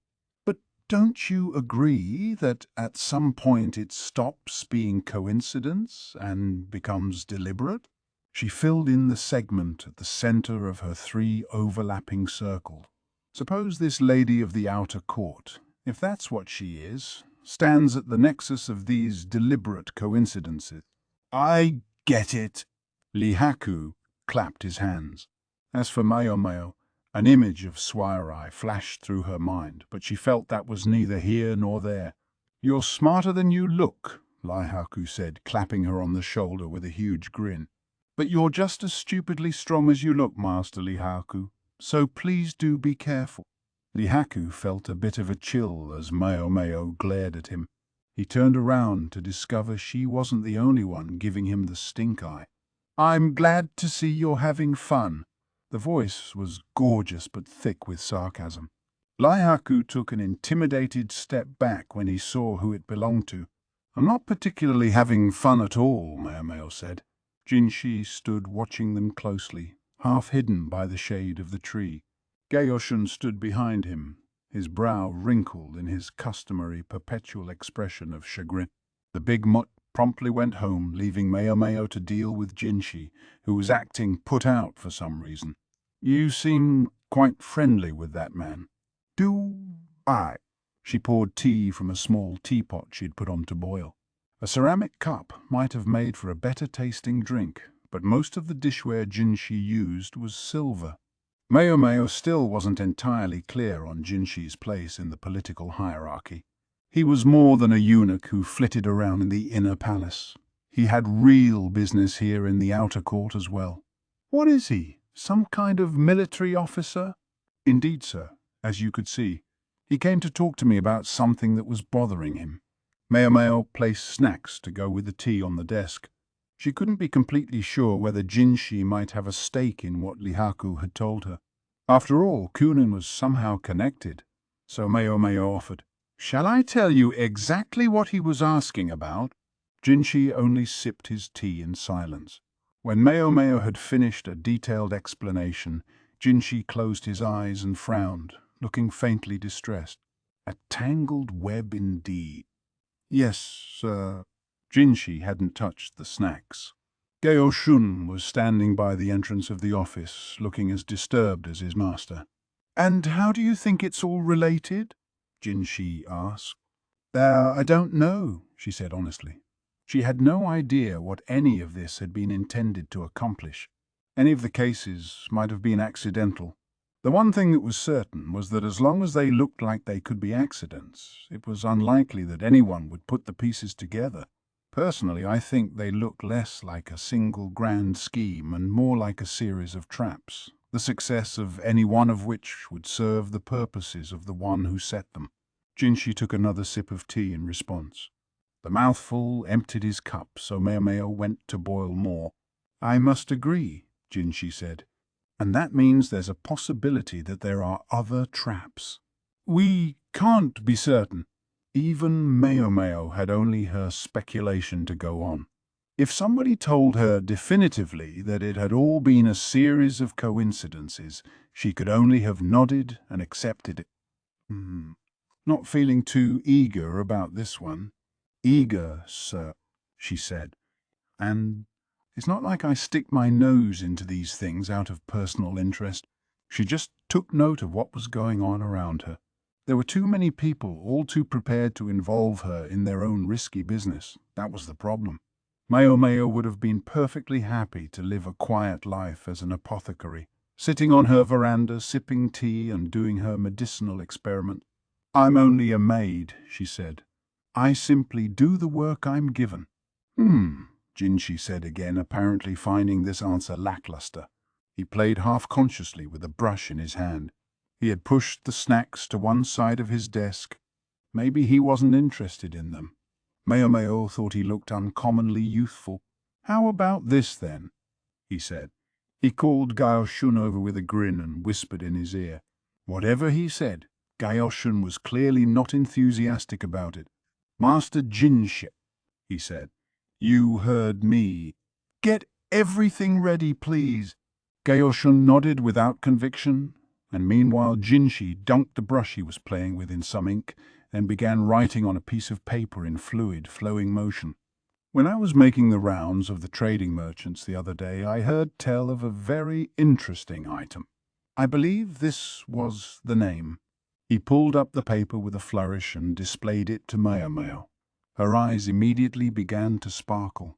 Written on the paper were two characters, Niu Huang, calculus, bovies, ox bezot. Would you like it? I would. Almost before she knew what she was doing, Maomao rushed up to, and then onto, Jinshi's desk. Calculus bovis was a medicine, a gallstone from a cow or ox. Supposedly, only 1 in 1,000 cattle produced one. It was considered among the rarest and most valuable medicinal supplements. A poor apothecary from the pleasure district would be lucky ever to see one in her lifetime. It was a mouth-watering prospect.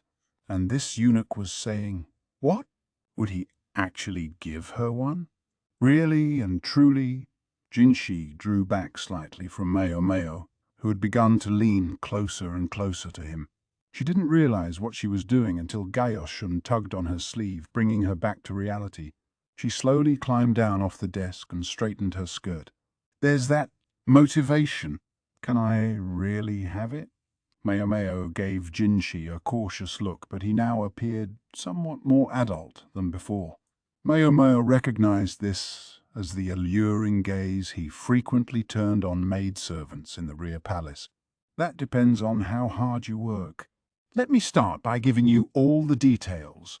Jinshi began wadding up the paper and threw it into the trash basket, the familiar honeyed smile on his face. Maomao couldn't have cared less about the smile, but he was offering to reward her with something she desperately wanted if she did good work, and that was all she needed to know. Understood. You need only tell me what you wish, Master Jinshi. And then Maomao cleared away the teacup and the untouched snack. Chapter 12. The Ritual. As instructed, Maomao shut herself up in the archives the very next afternoon. The building contained reams of public records and had a distinctly musty smell. A pale-faced official brought Maomao armloads of scrolls. He was the only other person she saw there. The posting seemed to be something of a sinecure. It wouldn't hurt him to get out in the sun every once in a while, though, she thought. She unrolled one scroll after another, each made of excellent paper. They listed in brief both accidents and crimes that had occurred in the palace complex over the past several years. This wasn't confidential information. The scrolls were quite public and could be viewed by anyone who requested them. She looked through them with interest. Most of the cases were mundane accidents, but a few piqued her curiosity. Cases of food poisoning, say. She'd expected such cases to spike during the summer, but there were a surprising number in winter as well. Autumn could bring its own troubles, with people eating unidentified or inappropriate mushrooms. Maomao asked the official for another bundle of scrolls. She'd expected him to treat her as a nuisance, but he seemed quite pleased to finally have an opportunity to do some work. It looked like he wasn't here just because he liked to kill time.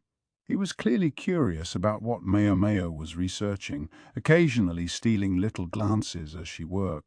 Maomao ignored him, flipping through the sheets until she found what she wanted, a description of the recent food poisoning incident. Maomao stopped when she saw the government organ with which the victim had been associated. The Board of Rights? That, at least, was what his official title suggested to her. Maomao's recollection, such as it was that the Board of Rights was responsible for education and diplomacy. Maybe she thought she would be more sure if she had studied harder for the court lady's exam. Having trouble with anything? The pallid official asked her. Anything to pass the time, perhaps. Maomao decided that now was not the time to be embarrassed by her ignorance. Yes, she said. I'm not quite sure what this title signifies. She suspected the admission made her sound absolutely brainless. Ah. This person oversees the observance of ritual, the man said, sounding rather pleased to be providing this knowledge. Did you say ritual? Right.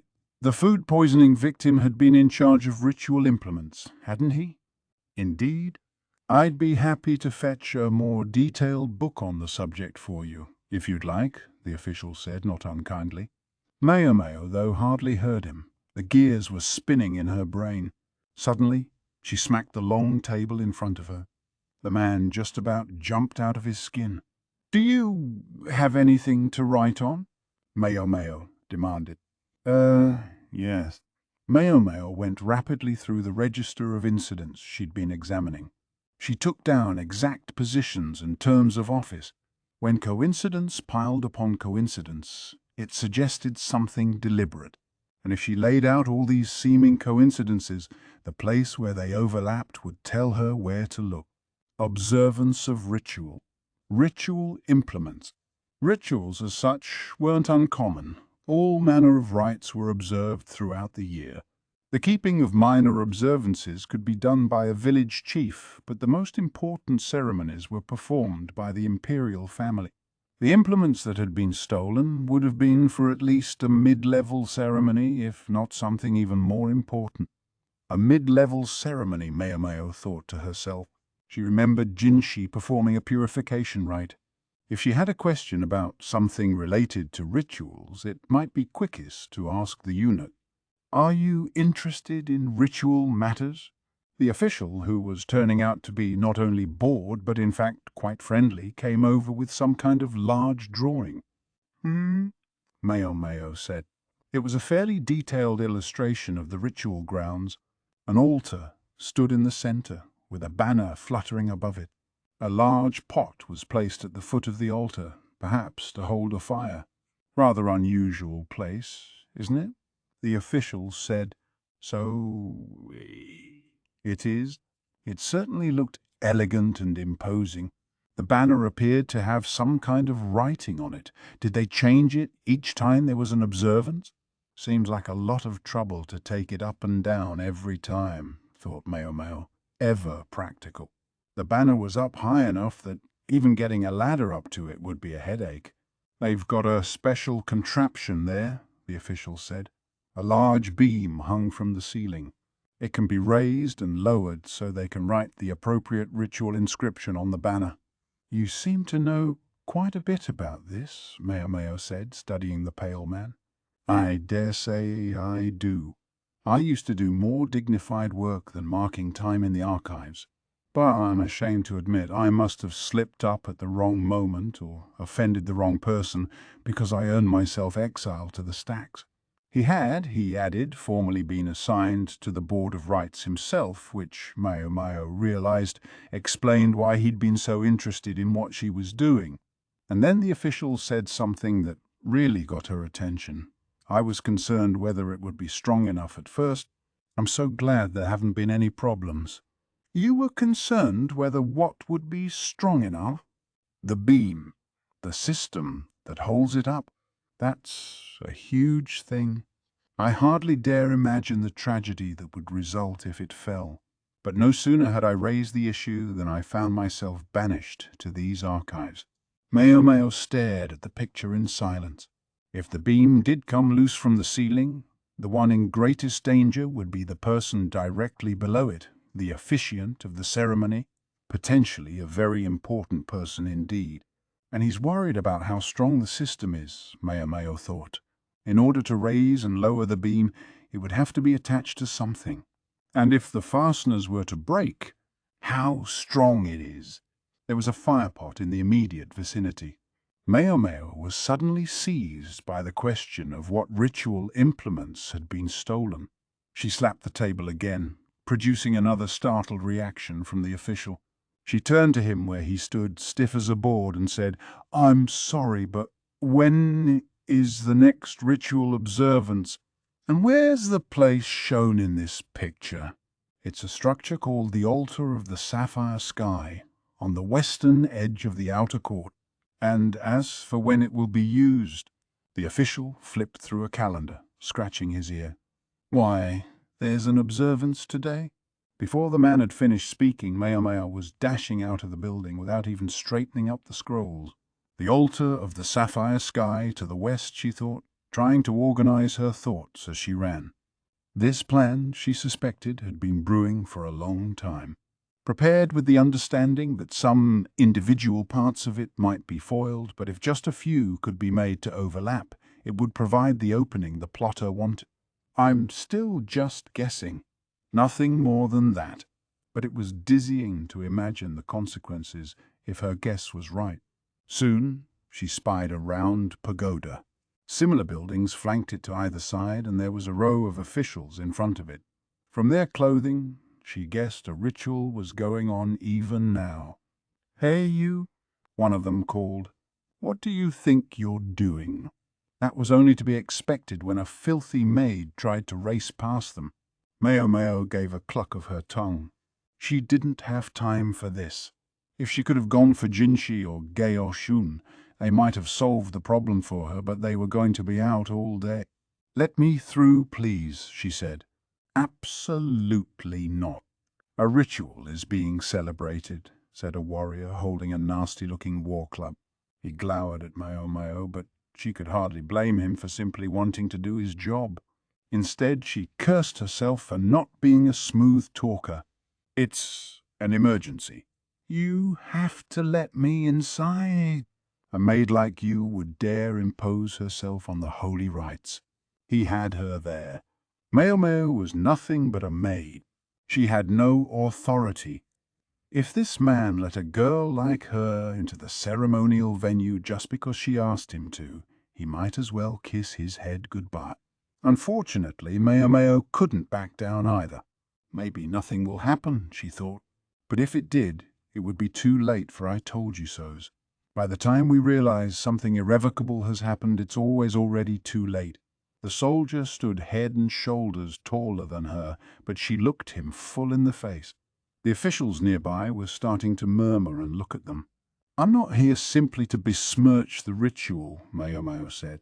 "Someone's life is in danger. You have to stop the ceremony." One of the nearby officials spoke up. "That's not for you to decide. If you have an opinion you'd like to share, we have a suggestion box." He was openly mocking Maomao, lowly servant that she was. You would never see it in time. "Let me through." No, they were never going to get anywhere arguing like children. Perhaps it would have been the mature thing for Maomao to acknowledge that she was never going to get through and simply back down. But she didn't have it in her. Instead, a sarcastic smile worked its way over her face. "There's a fatal flaw in the construction of that altar, and I believe someone may have taken advantage of it. If you don't let me through this minute, believe me, you'll regret it. Dear me, but I tremble to think what will happen to you when they find out I warned you and you didn't listen." She put her hand to her cheek in an exaggerated expression of surprise. Then she said, "Wait. I see. Is that what's going on here?" She smacked her fist into her open palm as if it all made sense now. Her smile turned mean. "You want whatever it is to happen. You're delaying me here because you're in league with whoever booby-trapped the—" She was interrupted by a dull thud from her own head. Almost before she knew what had happened, she was lying on the ground, her vision blurring. Got to stay conscious, she thought, but wishing wasn't going to make it so. She heard the voice of the soldier who had struck her, but he sounded as if he were a great distance away, and she couldn't make out what he was saying. Well, at least she knew she had their attention. Any soldier would be angry about abuse like that from a little girl like her. Angry enough to raise a hand without thinking, perhaps. She couldn't complain. She'd brought it on herself. But if she passed out now, it would all be over. Slowly, Maomao pulled herself to a sitting position. Her ear burned and her vision was still blurry. As color filtered back into her world, she perceived the soldier, his arms still raised, his companions restraining him. Thought starting a fight might help, but no good. There hadn't been enough of a commotion to interrupt the ceremony. She could still hear music from the direction of the altar. The show was going on. At last she dragged her body onto its feet. A few red specks stippled the ground in front of her. Nosebleed, she thought. Not something to worry about. The blow seemed to have caught her on the ear, but it only burned. There was no pain. Maomao pressed a thumb to one side of her nose and blew the blood out. A murmur ran through the assembled officials. Maomao realized maybe it was inappropriate to shed blood at the site of a ritual, but she hardly had time to apologize. "Are you quite satisfied?" she said. With her still fuzzy vision, she couldn't see exactly what response she got. She only heard the general buzz of voices around her. There was no time for these games. There was something Maomao had to do. Her voice went up an octave. "Let me through! I have to get in there." It would be too late once everything was over. If she didn't get in there right now, I'll never get my ox-bezor. Her head was spinning and her vision was still hazy, but that thought gave her the motivation to stay standing. Maomao looked hard at those around her. "I'm not asking you to stop the ceremony, only to let me by. Say a rat snuck in when you weren't looking." The current emperor was a compassionate man. She didn't think anyone's head would roll for this, except possibly hers. She could only beg Jinshi to intercede on her behalf, or at the very least to let her die by poison. "What will you do if something does happen, and you detain me here? I know that has to be someone important inside celebrating the ritual. Then you will pay with your lives." She didn't know who was officiating, only that everything about the situation implied it was someone highly ranked indeed. A few of the guards looked at each other as if shaken by her words, but it was clear they weren't all about to step aside. "Why should we listen to a nobody little girl like you?" the soldier asked. That was the real question, wasn't it? Maomao had no answer, but only stood staring daggers at the man. It was then that they heard a swift clack, clack of shoes. "Perhaps you would listen to me then?" someone said, almost jokingly. Maomao could practically hear the smile in the voice, and she knew who it belonged to. The soldier blocking Maomao's way took a half-step back. The assembled officials had gone pale, as if confronted with something they'd hoped never to see. Maomao didn't look behind her. It was all she could do to keep her scowl from getting any deeper.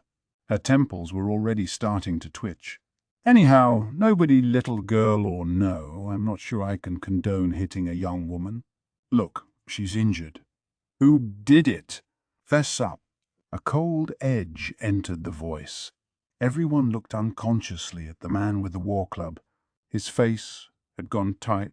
"For a start," the voice resumed, "why don't you do as the girl says? I'll take full responsibility for whatever happens." Whoever was behind her, he couldn't have had better timing if he'd tried. Maomao gritted her teeth. "Can't think about that now," she thought. She still didn't look back. Instead, she cast one final glance at the people around her, and then she ran for the altar. She decided she didn't care who the voice belonged to. The aromas of smoke and incense drifted through the arena. The plinking of musical instruments was accompanied by the flapping of the banner that hung from the beam on the ceiling. The prayer of the celebrants was written on it in flowing, beautiful letters displayed aloft in the hopes that it might reach heaven. The appearance of a grimy young girl in this sacred space set the crowd mumbling. "I must look awful," Maomao thought. She'd dirtied her uniform running, and now her face was streaked with dried blood from her nose. She was determined to have a nice, long bath when this was all over. She wouldn't be caught dead using the bath in Jinshi's residence, though. Maybe she could wheedle Gaoshun into letting her use his. That was, of course, provided her head was still attached to her body by the time she got to that point. At the far end of a scarlet carpet stood a man in black. On his head was a distinctive cap of office hung with pendants of beads. He was intoning something in a loud, clear voice. The huge firepot stood in front of him, burning brightly. And there, over his head, was the beam with the flapping banner, and securing the beam to the ceiling was— Maomao thought she heard a distinct creaking sound. It had to be her imagination. There was no way she could have heard it at this distance. Nonetheless, she kept moving. She could feel the soft material of the carpet under her feet as she drove toward him as fast as she could. The officiant noticed Maomao and turned. She paid that no mind, but flung herself against him, wrapping her arms around his stomach and pulling him to the ground. At almost the same instant, there was an ear-splitting crash. A hot, sharp sensation shot up her leg. She looked back to discover a large metal beam pinning her leg. It had managed to cut the skin. That'll need stitches, she thought. She reached for the folds of her robe, where she always carried some medicine and simple medical supplies. But a large hand caught hers and held it. She looked up and her vision was filled with the beads dangling from the hat. Somewhere beyond them floated a pair of eyes as dark as obsidian. "And how do we find ourselves like this?" The voice sounded almost celestial. The beam that had fallen from the ceiling lay on the ground. Had the owner of the voice been standing directly under it when it came down, he would certainly have been killed instantly. "Master Jinshi, can I have my bezoar now?" Maomao asked of the gorgeous eunuch who, she now discovered, was also the officiant at this ceremony. But why, she wondered, was he here at all? "A fine thing to think of at a moment like this," Jinshi said, his face puckering as if he'd bitten into something sour. His large hand brushed Maomao's face. The pad of his thumb traced its way along her cheek. "Look at your face." He winced. Why would he do that? Maomao was more interested in fixing the problem at hand. "Or foot. Would you let me stitch my leg up?" It didn't hurt so much as it burned. She twisted to try to get a look at the wound, but instead her body shuddered. Hey, now!" Jinshi's voice sounded far away. Oh, she thought. It was that whack on the head. Her strength abruptly left her. Her vision greyed out again, and then Jinshi was shaking her, shouting something, and she couldn't tell what, but oh, how she wished he would be quiet. Chapter 13. Thornapple. It felt pleasant, as if her body was rocking gently. A faint smell of fine incense tickled her nose. The swaying made her feel like a child in a cradle, but after a moment it ceased, and she felt she was being laid down on something soft. Then time passed, but she didn't know how much. "Where am I?" Maomao thought upon waking. As her eyes fluttered open, she found a glorious canopy above her head. She recognized it, because she'd had to dust it every day. She smelled the incense again, the finest sandalwood. This was Jinshi's bedroom, and that would make what Maomao was sleeping in his bed. "Ah, you're awake," said a calm, gentle voice. It came from an attendant in the first flush of old age, reclining on a couch nearby. She stood and took a carafe of water from a round table, pouring liberally into a cup. "Master Jinshi brought you here, did you know? He couldn't stand to leave you to rest in the medical office." Suirei chuckled and passed the cup to Maomao. Maomao brought it to her lips. She was in sleeping clothes. When had that happened? A sharp pain shot through her head, and meanwhile her leg felt like it might cramp. "Now, don't strain yourself. You needed 15 stitches. Maomao rolled back the covers to find a bandage wrapped around her left leg. The dull quality of the pain suggested she'd been given some kind of analgesic. She touched her head. More bandages. "I'm sorry to ask this when you've just woken up, but may I bring the others to see you now? We can give you a few minutes if you'd like to change clothes." Maomao saw that her regular outfit was folded neatly beside the bed. She nodded her understanding. Suirei led in Jinshi and Gaoshun, accompanied by Balsam. Maomao had successfully changed into her day clothes. She welcomed them but remained seated. A breach of etiquette, she knew, but Suirei had given her approval, and Maomao decided, in this case, to take it. Balsam was the first to open his mouth. "What in the world is going on here?" He was staring straight at Maomao, looking unusually angry. "Basin," Gaoshun said sternly. The soldier only clucked his tongue and took a seat. Jinshi positioned himself on the couch, his expression carefully neutral. His master was in considerable danger, after all, Maomao thought. But she had done nothing to warrant being yelled at, so she simply sipped her tepid water, her expression as cool as her drink. Jinshi looked at Maomao, his hands stashed in his sleeves. "I'd like you to explain a few things for me. What brought you to that place at that time? How did you know that beam was going to fall? Tell me." "Very well, sir." Maomao set down the water and took a breath. "First of all, these events lie at the confluence of a series of coincidences. When enough such coincidences occur at once, one might suspect that they aren't happenstance at all. Thus perhaps this was not accident but incident. Maomao already knew of a number of related cases. There was Cunan's death the year before. Then that fire had broken out in the storehouse, while at the same time ritual implements had been stolen. Finally, the very official who oversaw those implements swiftly came down with food poisoning. So you believe somebody caused all of these things deliberately?" "Yes, sir, I do. And I believe there's one further connection, which I had previously overlooked. Maomao didn't know exactly what had been stolen, but it would have been something appropriate to the celebration of an important ritual. Something no doubt produced by a master craftsman, and she happened to have heard of one of those recently." "You're not saying the metal worker's family?" Jinshi said, startled. Maomao knew he was quick. "That's right," she said. She had a fairly good idea of what had killed the old craftsman. Lead poisoning, she suspected. It would be easy enough to dismiss it as an occupational hazard, but there was always the possibility that it was something more. It was conceivable that this, too, was deliberate. Give him some wine and a lead drinking cup as a gift, then wait for him to waste away. That would be one way to do it anyway. There were others. The old man didn't personally teach his apprentices, his sons, about his most secret discovery. It's possible the art would have gone with him to his grave, a riddle no one else ever solved. Someone might have found that very convenient. This would imply that whoever it was already understood the technique in question. They wouldn't have to know exactly how it worked, just what it did. "So you believe the stolen implements were produced by the dead craftsman?" Jinshi asked, but Maomao shook her head. "No, sir. In fact, I believe the opposite, that the stolen implements were replaced with something produced by that craftsman." Maomao got paper and a brush and quickly sketched out a picture. In the center was a large altar accompanied by an iron firepot, while a beam dangled from the ceiling above. Ropes were looped around either end of the beam.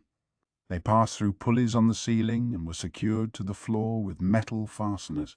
If several ritual implements disappeared, perhaps we can presume that various other parts went with them. Elaborate pieces, I would suspect. "That seems like a likely possibility," Gaoshun said, but he didn't sound completely sure. He probably didn't have all the information on the subject. This was outside of Jinshi's jurisdiction, after all. "As I recall, the wires that held the beam up ran directly past the firepot. Suppose the fasteners that held them in place were made to give way when heated?" "Ridiculous," Basin snorted.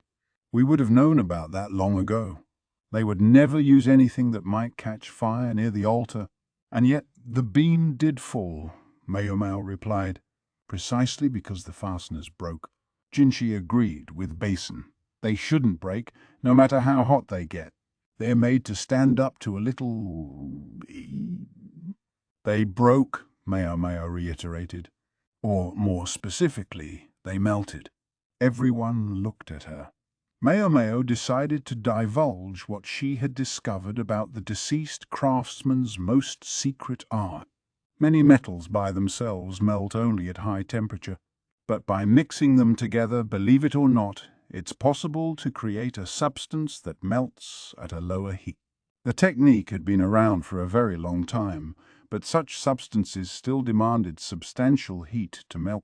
That was the crux of the old craftsman's discovery. The ratio he had perfected melted the metal at a considerably lower temperature than usual. It would be enough, for example, if the metal were to be near a burning firepot. Silence descended on the room. The only sound was Suirei blithely preparing tea. The builders of the altar must have sworn up and down that the beam on the ceiling would never, ever fall. Otherwise, such a construct would never have been approved. Important people stood under that beam to perform ceremonies after all. If Maomao hadn't connected the dots, there was a very real chance that Jinshi would be dead right now. Not that she had ever expected it to be him she found standing there. Just who is this guy? She asked herself. But she felt her station was nowhere near high enough to actually ask the question aloud, so she stayed quiet. Besides, she suspected that knowing the answer would only lead to more trouble. She thought it seemed most reasonable to assume there was some connection, however remote, among all these things. Whether directly or indirectly, somebody was pulling the strings. "I've said all I can say," she told them. Now that they had the information, she presumed Jinshi and the others would flush out whoever was involved. There was a chance Lihaku was already working on it. The image of the tall lady flitted through Maomao's mind. Nothing to do with me, she thought, slowly shaking her head and casting her eyes at the ground. Still, she couldn't shake the memory of the woman's detached expression. It was as if she no longer cared what happened, as long as something did. Maomao was still bothered too, by what the woman had said to her when they were at that small patch of a garden. A medicine to revive the dead. They heard from Lihaku not long after. As Maomao had expected, his message concerned the lady, Suirei. Suirei, it turned out, had taken poison and died. Maomao was brought up short by this abrupt end to the woman's life. Somehow, it didn't compute for her. When the Board of Justice, the officials responsible for keeping the law, had gathered their evidence and come bursting into Suirei's bedroom, they had discovered her collapsed on her bed. An overturned wine cup had been confirmed to contain poison. The doctor had been requested to perform the inquest and had duly certified the death. As a criminal, Suirei was to be punished in her coffin, as she could not be in life. After 1 day and 1 night, she was to be burned, that is to say, cremated. At the moment, she was awaiting her punishment in the same place as those who had died in jail. Maomao didn't know if the Board of Justice had been able to move so quickly because Lihaku had done such a thorough job of gathering evidence, or if they had been pursuing this case for some time already. But ultimately, Suirei was the only conspirator named. Maomao wondered at this. Did she really implement such an elaborate plot all by herself? The idea lacked a certain persuasiveness. Perhaps she was a scapegoat then? Perhaps. But something more basic bothered Maomao. Would Suirei really accept that? They hadn't known each other very well. Maomao was not such a good reader of people that she could understand who a person really was in the span of such a short acquaintance. It was always possible that Suirei's apathetic manner sprang from a lack of will to live, but still something nagged at Maomao. It was the tone Suirei had taken when she spoke, as if she was testing Maomao. "No, I can't just go on intuition. I have to be sure." But Maomao had no way to be sure. All she could do was go silently back to her daily chore. Such was a maid's lot in life. Supposedly, anyway. But her curiosity got the better of her. "Master Jinshi, I have a favor to ask of you." This was her opening gambit. "I'd like to speak with the doctor who performed the inquest. At the mortuary, ideally." Much to Jinshi's mystification, Maomao's face, as she said this, threatened to break into a grin. The mortuary was dim, pervaded by the stench of death. According to the law of the land, no one who died in jail was permitted to be buried but had to be cremated. Several coffins sat in a stack in one corner, housing criminals waiting to meet their fate.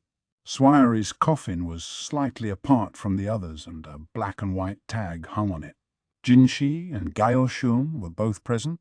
Gaoshun didn't seem to like Jinshi being at the morgue, but if he wished to be there, Gaoshun couldn't stop him. The doctor, when summoned, wore an expression as grim as the morgue itself. Maomao didn't blame him. A lady with whom he had been on good terms was dead, to be treated as a criminal, no less. But is that all there is to it? She wondered, he wondered. If he was the one who had done the inquest, then he might know something no one else did. And Maomao had an inkling what it might be. She got straight to the point, the poison that woman drank. Did the ingredients, by any chance, include thornapple? She studied the doctor from the chair where she sat. Gaoshun had made it ready for her on account of her injured leg. A hoe leaned against the wall beside the physician. This, too, Gaoshun had prepared at Maomao's request. Jinshi kept peeking at it as if he wondered what it was for, but it would have been time-consuming to explain, so she ignored it. The doctor went pale almost before he could say anything. Still, he refused to be explicit, shaking his head instead. The poison contained a number of ingredients, and it's hard to determine what any given one was. From the condition of the body, I would say the possibility is distinct, but I can't be certain. The answer was surprisingly confident and collected, considering the way he had blanched at the suggestion. And he was telling the truth as far as it went, Maomao thought. She hadn't known what ingredients had been involved in the concoction either when she had evaluated it. There's a field on a small hill behind the stables, as I think you may know. Isn't there thornapple planted there? It may not be in season right now, but I can't imagine your pharmacy doesn't stock some of it. Thornapple was highly poisonous, but in a measured dose it could act as an anesthetic. Suppose Suirei had taken some from the doctor's office. The medical officer himself remained silent. This man was an excellent physician, Maomao had concluded, but not a gifted liar. Thornapple had another name, the uncanny morning glory. Maomao thought of Suirei's flat affect as she told Maomao she planted morning glories in that field. Let us find out for certain whether that particular toxin was involved then, Maomao said. Then she picked up the hoe and advanced on the coffin with the black and white tag. What do you think you're doing? This. She shoved the hoe under the coffin lid and pushed down on the shaft. One of the nails securing the lid popped up. The others watched in astonishment as Maomao worked. When all of the nails had been freed, they lifted the lid to discover a woman's corpse. It appeared to be some unfortunate night walker who had died under a bridge. It's not Suirei, the doctor said, peering into the coffin. He was clearly shaken. His hand trembled as he touched the box. If he's pretending to be surprised, then he's a damn fine actor, Maomao thought. This woman, Suirei, you're quite certain she was dead? Yeah. The most untutored amateur could have seen it. She was still as lovely as she was when she was alive, but the heart behind that beauty was no longer beating. The doctor's face was still white. He had treated Suirei's corpse with care, Maomao suspected. She also suspected Suirei had counted on it. She'd known he wouldn't feel the need to chop her up to figure out exactly which poison she had taken. In other words, sir, she used you. The medical officer went from pale to visibly seething. Just as it seemed he might lose control of himself and lunge at Maomao, Gaoshun grabbed him from behind. Suirei had used thornapple in her poison, and she'd had access to a wide range of other medicaments as well, had she wished for them. If they checked the medical office's stores, it was likely they would find discrepancies with the listed inventory. The worst thing the doctor could be accused of was a failure to keep close track of his supplies, Maomao supposed. Explain this, Jinshi said, narrowing his eyes. Why isn't it the body of the condemned in there? Because people would be suspicious if there wasn't something in the coffin, even if it is to be burned, Maomao said. There were a number of coffins in the mortuary. Some of them were no doubt bodies destined to be burned, just like Suirei was supposed to have been. New coffins would presumably come with them as well. Enough activity that a substitute corpse might be prepared and the two switched. Then what happened to Suirei's body? It can't have been carried away. Somebody would have noticed. It didn't have to be. She walked out on her own 2 feet. Shock silenced Maomao's audience. "Would you be so kind as to help me check those coffins over there?" she said to Gaoshun. She wanted to do it herself, but her leg was throbbing. Gaoshun didn't so much as flinch as he regarded the empty boxes. Alert as he was, he could tell something was off about one of the coffins. He pulled off the one above it to free the suspicious casket. The thing would normally have taken at least 2 men to move, but Gaoshun was strong enough to slide it aside by himself. Maomao went to the coffin Gaoshun had freed, dragging her foot as she moved. "You can see a nail mark here," she observed. "I suspect this is the coffin Suirei was in. She lay here awaiting rescue." By the time her help arrived, Suirei was breathing again. After she was free, they would have switched the coffins, and then Suirei would have escaped the mortuary dressed like one of those who delivered the dead.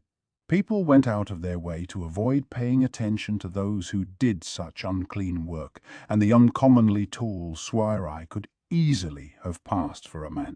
"Now," Maomao asked the doctor, "did you know there are medicines that can cause a person to appear dead?" He opened his mouth, briefly stupefied, but finally he said, "I've heard tell, but I have no idea how to make them." It would have been easy to dismiss the idea of a resurrection medicine as pure fantasy, but that wasn't wholly true.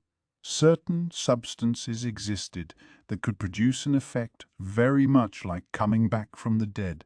"I'm sorry to hear that," Maomao said, "for I don't know the details myself. However, I have heard that the ingredients include thornapple and blowfish poison." Once, just once, her old man had told her a story. In a far country, he said, there was a medicine that could kill a person and then bring them back to life. It required several other toxins in addition to the thornapple and blowfish poison. These substances, each normally immensely poisonous, somehow neutralized each other, so that after a brief period the subject began to breathe again. Naturally, Maomao's father had never made this drug, and he wasn't about to tell Maomao how to do it. Even the fact that she knew about the thornapple and the blowfish was only because she had secretly read her father's book. He'd evidently never imagined she could read the writing of that far, strange country. It was his own fault for underestimating her, or at least her obsession with poisons. She'd wheedled the occasional customer from those lands to teach her, and gradually assembled a working knowledge of the language. Unfortunately, her father discovered the subterfuge before she had read the entire thing, and he had simply burned the book. "Do you really think Suirei would have used such an uncertain method?" the doctor asked. What did she have to lose? She was facing the death penalty. If I were in her shoes, it's a bet I would gladly take. "I don't think it would take impending doom to make you do it." Why did Jinshi seem so eager to butt in? Maomao ignored him lest he derail the conversation. The fact that there's no body here suggests she won her bet. If no one had thought to look until after the cremation, her victory would have been complete. "I just didn't let her get away with it," Maomao thought. She smiled as she stared at the coffin. Inside was an anonymous woman, dead of who knew what. It didn't seem like much to smile about. She was sloppy. Maomao wasn't so soft as to bewail the death of a complete stranger. There were more important things to worry about. The laughter bubbled up from deep in her belly. Something was rising from within her, something that threatened to take over her entire body. "If she is alive, then I'd love to meet her," Maomao said to no one in particular. No, not so she could arrest the woman. Another reason entirely. It was the wit Suirei must have had to make so many cases look like accidents, and the nerve to pull it off. And above all, she'd had the guts to wager her own life in hopes of fooling them all. What a waste it would be, Maomao thought, for such a person to simply kick the bucket. Yes, there had been casualties because of her, but Maomao couldn't deny what she was feeling. The resurrection drug. I must know how to make it. The thought almost overwhelmed her. Maybe that was why she was suddenly cackling. The 3 men in the room looked at her doubtfully. At length, Maomao cleared her throat and looked at the doctor. "Pardon me, but might I trouble you to sew up my leg? I seem to have reopened the wound." Maomao brushed her leg as if she hadn't been dragging it around all this time. The bandages were soaked with blood. "Tell us that before you disappear into hilarity." "Before," Jinshi exclaimed, his agitated voice filling the mortuary. Chapter 14. Gaoshun. Jinshi had finished his bath and was savouring a cup of wine. It seemed as if everything that came up these days was a fresh headache. He was at something of a loss, as if everything else vying for his attention hadn't been enough. Just the other day he had nearly been killed. After what they had learned in the mortuary, the matter of Suirei had been taken care of with the utmost circumspection. That was the most convenient for everyone. He queried the mortuary workers who had supposedly brought in coffins while Suirei's body had been there, but strangely they claimed not to have received any such request. About the court lady Suirei herself, much remained uncertain. The reason she had been so close with the doctor was because her guardian had been the physician's own teacher. Apparently, this teacher had seen Suirei's talent for medicine and had adopted her as his daughter some years ago, but little more was known than that. Jinshi saw that this situation wasn't likely to go away anytime soon, but that was nothing new. There were many problems that went unresolved, simply piling up. The most he could do with such issues was to bear them in mind for the future. He had to focus on what he could do at this moment. Jinshi was surprised by the crackling of charcoal, but when he looked outside, he saw the world had gone white with snow. It was getting chilly. He picked his robe up from off the couch where it lay and slipped it on. A metallic tinkling came from the entrance. The building was designed so that it could be heard from almost anywhere. Jinshi knew who it was likely to be. As he'd expected, his aide, with his perpetually furrowed brow, entered the room. "She's safely back," Gaoshun said. "Sorry to put you to such trouble all the time." Jinshi had instructed Gaoshun to see Maomao back whenever the hour got late. It had been in saving Jinshi, after all, that she had hurt her leg. He worried that if he left her to her own devices, the wound would open again. That wasn't the only thing that concerned him, though. There was also the eccentric Lakan. As far as Jinshi could tell, the man was telling the truth about being Maomao's biological father, but Maomao's attitude on the subject made it more than clear that their relationship was not the usual one. The general consensus in the palace was that you could never be sure what Lakan might do, and Jinshi preferred to take no chances. Lakan had had something to do with Maomao's reaching the altar during the ritual as well. No doubt the soldier who'd struck her was by now deeply regretting his actions. One of Jinshi's saving graces was that, unlike some other people of the court, Gaoshun could read him well enough to know when to leave him alone to do his work. This was, after all, the man who had been assigned to Jinshi as a tutor practically from the moment he was weaned. Notwithstanding a brief separation when Gaoshun had been sent to do other work, he was certainly among those who knew Jinshi best. When he considered that Gaoshun's own wife had been his wet nurse, Jinshi saw that he might never outlive his debt to this man. "We'll be at the rear palace tomorrow." "Yes, sir." Gaoshun brought out 2 bowls and a pot. It was full of a sickly sweet liquid. They had to drink it every day in order for it to have its full effect. Gaoshun poured the contents of the pot into the 2 silver bowls, and then he took the first sip. It was a role Maomao might have eagerly assumed, but there would have been no point in having her taste it. It had no effect on women. Gaoshun frowned even deeper as he drank the stuff down, and then he waited a few moments. "I think it's all right. Nothing usual?" "Nothing unusual, except the flavor was always unusual." The mixture contained a powdered variety of potato imported from another land, one with a very particular side effect. The potato flour was just one of several ingredients Jinshi and Gaoshun had to take on a daily basis. "Very well." Jinshi picked up his bowl, pinched his nose, and drained it in a single long gulp. He wiped flecks of the liquid from his mouth with the back of his hand, then accepted a cup of cold water from Suirei. 5 years drinking this stuff, and he'd never gotten used to it. "You shouldn't hold your nose like that when people are watching," Suirei said. "I know that. It makes you look like such a little boy when you do." "I know that." Jinshi sat down on the couch, pouting. His tone of voice, the way he spoke, the way he walked and moved, he had to constantly pay attention to all of it. The eunuch Jinshi was 24 years of age. He straightened up, striving to put on his best official face, but the taste of the medicine still lingered in his mouth, making his lip curl. Gaoshun frowned. "You needn't drink it, sir, if you detest it so. This is what makes me who I am. As a eunuch." It had been 5 years since the current emperor had taken over the rear palace. 5 years. Now, nearly 6, that Jinshi had continued to wear this twisted mask. Year after year, taking the medicine that made him not a man. He did it even though the emperor had told him he could do as he wished around the lower-ranked consorts and any ladies less prestigious than they. Gaoshun touched a hand to the furrows in his brow. "If you do this long enough, you'll never regain the function." Jinshi spat out his water at that. He put his hand to his mouth with a reproachful look at Gaoshun. Gaoshun looked back at him, as if to communicate that every now and again he would have his say. "Well, the same is true of you," Jinshi said.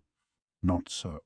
"Why, just last month a grandchild was born to me." Gaoshun's point seemed to be that his children were already grown. He had no need to produce more offspring. "How old are you again?" 37. If Jinshi had his facts straight, Gaoshun had married at 16, and the couple had had 1 child each year for the next 3 years. Jinshi's milk brothers. He was particularly close with Gaoshun's youngest son. In fact, the lad had made himself helpful just the other day during the food poisoning case involving the seaweed. The young man who had accompanied Maomao to the official's house, that had been him. "Which of the 2 elder brothers is it?" "My eldest son. And I think my youngest could stand to find himself a wife sometime soon. He's only 19. "Yeah, just the same as you, my lord." Gaoshun specifically refrained from using the name Jinshi. Jinshi was a 24-year-old man who had become a eunuch 5 years earlier. He couldn't possibly be 19. Gaoshun clearly thought he was making some sort of point, Jinshi observed. Maybe he felt Jinshi should hurry up and get himself some female companions, as the emperor had done. Jinshi crossed his legs and looked at Gaoshun as innocently as he could. "I want to hold my grandchild. Soon. So let's finish this assignment quickly," he seemed to be saying. "I'll see what I can do." Gaoshun accepted some hot tea from Suirei and took a sip. Jinshi, ignoring his aide's baleful look, drank the rest of his water. Another routine round of visits to the emperor's ladies had gone without a hitch. Consort Lulan seemed to be integrating into the rear palace without any trouble. The move to bring her in had been somewhat forceful, so it wouldn't have been surprising if her presence had caused discord, but neither Consort Gyokyu or Consort Liukyu or Consort Lihua were short-tempered enough to let the new girl get to them. Yes, there had been the contretemps between the 2 of them after the births of their respective children, but that had been exceptional. Since then they had maintained a distant but cordial relationship. As for Consort Lishu, she was much too retiring to be the one to start any fights. It was always possible her ladies-in-waiting could goad her into it, though. He would have to keep an eye on the situation. The residence of the former consort, 8 Duo, had become a sorry sight to him under its new occupant. Under the old mistress, there had been not a frivolous furnishing to be seen, but now that the new one had moved in, a pavilion had become an eye-watering riot of ostentatious display. Consort Lulan's father was a man of whom the former emperor, or rather more precisely, the former Empress Dowager, had been quite fond. It was under him that the number of palace women had ballooned to fully 3,000. At present, Consort Gyokyu was foremost in His Majesty's affections, and Consort Lihua next, but as ruler he could not limit his nocturnal visits only to those concubines he most favored. If the rear palace helped maintain the balance of power within the imperial court, it could likewise upset that balance. The emperor couldn't afford to mishandle Lulan, and Jinshi was given to understand, taking care to visit her at least once every 10 days. This could not but dismay the other consorts. Yes, His Majesty was visiting them more often than Lulan, yet who knew who would conceive a child and when and who wouldn't? Even so, compatibility did mean something, and it was clear that Lulan didn't excite the Emperor's interest in the same way as some of his other ladies. Looking at her, Jinshi thought perhaps he could understand why. Back when the apothecary's daughter had given her class, Lulan had been bedecked with a most unexpected accessory, an outlandish ornament featuring the plumes of a bird from the southern land. But although sometimes Lulan dressed herself in the style of the southern lands, other times she was clad in an outfit from the northern tribes. No sooner had she put on the garments of the east than she traded them for a dress from the west, and each time her hair and makeup changed to complement her outfit. It was enough to make the emperor feel like he was seeing a different person every time he visited. Under those circumstances, he claimed, it was hard for him to get in the mood. Consort Lishu was another who posed a challenge to mood, but for different reason. The emperor viscerally rejected his father's preferences and refused to touch, let alone bed, a girl who could still have passed for a child. The Empress Dowager's belly bore a great scar, for she had given birth to His present Majesty very young, her body too small for the task. The birth canal had been too narrow, the child delivered by slitting her open. It had been questionable whether the mother would survive the delivery, but she and her child had both emerged safely. The surgery, it seemed, had been performed by a doctor recently returned from foreign land. His skill had been so superlative, in fact, that, although she was scarred, the Empress Dowager's ability to bear children was left intact, and more than 10 years later she conceived and bore again. To the end of his life, these were the only offspring the former emperor ever had. There was, however, a complication. The physician who had attended the first delivery for the Empress Dowager, then a consort, found himself attending almost exclusively on Her Majesty, precisely because of his actions during that first difficult delivery. A child born to the consort of the Crown Prince at the same time was neglected, with tragic consequences. How could Jinshi not wonder what things might be like now if the current emperor's first child had lived? He shook his head. There was nothing to gain from meaningless fantasies, and he further thought that His Majesty ought to hurry up and get about the business of producing a new crown prince. On this point, he and Gaoshun were of the same mind. After the lecture, the emperor's visits had increased substantially. The fruits of Maomao's labors might come sooner than expected. During Jinshi's visit, Consort Gyoku's chief lady-in-waiting, Hongyang, had confessed something to him with concern. The emperor had called at the Jade Pavilion yet again the day before, and her mistress was looking quite fatigued. Hongyang worried for her. The disheveled appearance of her jet-black hair bespoke the great effort to which the lady-in-waiting was putting herself. Gaoshun seemed to relate to her. Hongyang, for her part, didn't seem averse to Gaoshun at all, but as he already had a wife to look after and hen peck in, each as necessary, they would have to disabuse her of any interest sooner or later. All this led Jinshi to believe he had the perfect solution. Gyokyu agreed without a second thought. Hongyang made a point to look put upon, but quietly seemed to welcome the idea. She said as much to the 3 ladies-in-waiting who'd been eavesdropping at the door. It seemed Jinshi had made the right choice. The rear palace, sir? That's right.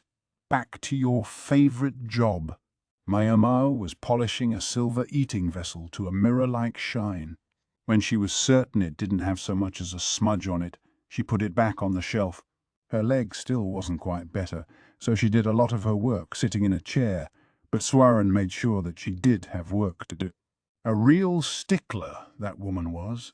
Jinshi was eating a tangerine. Very literally, he wasn't even peeling it himself. Suirei did that, carefully removing the thin rind and setting each piece on a plate in front of him. What a spoiled brat. The old attendant seemed to have a habit of indulging Jinshi. She would bundle him in a cotton jacket when it was cold, or cool down his tea because it was hot. An adult man should be embarrassed to be treated that way. It would appear Consort Gyokyu has ceased to walk the path of the moon. The path of the moon was a polite term for menstruation, so she might be pregnant, Maomao thought. 2 separate attempts had been made to poison the consort while she was pregnant with Princess Lingli. The culprit had never been found. Maomao could understand why Jinshi might be uneasy. And when am I to begin my new assignment? Would today be possible? Possible. I would positively prefer it. As men were not allowed in the rear palace, she would be free of any possibility of bumping into the one person she didn't want to meet, whose name she didn't even want to hear. Perhaps Jinshi had arranged this change of workplace out of consideration for her, or perhaps it was simply an opportune coincidence for him. Maomao decided she didn't care which.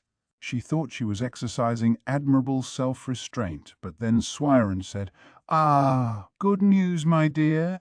Apparently, Maomao wasn't hiding it as well as she thought. "Not to speak of," she said. "Too bad for me. I thought I'd finally found a Prot-G worthy of my training." Maomao, a touch terrified by the grinning Suirei, determined to finish her work as quickly as she could. Chapter 15. Rear Palace Redux. I used to think I didn't like this place, but I guess I was wrong, Maomao thought with surprise. She was finding life in the rear palace, now that she was finally back, quite congenial. She'd grown up in another place full of women, so maybe the rear palace simply clicked with her. Her days once again consisted of tasting food, mixing medicines, and taking little walks. Her leg still wasn't healed, and she'd been given explicit instructions not to go out too much. But in her opinion, she was fine so long as she avoided anything strenuous that might open the wound again. Frankly, her left arm proved she was nowhere near so delicate. The question of Gyokyu's pregnancy still wasn't definitively settled. When she had been pregnant with Princess Lingli, she hadn't suffered from any severe morning sickness, and her food preferences had hardly changed. Other than the delay in her menstruation, there was no evidence, one way or the other. Nonetheless, a gag order was imposed on the Jade Pavilion, so as not to take any chances. If there were any who didn't wish to see Consort Gyokyu with child, they would certainly want to strike during the early stages, when the pregnancy would be most vulnerable. Poison was just one of many concerns. For good measure, the sex-crazed old man, the Emperor, was discouraged from nocturnal activities at the Jade Pavilion for the time being. Normally this wouldn't have been a problem, but ever since Consort Gyokyu had begun to put the things she learned at the consort seminar into practice, normal no longer seemed to apply. There was no telling what might happen. Maybe I should have taken it a little easier on the lessons, Maomao thought. But no. Then Gyokyu and even the Emperor would have wound up dissatisfied. Even if the end result of her approach had been to terrify Consort Lishu and cause Consort Lihua's women to view Maomao as even more of a monster. Maomao naturally hesitated to raise the subject with the Emperor herself. It was hardly something for a maid to bring up with His Majesty, so she communicated through Jinshi instead. Though she couldn't quite make the suggestion explicitly, her hope was that the ruler would continue to visit Gyokyu exactly as often as he had before, no more and no less. After all, while Gyokyu wasn't His Majesty's only consort, if he were to suddenly visit her less often, some observant soul might sniff out the truth. To her surprise, the Emperor continued to visit as faithfully as he ever had, playing with his adorable daughter and passing the time in idle conversation with Gyokyu.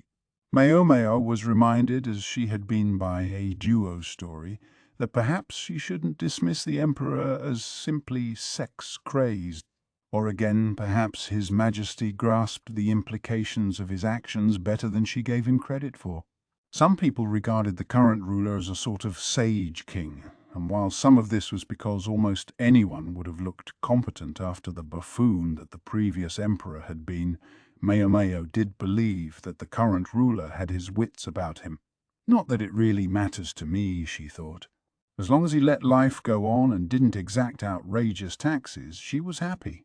Some said the real difference between a foolish ruler and a brilliant one was that a foolish ruler thought the people were inexhaustible, while a brilliant one realized that they had their limits. If that was so, well, the present emperor was certainly the latter. Still, she saw the lonesome faces he occasionally pulled, so she decided to pass along the rest of her teaching materials. They would help him pass the time, if nothing else. It needn't be said exactly what kind of teaching materials they were. She'd made sure to have a number of different books on hand, just in case, but unfortunately none of the ladies in waiting had been interested in them. He'll just have to make do with 2 dimensions. Maomao placed the materials where they would be unobtrusive but noticeable, and luckily it seemed he spotted them. When, a few days later, she was ordered to prepare more such materials, she decided that maybe sex-crazed was the right way to describe him after all. There was a penchant for rumour-mongering in the rear palace, most likely attributable to the boredom generated by the endless routine and the perennial shortage of the opposite sex. Thus, when the ladies in waiting didn't have much to do, they found themselves chatting in the kitchen. For snacks, they had the cast-offs from the latest tea party. Today it was long sutang, dragon's beard candy, a treat made of delicate fibres that melted in the mouth. This one had tea leaves mixed in, giving it a faint aroma. I couldn't believe that outfit, could you? Yinghua, one of the Jade Pavilion's ladies in waiting, said around a mouthful of candy. She was a self-possessed woman, more than willing to say what she thought. It's true. But that thing she wore a little while ago, I thought that was nice. Western clothing is so cool, isn't it? Said Guiyuan in a mild tone. She was smiling, happy just to be enjoying a sweet treat. Clothes like that choose their own wearers, Alan observed. But hers have never looked bad on her. The lanky lady in waiting wasn't big on sweets and was simply sipping some tea at the moment. Yinghua, looking wounded by her friend's faithlessness, turned to her last refuge, Maomao. Yeah, sure, Maomao said, nodding and privately thinking how she hated to get dragged into these spats. That was as far as her engagement in the conversation went. Yinghua, her hopes of reinforcement disappointed, puffed out her cheeks. Well, I thought consort, duo was much cooler.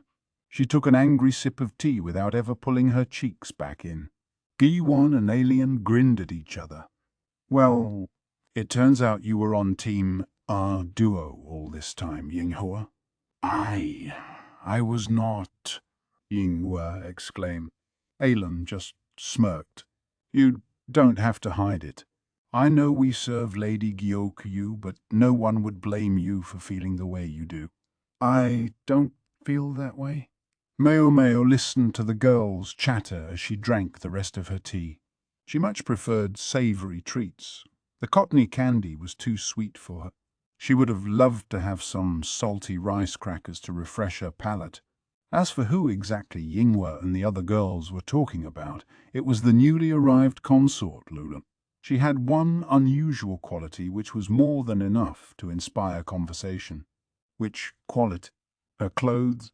Virtually every time she appeared, she wore an outfit with a different personality. One day, she might be in a Western dress. The next, she would be outfitted like a rider from one of the tribes. I wonder what the story is, Maomao thought. Maybe she just had too much money. If she kept changing outfits at that pace, pretty soon her pavilion would be crammed with clothing. The formerly austere Garnet Pavilion had already changed beyond recognition, as if the new resident were intent on banishing the spirit of our duo. It was both the right and the wrong thing to do. On the one hand, the rear palace was a world in which one got ahead by standing out, but on the other, the nail that stuck up, as they said, would be pounded down. Lulan might have found herself to be such a nail under normal circumstances, but her father was an important advisor from the days of the former emperor, so there was, as it were, no hammer big enough for the job. That explains a lot, Maomao thought. That would be more than enough reason to drive our duo out. Considering Lulan's age, it might even have seemed a bit belated. Then Maomao had a thought. Might it not have been more convenient in some ways for the emperor had our duo remained in the rear palace? Because she could never be a mother of the country, her eyes were fixed straight ahead. She was so perceptive and intelligent one might wish she had been born a man. And now, at a stroke, the emperor had lost an excellent advisor and gained a young woman who might influence not only the rear palace but the greater court itself. Perhaps it hadn't seemed to him the most advantageous trade. He couldn't simply ignore her, but it wouldn't necessarily be to his benefit to get too friendly with Lulan and have her conceive a child. A consort's backer was really only powerful during a child's minority. Once the boy became emperor, even had a child of his own, such a person could find himself altogether extraneous. So what did that mean? Maomao entertained the possibilities as she helped herself to another cupful from the little teapot. Chapter 16. Paper. When Maomao made her first visit in quite some time to the rear palace's medical office, she found its resident eunuch as mellow as ever. "Ah, I haven't seen you in a while, young lady," the quack doctor said, happily pouring tea. "It's gotten much warmer these days, hasn't it?" He politely brought her a drink, using a medical treatise in lieu of a tray. Maomao snatched the tea and the treatise both at once, wishing she could give him a piece of her mind for so blatantly abusing such a priceless object. As ever, the quack was the only one in the office. She couldn't believe how little work he actually seemed to do in here.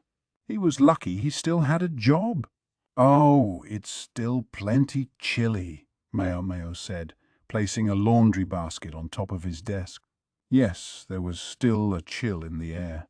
It was cold enough that the Butterbur hesitated to show their faces. Maybe the doctor only felt it had gotten warmer because he was so plump. Maomao would have to pick plenty of herbs as the new season took hold, but there was something she wanted to do before that happened, and that was what had brought her here today. This wouldn't normally have been an urgent task, but she was who she was, and the quack was who he was. "Gracious, young lady, you only just got here. What are you doing?" the doctor asked as Maomao pulled something out of the laundry basket. What a question! From the basket, Maomao produced a set of cleaning supplies and as much bamboo charcoal as she had been able to stuff in there. "We're going to clean this room." Her eyes flashed. Apparently 2 months of Suiren's discipline had rubbed off on her. With nothing to do in the Jade Pavilion, Maomao had come to the one place where she had almost free rein. She'd always thought the medical office was a bit of a pigsty. Now the fire was lit and there was no putting it out. "How's that?" the doctor asked, but his sudden frown couldn't save him. The quack wasn't a bad person. Indeed, he was quite kind-hearted. But that, Maomao knew, was an entirely separate thing from being good at his job. The next room over from the main office contained cabinets full of medicines. 3 walls towered high with drawers, a veritable paradise on earth for Maomao, but it wasn't all joy and sunshine. Yes, there might be a great many medicines there, but it was the quack who got to use them. Those he didn't use regularly would get dusty or might be eaten by bugs. And then there was a dried herb's greatest enemy, humidity. Let down your guard for a second and the materials would rot. The warmer it got, the more humid it would become. They had to clean things up now before that happened, or it would be too late. It wasn't that Maomao particularly liked cleaning. Neither did she have any special reason to help out here, as all too often when she visited the medical office, it was just to kill time. But still, she felt she must. The sense of duty thrummed in her, as did the nagging feeling that she'd been thoroughly corrupted by Suirei. "You don't have to do all this, young lady. Surely someone else can take care of the cleaning," the doctor said, sounding deeply unmotivated. The tone of his voice caused Maomao to involuntarily look at him in a way she normally reserved for Jinshi. Put simply, it was as if she were looking into a puddle full of mosquito larvae. The doctor quivered right down to his loche moustache. Any gravitas he might have had vanished. Darn it, stop that, Maomao chided herself. He might be a quack, but he was still her superior. She had to at least act respectful toward him. Otherwise he might not put out rice crackers the next time she showed up. There were too many sweet snacks around the rear palace, not enough salt. Yes, we could ask someone else, Maomao said. But what if they accidentally switched some medicines around while they were working? What would we do then? The doctor was quiet. It wasn't exactly proper for Maomao to show up at her leisure and decide to clean, but he was quiet about that too. He could hardly chase her out. The doctor, who'd been close with Suirei, had indeed, they'd heard, been punished for the missing Thornapple. According to Gaoshun, though, the man was too talented to let go. Instead, he merely suffered a reduction in salary. Maomao started in on the dusty shelves, opening the drawers one by one and running a cloth through them. She threw out anything that had obviously gone bad and wrote the name of each item on a wooden tack. Whatever medicine remained, she put in new paper pouches, then returned them each to their proper places. Whenever there was something that required particularly strenuous activity, she got the quack to do it. Her leg still wasn't completely healed, and the doctor was a bit overweight anyway. The exercise would be good for him. He certainly uses fine paper here, she observed. Most paper used among the populace was of a low-quality, disposable type. Paper that would last was too expensive for ordinary people. Instead, commoners did most of their writing on wooden strips. There was plenty of firewood floating around, much of it already cut thin enough to start a blaze with. That was what the people used, and when they were done, it doubled as a convenient source of firewood. The nation had actually exported paper once upon a time, but the former emperor, or rather his mother, the former Empress Dowager, had forbidden the felling of the trees used to make the finest paper. The restriction had been eased somewhat since then, but not enough to meet demand. Why had the Empress Dowager forbidden the trees to be cut down? There had been no one heedless enough of their life to ask at the time, but considering that the harvesting of those trees was still limited, Maomao figured there must be some sort of reason. The upshot was that these days, with the exception of the very finest stuff, paper was made of other trees or grasses or old cloth. Such resources were less readily available than trees and took time to process, making them more expensive, and all the time and trouble caused producers to try to find shortcuts leading to a low-quality product. Thus paper had acquired a reputation among the populace for being exorbitantly expensive but not actually worthwhile, and had failed to gain traction despite being more convenient than wood. Maomao exhaled. Phew. All finished, young lady? The doctor asked hopefully. No, only about half done.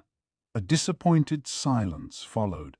Maomao, though, saw that half the work was about as much as she could hope to do in a day considering the sheer scale of the task, and decided to deal with the rest the next day. She left the charcoal sitting in the room to help absorb the humidity. She still didn't have enough of it, though, and requested the doctor to requisition more. The doctor massaged his shoulders as he went about fixing a snack. He brought over fruit juice poured from a ceramic bottle. A sweet treat. That's the thing when you're feeling tired, he said, using a bamboo spoon to scoop mashed chestnut and sweet potato onto some paper. He handed one of the portions to Maomao. Old guy has rich tastes. Sweet potato was hard to get a hold of at this time of year, making such a snack a particular indulgence, and on top of that he served it on high-quality paper, as if doing so were completely unremarkable. Maomao cleared the sweet potato in a single bite, then looked at the paper, now stained with round fingerprints. The material had a noticeable sheen. "This is excellent paper you're using," she remarked. "Oh, you can tell?" It had been an offhand comment, but it seemed to have gotten the doctor's attention. "My family produces this. We even supply it here to the court." Impressive, no? It is indeed. That would explain how he happened to have some lying around. It wasn't just flattery either. Maomao could see that this really was material of high quality. Her old man had always picked the best of the worst when choosing from among the selection of disposable paper for his medicine packets. Quality material was desirable to prevent the infiltration of humidity or the spillage of powder, but costs had to be kept down somewhere, and for the sake of the patients, it couldn't be in the medicines themselves. But savings had to be made, lest supplies consume all of the profit and then some. "Maybe I could get him to sell me some," Maomao mused. "You know, at a friendly discount." Ah, the unfair advantage. She sipped her juice as she thought, and it coursed sweet and lukewarm down her throat. Not for me, she thought, and decided to heat some water for tea. A fire was always kept burning in the medical office, very convenient at times like this. The whole village pitches in to make it. There was a time when we actually thought about throwing in the towel, but thankfully we managed to scrape by somehow. Maomao hadn't asked for the doctor's life story, but he seemed in a talkative mood today. In the past, making paper had been enough to earn a profit, so his family had concentrated on cutting down the local trees and shaving them as finely as possible to supply product. It was more lucrative to sell abroad than domestically, so their paper became an increasingly important trade good. In his childhood, the village had been so wealthy that the quack doctor could ask for sweets any time he wanted and eat as many as he liked. For one reason or another, though, perhaps they simply got too big. The village incurred the wrath of the former Empress Dowager, who forbade them to cut down the trees they used to make their paper. They were forced to find other materials to produce with, but that inevitably meant a decline in the quality of their product. Now the trading houses were mad at them and had ceased to do business with them. The village's salad days were over. The headman, who, in fact, was the quack doctor's father, was beset by villagers demanding he do something. He saw the writing on the proverbial wall, that they could no longer go on making paper as they had. However, not everyone in the village was able or willing to see this reality, and a great deal of anger focused on the headman and his family. Maomao listened patiently, pouring boiled water from a teapot into a cup. "It broke my heart when my older sister came here to the rear palace. The village had been established in an ideal place for making paper, but not for much else. They decided to relocate the village, but lacked the resources. Around that time, the rear palace was looking for more palace women, and so the doctor's older sister answered the call. She laughed and said the next time I saw her, she would be a mother to the country, but in the end, I never saw her again." What exactly to do with themselves remained an issue on the new land. More resources were needed, and now the quack's younger sister volunteered to follow the older into the rear palace. And finally, I decided to go. There was really no other choice, the quack said. As the rear palace expanded, there was inevitably a need for more eunuchs. They were in shorter supply than women, though, and thus commanded a higher price. "He's had it tougher than I realized," Maomao thought as she drank her tea. The more one cleaned, the more one saw things that needed cleaning. Maomao successfully finished with the medicine cabinets on the second day, but now the next room over bothered her.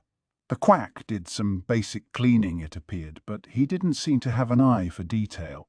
Maomao spent the third day brushing cobwebs off the ceiling and carefully wiping down the walls, and after that she wanted to organize the equipment.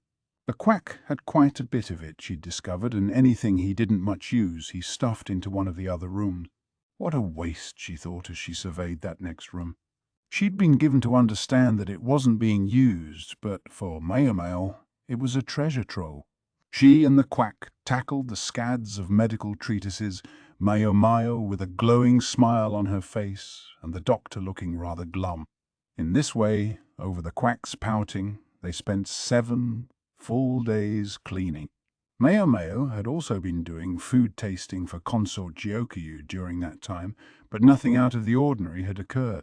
It was around then, as the doctor was grudgingly polishing a mortar and pestle, that another eunuch showed up at the medical office. The quack had received a letter. "Well now, what have we here?" the doctor said. He took the letter eagerly, spying a chance to do some slacking off. "Who's it from?" Maomao asked. In her mind, she was purely being polite, but the doctor replied, "It's from my younger sister." He showed her the letter, which was written on crackly, uneven paper that made Maomao wonder if it was produced from seaweed. It was very much the sort of low-quality product the average person might use. "I thought he said his family made paper," she mused.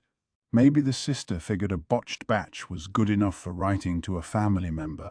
As he perused the letter, though, the doctor's face took on a look of shock, his eyes boring into the page. Maomao sidled up beside him, curious what was going on, but at just that moment the quack's shoulders slumped. He slid weakly into a chair, hung his head, and let the letter drop onto the table. A few words jumped out at Maomao. "Our Imperial Commission may be withdrawn." But the doctor had been bragging to Maomao just the other day about how his family supplied the court with paper. "I wonder what could be the matter," the doctor said almost to himself. "And we were just now able to start producing more supply." An Imperial Commission, or lack thereof, could have major consequences for the family's income. The hoity-toity types who bought high-quality paper could never resist the idea that they were using the same stuff as the Emperor. "Producing more?" Maomao asked. "They haven't started cutting corners, have they?" She fingered the rough paper of the letter. They would never. They'd been more excited to work than ever since they got that ox. Nowadays it does all the things we always used to need people to do. Why should that change anything? Making paper involved a great deal of physical labor. The work ought to be easier with an ox to do all the heavy lifting. And yet, if this sample is anything to judge by, I can see why the court wouldn't be interested. Maomao picked up the letter and fluttered it at the quack. Low-quality paper would disintegrate if it got the slightest bit wet. Moreover, the uneven surface resulted in hideous written characters. The doctor was silent, as if in tacit admission that he knew the workmanship was poor. Finally, he leaned so far forward his head was on the table. "I just don't know what's wrong." Maomao, recognizing that now was not the time for cleaning, studied the paper intently. Much of the paper circulating among the commoners was of questionable purity, made of strands of fiber from many different plants. Because the fibers weren't cut carefully, the glue hardened inconsistently, causing the paper to fall to tatters. Her inspection, though, showed that the fibers of this sample were of uniform size and diligently measured thickness. Yet the surface was uneven, and a gentle tug was enough to tear off a corner of the letter. Maomao tilted her head in curiosity, reading the letter over once more. It said that the family was still employing the age-old methods of making the paper and using just the same materials they always had. The younger sister implored her brother to advise them what to do, but sadly, the half-man who was her brother seemed at his wits' end. She mentions a time-tested way of making paper.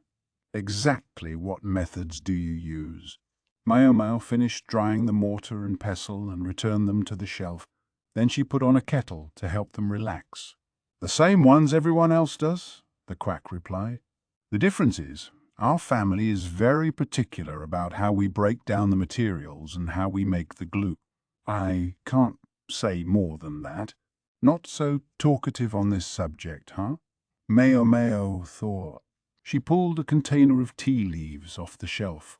She was rifling through it, trying to decide which would be good when some arrowroot practically jumped out at her. She grabbed it and tossed it in a teacup. Then she put the kettle back on the fire to boil. "Are you also particular about your water?" she asked. We use spring water heated to a very precise temperature to get the glue to set just right." "I can't tell you more, though. That's a trade secret." That was the quack doctor she knew, Maomao thought as she set down another teacup. She filled it with hot water, then stirred it assiduously with a spoon before it could cool, producing a viscous gruel. Arrowroot tea.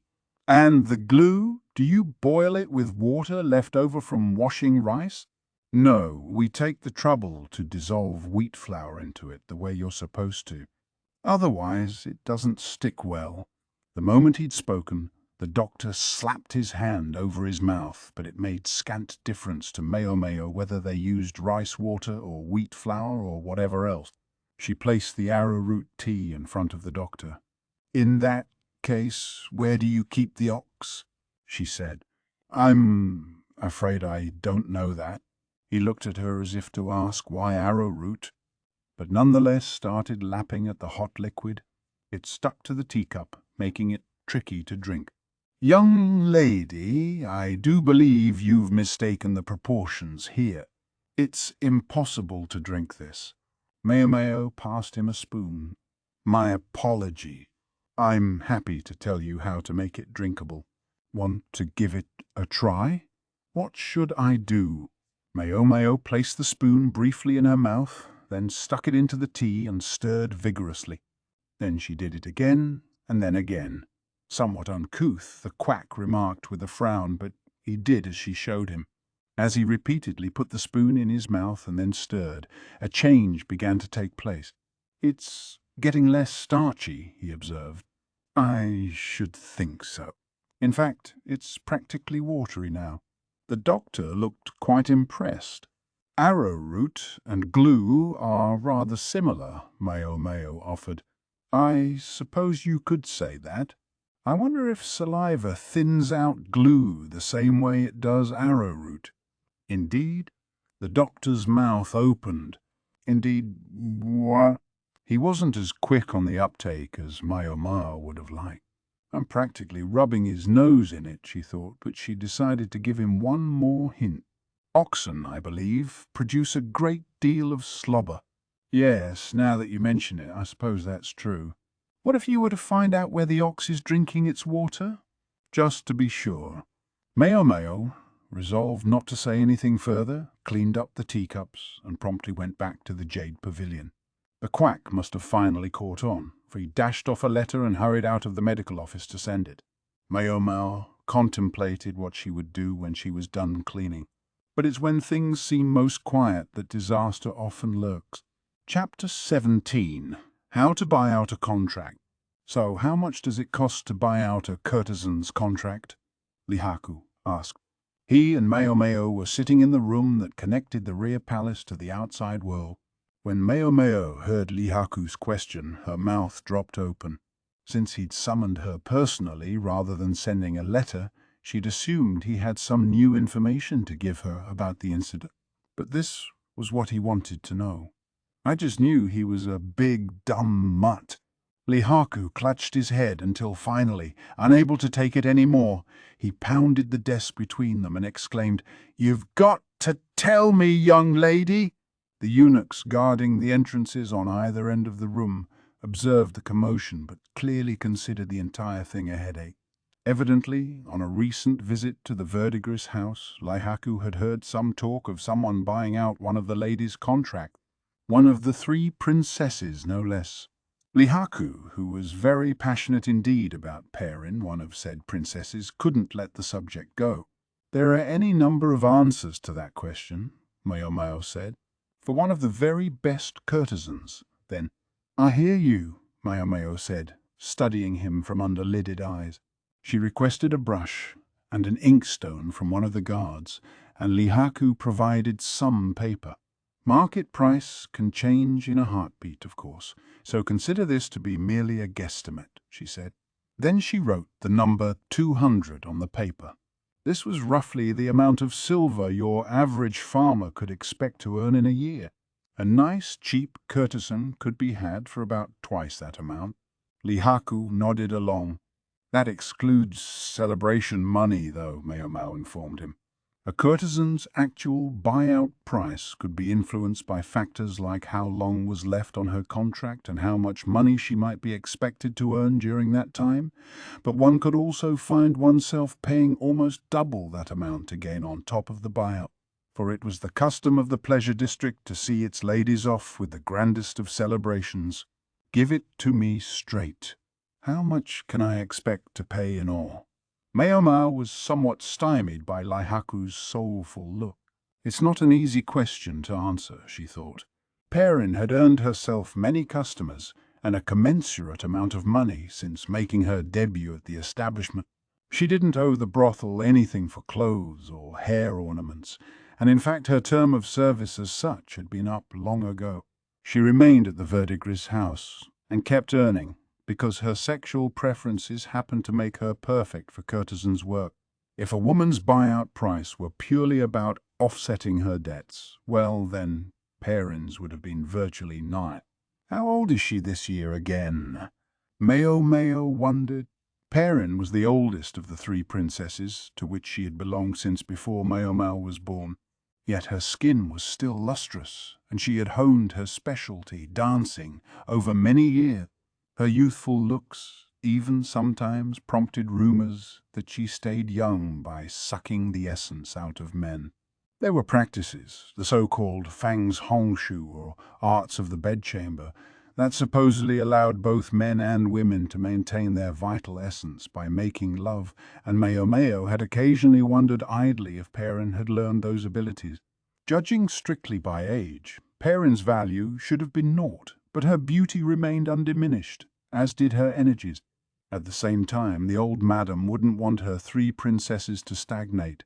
She would be looking to move the oldest of them, Perrin, along one of these days. Maomao had heard her muttering about it on her last visit home.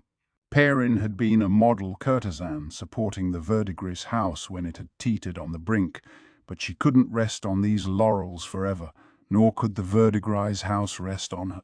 It would have to foster a new generation of famous faces while it was in the ascendant, lest its current crop suddenly turn out one day to be old and dusty.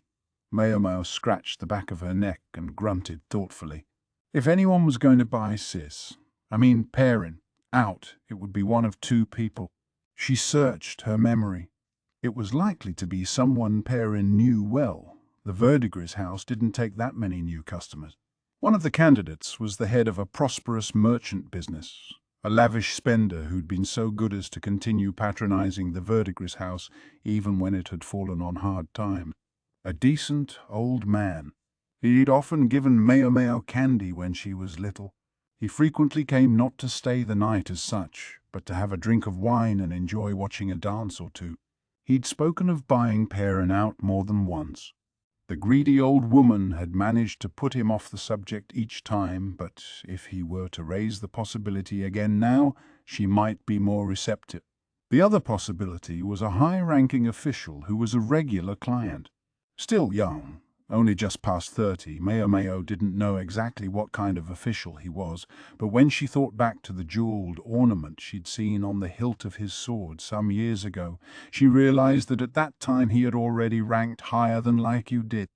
Now, surely the man had been promoted since then as well. He seemed to be quite a match for Perrin as far as nocturnal activities went. She was always in excellent spirits after a night with him. Just one thing nagged Maomao about this second suitor. Compared to the indefatigable Perrin, he often seemed a bit tired. She worried about how Perrin would get along after being bought out by either of these men. Perrin was a beautiful woman and a superb dancer, but at the same time, she was renowned for never coming off second best in bed. It was even said that when she got too frustrated, her appetites could extend not just to the men servants of the brothel, but to the other courtesans and apprentices as well. In short, she was insatiable. That was what caused the madam to consider not just the possibility of selling Perrin's contract, but alternatively of letting her take over the Verdigris house.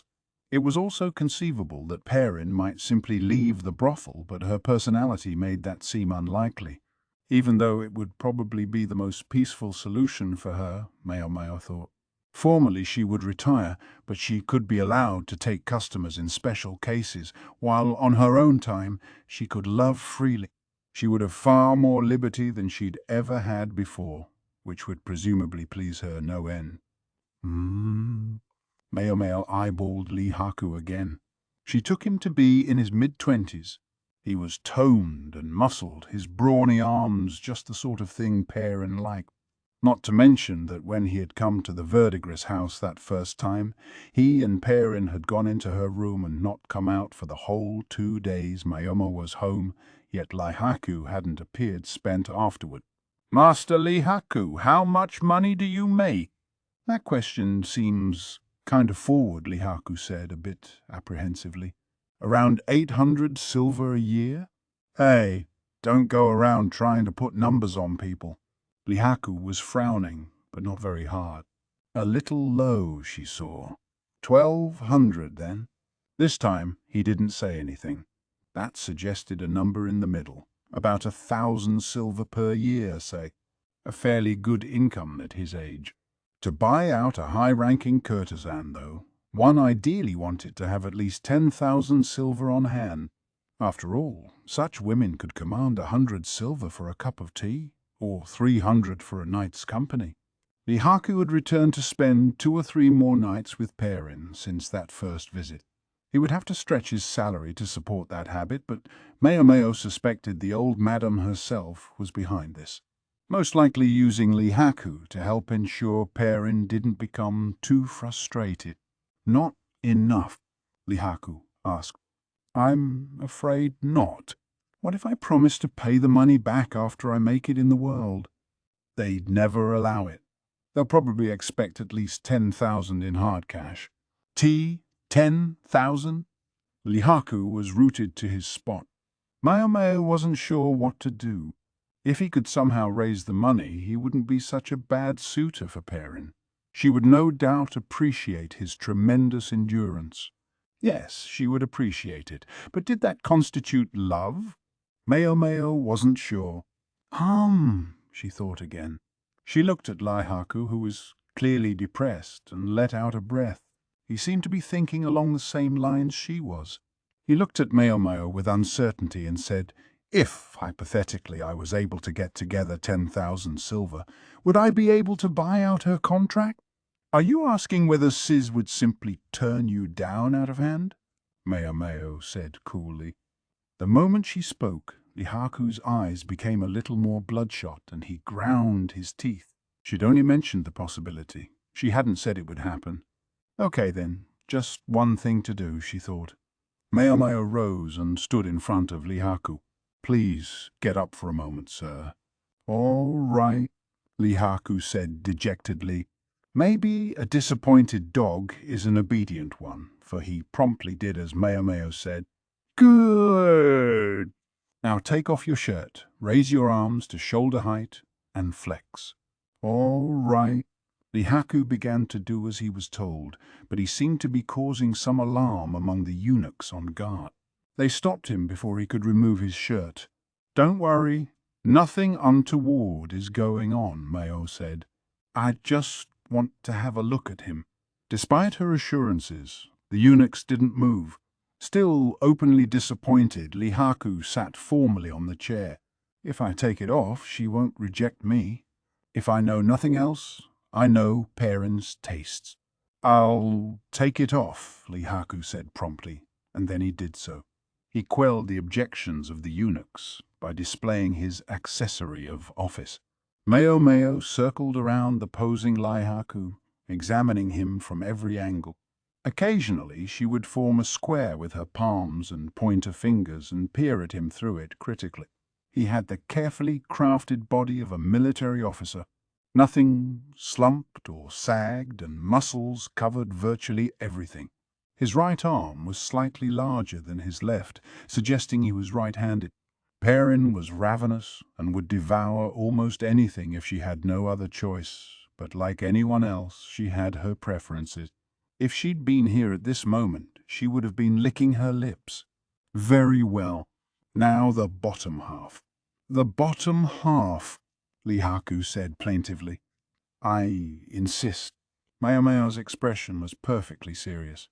Lihaku shuffled out of his trousers, though he didn't look thrilled about it, until he was standing there in nothing but a loincloth. Maomao's face didn't change. She continued to study him with almost scientific rigor. Lihaku's legs and hips were as sturdy as the rest of him, demonstrating that there were no imbalances in his training regimen. There was no fat on his thighs, and the muscles flowed smoothly toward the joints of his knees, then swelled out again to his calves. These really are exceptional muscles, Maomao thought. He didn't have the wine-bolstered belly of so many who frequented the brothel. His skin was a healthy color, just Sis's type. Maomao had Lihaku strike pose after pose, starting to think he just might have what it took. As Lihaku started to warm to the exercise, he took the positions with ever more vigor. Finally, Maomao was ready to inspect the most important part. "Now, if you'll remove your L," she started, but she was interrupted by the door banging open. Lihaku, who had looked downright enthusiastic an instant ago, blanched. The eunuchs looked like they thought they might be given the death penalty. As for Maomao, her mouth simply hung open. "What are you all doing in here?" The overseer of the rear palace, a vein standing out prominently on his temple, was standing in the doorway, accompanied by his aide. A bevy of palace women who were hanging around, hoping to get close to Jinshi, scattered, and even fainted as if they had seen something unbearable. "Good day to you, Master Jinshi," Maomao said mildly. Some things in the world were mysterious, Maomao thought. For example, why was she sitting so formally just then? And why was Jinshi looking at her with such a chill in his eyes? Lihaku had hurried home, still barely dressed. Maomao thought the whole scene was ridiculous. She also felt it was vaguely unfair, but having the soldiers stay seemed like it would somehow have made things even more complicated than they already were, so perhaps it was just as well for him to go. "What were you doing?" Jinshi reiterated. Maomao looked up at him, privately observing that the beautiful are truly fearsome when roused to anger. Jinshi had crossed his arms and was standing imposingly in front of her. Behind him, Gaoshun stood with his hands together and the impassive expression of a monk contemplating emptiness. The eunuchs, looking weary, had resumed their positions by the doors, though they stole occasional glances at their glorious chieftain. "He simply came to me for advice," Maomao said. She'd informed Hongyang at the Jade Pavilion, per protocol. She'd finished the laundry in the morning, and as there were no tea parties planned for today, a food taster would not be necessary. Maomao had no work duties to attend to until evening. "Advice, eh? Then what was he doing, looking like that?" Ah, Maomao thought, so that was the issue. Despite the fact that there had been guards present, it was admittedly beyond problematic for a man from outside the rear palace to be seen in such a state. She vowed to resolve what was obviously a misunderstanding. "It was nothing inappropriate, sir. I never touched him. I was only taking a good look." She tried to emphasize that point. She hadn't laid a finger on him. That was what she wanted Jinshi to take away from this. Jinshi, though, reacted poorly. His eyes went wide and he looked like he might fall over backwards. Gaoshun, meanwhile, seemed to be advancing from the contemplation of emptiness to the realization of liberation. Maomao wondered why he was looking at her with the unperturbed compassion of a bodhisattva. "A good look, you say?" "Yes, sir. I was only looking. To what end?" "I should think that was obvious." I needed to make sure his body would be satisfying, and examining it in the flesh was the only way. In a conversation about who would buy out Perrin's contract, Maomao wanted to be sure to take her sister's feelings into special consideration. Perrin was a woman who loved often and much, and it would be ideal, in Maomao's opinion, if she could go to a man she truly cared for. If Maomao had thought Lihaku was too far removed from being Perrin's type, she certainly wouldn't have offered him any further advice. She wasn't such a soft touch as that. Maomao had grown up at the Verdigris house, at least until she had been torn away from her old man. In her youth, it had been the three princesses, Perrin, Maomao, and Joka, along with the old madam who had seen to her upbringing. Perrin was unique in that, although she had never borne a child, her breasts still produced milk, and it was this milk that had fed Maomao as an infant. When Maomao was born, Perrin had only just graduated from her apprenticeship, but she was already plenty voluptuous. Maomao always thought of Perrin as sis, but in reality it was something more like Mom. Incidentally, she took this informal tone with Perrin lest Mime and Joka get mad at her. Maomao suspected that if Perrin went to one of the two long-standing prospects, she was unlikely to have the life she truly wanted. Even so, Maomao wasn't sure it would be best for her to simply go on and end up like the old madam. Many former courtesans gave up on having children. The constant use of contraceptive drugs and abortifacients robbed their wombs of the strength to foster a child. Maomao didn't know if this was the case for Perrin or not, but when she remembered her youngest days being rocked to sleep in Perrin's arms, she thought it would be a shame for Perrin never to have children of her own. She was a woman of immense sexual appetites, but her maternal instinct was just as strong. Lihaku was thoroughly smitten with the courtesan Perrin. He was well aware that, as a courtesan, he wasn't the only man to whom she offered her services.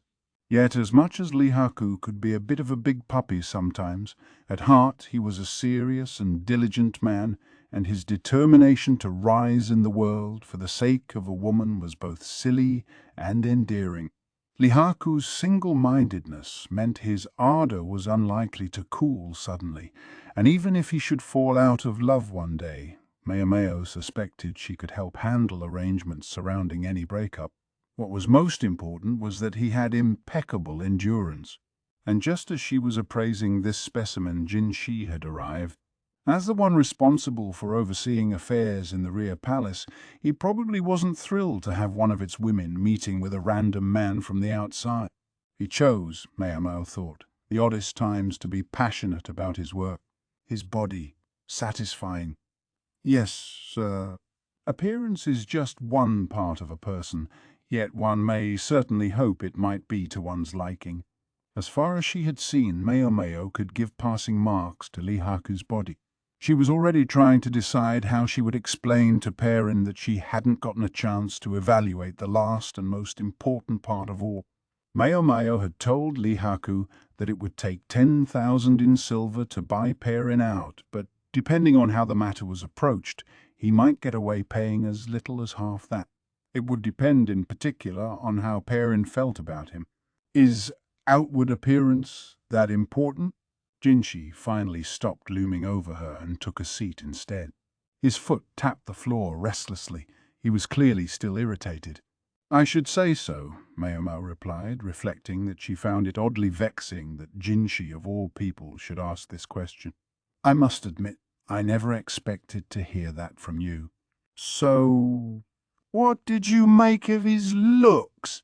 He's just full of questions, Maomao thought, but it was an underling's burden to answer every inquiry of those above her. His body shows excellent proportions. He's lean all around. It's clear he has a superb physical foundation, and I believe it's fair to assume he's quite dedicated. He must work at his training and physical conditioning each and every day. If I had to guess, I would suspect he's quite capable even by military standards. Jinshi was agog at Maomao's proclamation. She almost thought he found her response surprising. His expression swiftly soured until he looked downright irate. Can you really tell what kind of person someone is based solely on how their body looks? More or less. The fruits of habit appear in the flesh, if you will. When providing medicine to a customer who was reluctant to talk about themselves, it was important to be able to discern who you were dealing with. Any apothecary worth their salt would acquire the skill whether they consciously intended to or not. And would you be able to evaluate me by my body? Maomao said in spite of herself. She almost thought there was a trace of sullenness on Jinshi's face. Wait, Could it be he was jealous of Lihaku? That would explain why he had looked increasingly displeased over the course of their conversation. It was all because Maomao had been too lavish in her praise of the other man's physical qualities. I can't believe this guy, she thought with a mental sigh. He just has to be reassured that he's the more attractive one. Jinshi had a beautiful face. So beautiful, in fact, that had he been a woman, he could have had the country wrapped around his little finger, and one suspected that, even as a male, it wouldn't have been impossible. And yet, despite having a countenance that was beyond compare, now he wanted to gloat about his body too. I mean, I guess that's fine by me, Maomao thought. The glimpse she had gotten of Jinshi's body had shown someone surprisingly muscular and toned. She didn't have to study it closely to see that he was quite attractive. But so what? Was he trying to suggest she should recommend him to Perrin if she thought he outstripped Lihaku in physical beauty? Come to think of it, had she ever even mentioned Perrin to Jinshi? While Maomao thought all this over, Jinshi leaned his elbows on the table and watched her intently, his lips pursed. The eunuch standing guard looked absolutely cowed, yet nonetheless entranced by his stormy visage. As for Gaoshun, he looked at Maomao with all the tranquility of an image of nirvana. Maomao felt a bit bad for Jinshi, but she would have to be clear about this here and now. Jinshi lacked the one thing Perrin considered more important than any other in a man. No matter how exquisite his other physical features might be, without that crucial thing, it would be no use even talking about it. I did see your body, Master Jinshi, but I'm afraid there's simply no point, Maomao said, albeit reluctantly. The atmosphere in the room iced over immediately. Gaoshun went from looking like a saint in nirvana to looking like the criminal Kandata as the spider's thread broke. I'm quite sorry to have to tell you this, Maomao went on, but you simply aren't a match for my elder sister. This time it was Jinshi's turn to sound completely flummoxed. Gaoshun pressed his forehead against the wall. Lihaku could only wonder what in the world was going on. The eunuch who had given him the glaring of a lifetime over his little blunder the day before was now here in front of him, and on his unimpeachably lovely face was a smile. The man's name was Jinshi, Lihaku recalled. Jinshi seemed a bit younger than Lihaku, but he was also in the Emperor's confidence. With that gorgeous face, rumors occasionally cropped up of a dalliance between Jinshi and the Emperor, but at the very least Jinshi seemed serious about his job. There was nothing to complain about in that respect. The way he could cause virtually anyone, man or woman, to fall head over heels for him could be a bit of an issue, but otherwise, in Lihaku's opinion, there was nothing objectionable about it. As for Lihaku, though, he wasn't the type to be interested in another man, no matter how lovely. All the same, when that man showed up practically out of the blue and started staring intently at him, Lihaku was a little bit lost for what to do. He was just glad there was no one else around to see them. They were in the officers' building, which was rarely very populated. One particularly eccentric commander made his base of operations here, a person with whom everyone else preferred to have the minimum of contact. Word was that the eccentric had been out and about quite a bit recently, and Lihaku thought maybe this eunuch had been press-ganged into helping with something around here. Lihaku had submitted his paperwork and tried to get out of the building as quickly as he could so as not to get dragged into anything himself, but just as he had been leaving Lakan's office, he had bumped into this eunuch, and now he was facing that mystifying smile. Speaking of mystifying, the aide standing behind Jinshi was the man who had requested Lihaku to be his go-between at the brothel. Allegedly, he was an old acquaintance of one of Lihaku's superiors. He'd wondered how the man knew the freckled palace woman Maomao, but now it was starting to make sense. "Might I have a moment of your time?" Jinshi asked. It was a polite request, but Lihaku was hardly in a position to refuse. Although the other man was younger than him, the jeweled ornament hanging at his hip showed a more esteemed color than Lihaku's. If he didn't do as he was asked, there was no telling if he would ever get the promotion he sought. "As you wish," was all he said, and then he followed after the eunuchs. They were in a courtyard of the palace, a place the officers often went to enjoy the refreshing breeze on summer nights. Admittedly, Lihaku wasn't a frequent visitor. He had never been terribly attuned to aesthetics. In this season, the chill in the air went beyond refreshing. It was getting downright cold. Between the time of year and the time of day, they could count on not being disturbed. In summer, flowers called big-leaf hydrangeas would have been putting out blooms as large as embroidered handballs. Apparently, they were unusual flowers that had been brought from an island country to the east, and depending on the day, the blossoms might be red or they might be blue. The commander had gone out of his way to have them planted here. The blooms bore some resemblance to lilacs, but at the moment they simply looked like stubby bushes. Lihaku sometimes wondered if they gave the man a bit too much discretion, but one heard tell that even the general had trouble asserting himself with the monocled man, so maybe there wasn't much to be done. Jinshi took a seat in an open-air pavilion, then gestured for Lihaku to do the same. Left with no other choice, he sat down facing the eunuch. Jinshi set his chin on his clasped hands and fixed Lihaku with a radiant smile. His aide, behind him, seemed entirely used to this, but Lihaku found himself somewhat unsettled. It was ridiculous, but the smile was so brilliant that he almost wanted to look away. He realized now that all the talk of how Jinshi could have brought the country to its knees if he were a woman was more than idle gossip. But he was a man. Even if he was missing something normally considered important to one, one could be deceived by his nymph-like smile and silken hair, but his stature and the broadness of his shoulders gave him away. He didn't look too frail even compared to his own aide, who looked distinctly like a military man, and anyone who was misled by the delicate smile into thinking they might have their way with this person would seem likely to find out otherwise, and painful. Every motion he made was entrancingly elegant, yet also utterly efficient and precise. Lihaku had thought so even when simply following along behind the eunuch.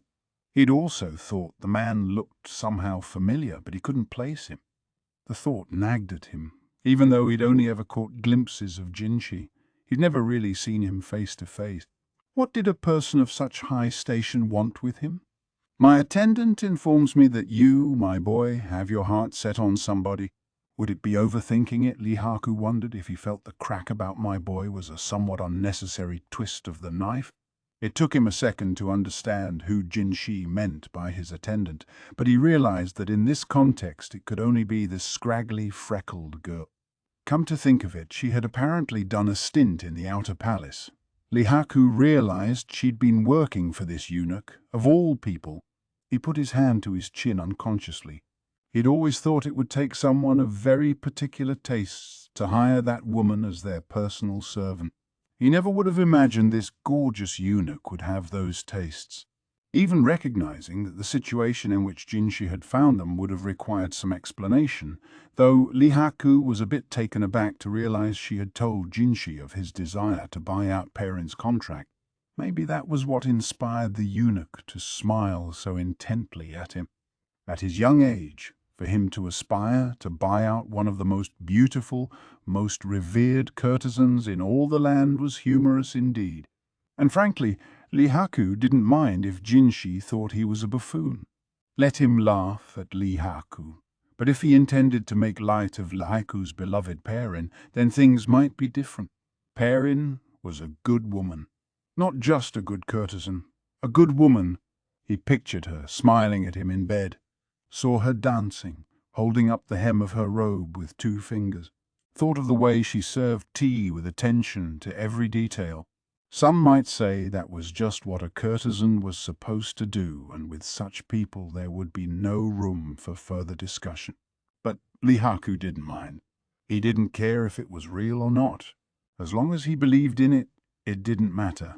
He'd seen more than one of his colleagues lose themselves in women and gambling, and to those around him, perhaps he just looked like another such lost cause. Those who would tell him that Perrin was no good for him no doubt had his best interests at heart, and for that he was grateful, but he wished they would butt out. Lihaku went to the verdigris house of his own volition. Frequently he didn't even see Perrin, but was simply served tea in the front room by an apprentice. And that was fine with him. It was part of Perrin's business to be as unreachable as a flower on a distant peak. If she charged a month's silver for a cup of tea, who was anyone to say that was greedy? Perrin poured all of herself into being a courtesan. She was living merchandise. Any who claimed she was too expensive simply didn't understand.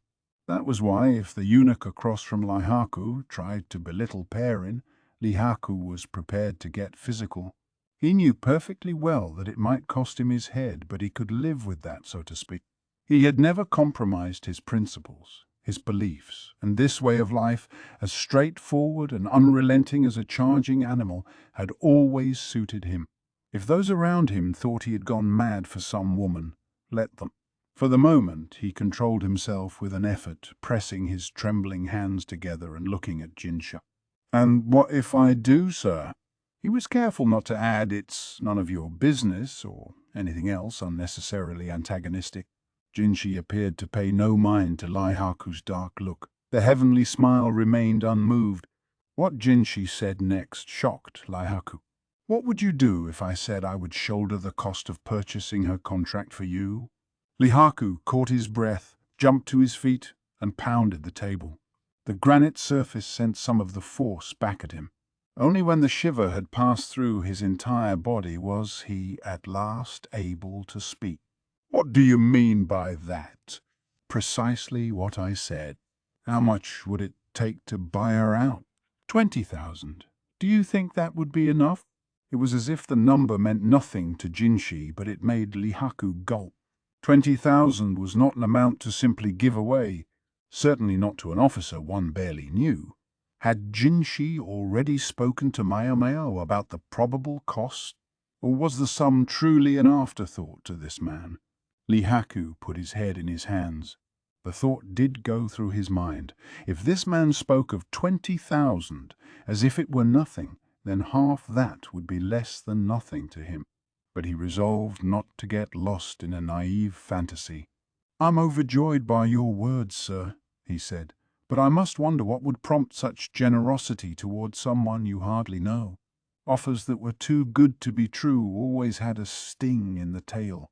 Even a child knew that, and Lihaku wasn't foolish enough to forget this basic rule. He sat back in his chair and looked at the man across from him. The eunuch's expression showed no change despite having offered this staggering amount of money, although his aide behind him looked slightly exasperated. "My cat is most wary, yet not only was she willing to speak to you, she seems to be earnestly considering you as a possible match for a woman she thinks of as an older sister." The cat must have been Maomao. It was the meaning of her name. And when Lihaku thought about it, he realized that she could indeed be cat-like. She could be as suspicious of others as a stray cat, but when there was food to be had, she would come just close enough to get it, take as much as she could, and then she would be gone again. Lihaku had never wanted a cat. If he was going to have an animal, he would have liked a dog, something that could hunt with him. Despite the eunuch's choice of metaphor, though, and despite Maomao's attitude, apparently she trusted Lihaku to at least some extent. True, the disinterest in her eyes had made it clear that she thought it was annoying to have to answer his questions, but answer them she did. Ultimately, it had led to this conversation. "You're saying that when a mistrustful cat takes to somebody, that's reason enough to have faith in them," Lihaku said, earning a slight flinch from Jinsha. He wondered if he'd said something wrong, but the soft smile was back on Jinshi's face so quickly that Lihaku wondered if it had been his imagination. "I did a bit of asking around about you," Jinshi said. "I learned that you're the son of a provincial official. To rise up the ranks in the capital must have taken quite a bit of work." "A fair amount. There were cliques and factions anywhere you went." His father had been an official, yes, but only a regional civil administrator. That had meant an uphill battle for Lihaku, and a good deal of time before anyone really took him seriously. "They say you were discovered by a commander with an eye for talent and entrusted with a unit of your own." Yes, sir, Lihaku said hesitantly. He wondered just how much this man had learned about him. Outwardly, Lihaku was supposed to have been promoted after the commander of a small unit left the service. And who wouldn't want to be on good terms with a promising young soldier? Jinshi continued. Many might, but rarely to the tune of 20,000 silver. Lihaku only really needed half that amount, or actually, if one factored in his own contributions and all he could scare up, even just a quarter of it, 1/4 or 5,000 in silver. Would this man really just give it to him? Lihaku was nearly sick with wishing for it, but he shook his head. He looked at Jinshi seriously and said, I truly do appreciate your vote of confidence, and I confess I'm almost beside myself wanting to accept your offer, but I can't take your silver. To you, she may be simply another courtesan, but to me she is a woman I wish to take to wife, and if I don't do that with my own money, then what kind of man am I? Lihaku managed to say all this to Jinshi, though it wearied him having to be constantly alert to the tenor of his language. He'd thought Jinshi might be peeved by his refusal, but that nymph-like smile didn't change. He even thought it might have softened a little. Then the smile turned into laughter. I see. I'm afraid I've been quite rude. The eunuch stood utterly elegant as he ran his fingers through his hair. Looking like he had stepped out of a painting of a classical beauty, he stood there with a satisfied smile on his face. I think there may be something I will wish to speak to you about later. You wouldn't mind? Whatever you wish, sir. Lihaku stood up as well. He pressed a fist respectfully into his open palm and bowed. The gorgeous eunuch responded with a short nod, and then he and his aide went home. Lihaku watched Jinshi go, almost befuddled by his elegance until they were out of sight. Finally he murmured, "What was that all about?" and scratched his head, truly puzzled.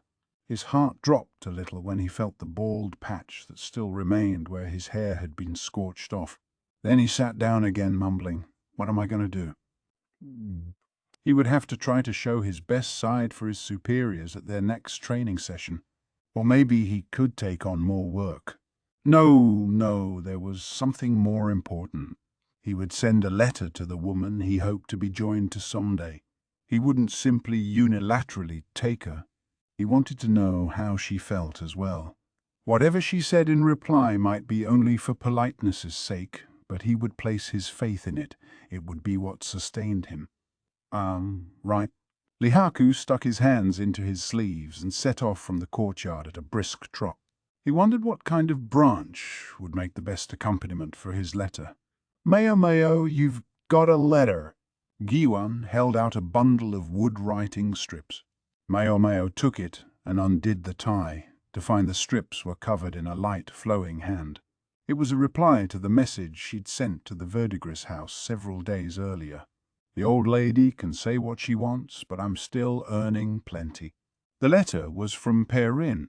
Maomao could practically see her sensuous older sister puffing out her ample chest. Besides, I'm still waiting for a prince on his white horse to come and get me.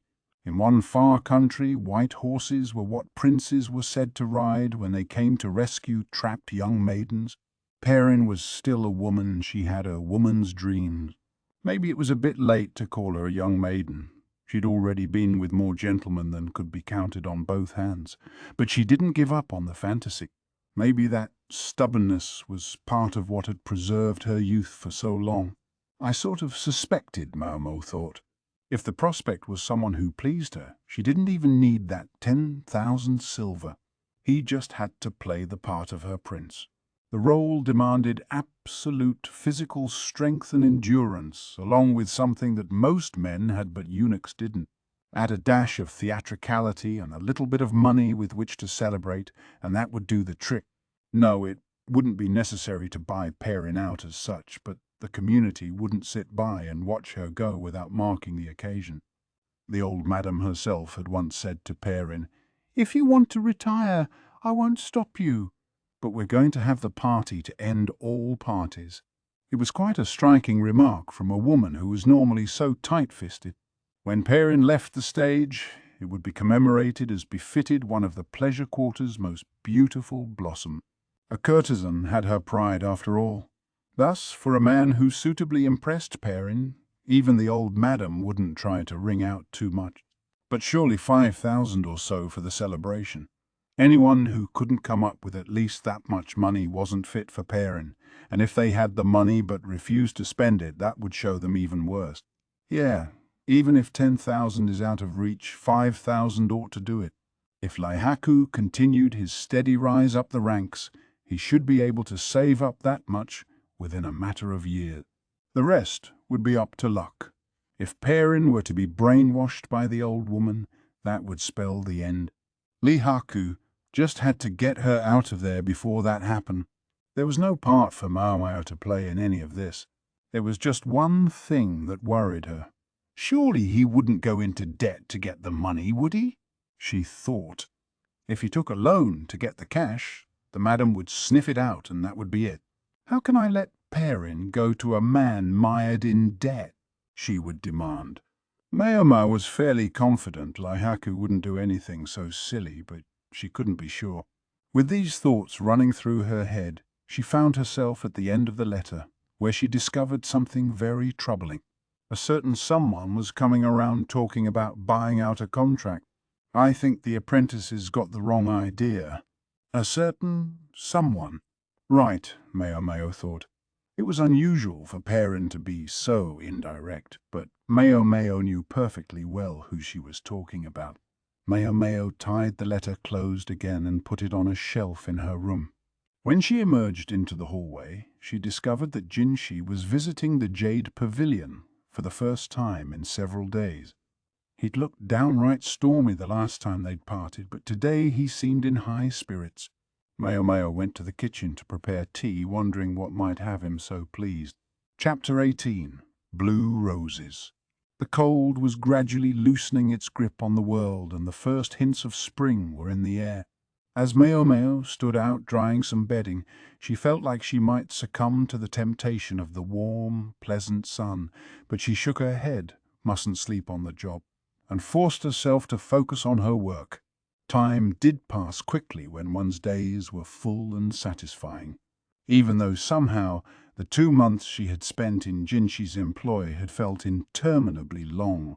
She still longed sometimes for the larded shelves of medicines in the Outer Palace physician's office, but she could rectify that issue here. She could work through the quack doctor to get the Rear Palace medical office up to speed.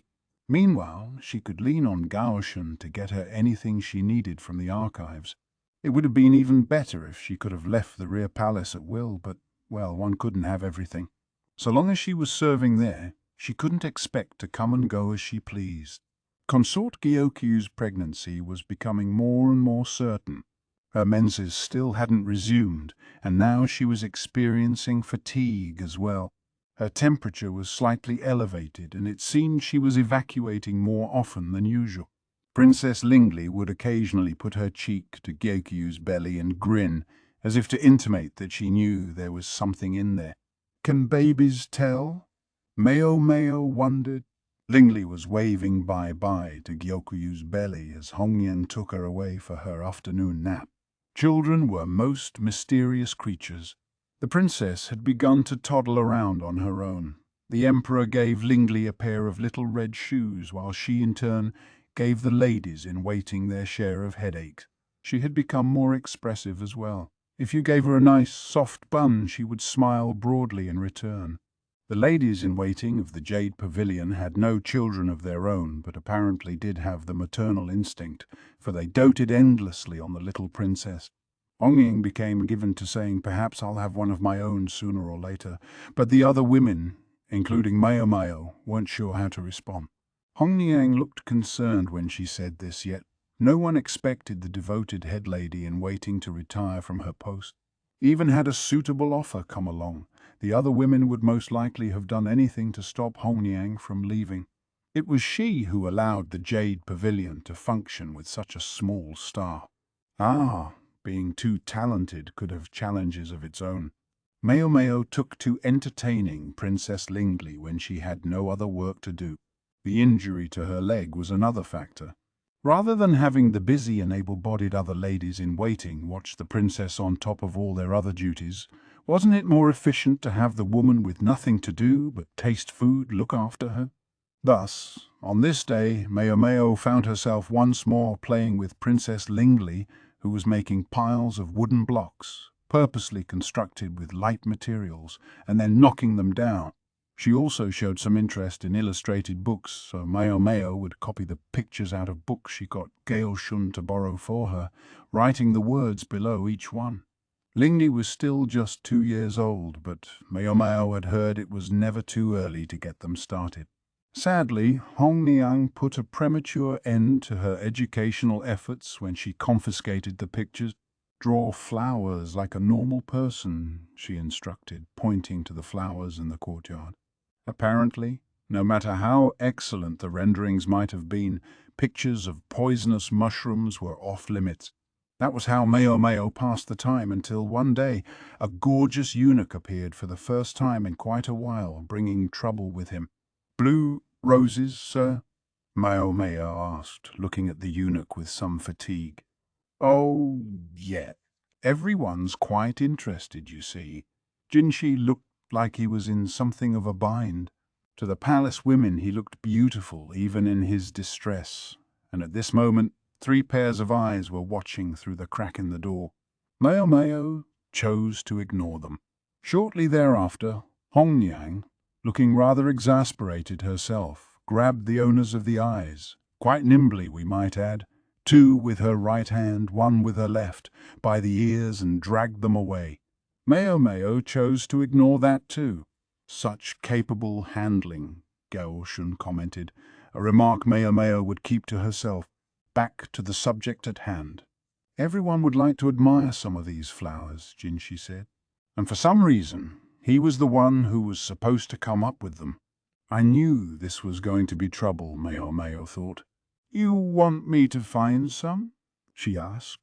"I thought you might know something about them. I'm an apothecary, not a botanist. It just seemed like something that might be in your wheelhouse," Jinshi offered weakly. "Oh, very convincing, sir," Consort Gyokyu said gaily from where she was lounging on a couch. The princess was beside her, sipping on some juice. Someone, somewhere, Jinshi professed not to know who, had suggested that one of Gyokyu's ladies might know something about the subject. That at least explained why he was here. Was it the quack? Maomao wondered. It wasn't impossible. The good-natured old fart had a bad habit of overestimating the abilities of others. It was profoundly frustrating. Maomao wasn't entirely bereft of knowledge about roses. She knew the petals yielded an oil that served as a skin beautifier. The courtesans had used it periodically. She had earned herself some pocket change by steaming the petals of wild roses with their powerful aroma to make the stuff. "I'm given to understand such flowers once bloomed on the palace grounds," Jinshi said, folding his arm. Hongniang, evidently done disciplining the 3 eavesdroppers, entered with fresh tea. Someone was seeing things, surely. "Ah, my calf itches," Maomao thought. Her wound was driving her crazy as it healed. Small blessings. Her feet were hidden under the table, so she could scratch it with the toes of her other foot. But somehow, that seemed to inspire itches elsewhere.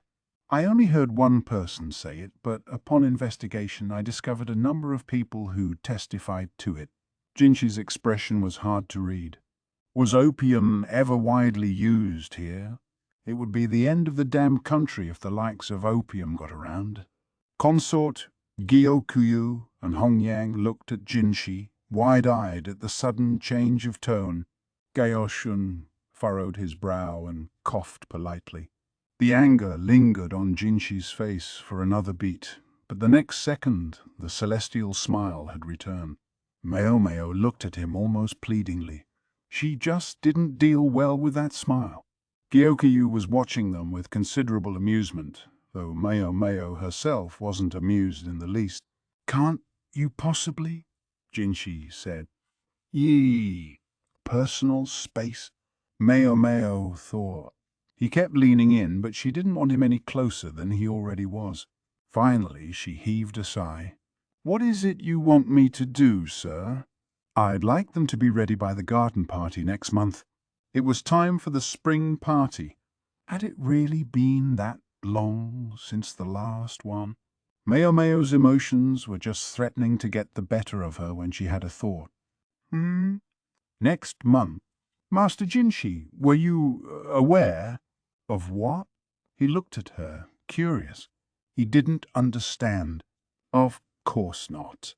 There wouldn't be blue roses and couldn't be blue roses, and it wasn't a problem of colour. It's going to be at least 2 more months before any roses come into bloom. His silence was her proof. He'd had no idea. Of course. She was starting to get one of her bad feelings. He was going to press the matter and she wasn't going to like it. "I'll turn them down." Somehow, Jinshi's shoulders slumped. "May I ask you one thing, sir?" Maomao said. Jinshi looked at her hopefully. Would this request happen to have come from a certain military commander?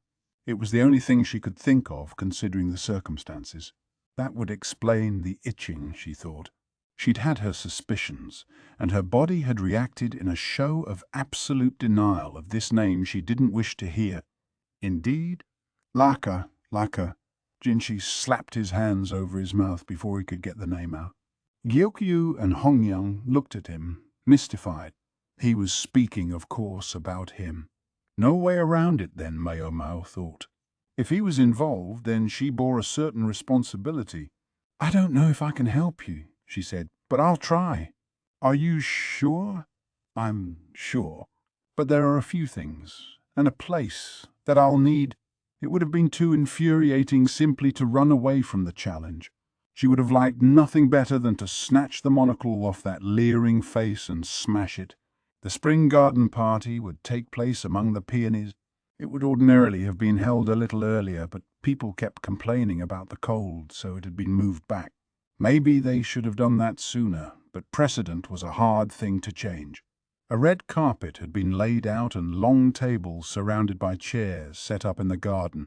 The musical performers restlessly tuned their instruments, ready to start any time they were needed.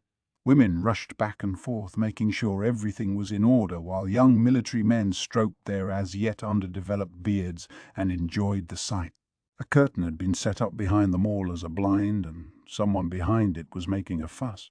A slim girl, practically emaciated in fact, was holding a giant vase of flowers. Cradled in it were colourful roses, even though it was still too early in the year for them. "You really did it," Jinshi said, gazing at the roses whose buds had not yet opened. The flowers were red and yellow and white and pink and, yes, blue, as well as black, purple, and even green. When Maomao had promised to try to create blue roses, no one had imagined this panoply of colours. Jinshi was set back on his heels, wondering how she had done it. "I can tell you, it wasn't easy. I didn't even get them to bloom," Maomao said with genuine regret. She wasn't sorry to have come up short for Jinshi so much as she was disappointed not to have been able to make things go exactly as she had envisioned them. Jinshi already knew she was like that, but it still irked him. It irked him so much. "No, this will be just fine." He picked up a rose, water dribbling from its stem. Something seemed off. For the moment, though, he didn't care. He put the rose back in the vase. He remained surprised that, though she had only agreed to blue roses, Maomao had produced a veritable rainbow. However she had done it, she looked like she might collapse from sheer fatigue. He entrusted her to the care of the ladies-in-waiting of the Jade Pavilion, while he took the vase and set it by the seat of honour. Even as buds, not blossoms, the roses were more than enough to steal the peony's thunder. Everyone seemed to notice them, and everyone was amazed. Murmurs spread among the gathered officials, along with some derisive snorts. This wasn't possible. Jinshi was a eunuch in His Majesty's good graces. What was more, Though he understood that it sounded like hubris to say it, he knew that his looks were enough to take most anyone's breath away. But for all that, he still had his enemies.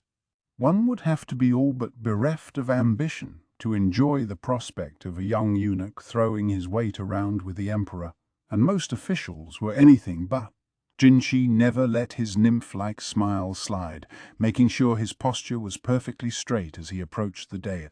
The emperor, with his prodigious beard, sat there surrounded by beautiful women.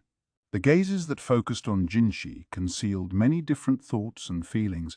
Lust was fine by him. There were endless ways to use it. Jealousy, likewise. Very simple to exploit. Whatever someone might be feeling, so long as you knew what it was, there were ways to handle it. Far more problematic when a person was hard to read. Jinshi looked at the official who sat to the emperor's left, full cheeks and eyes that never gave away what he was thinking. If Jinshi was a little uncomfortable around him, who could blame him? As far as this man was concerned, Jinshi was just a young upstart, and a eunuch at that. At one moment he could seem to be studying Jinshi intently. The next it was as if he were looking at empty air. The man's smile was ambiguous, defying exact interpretation.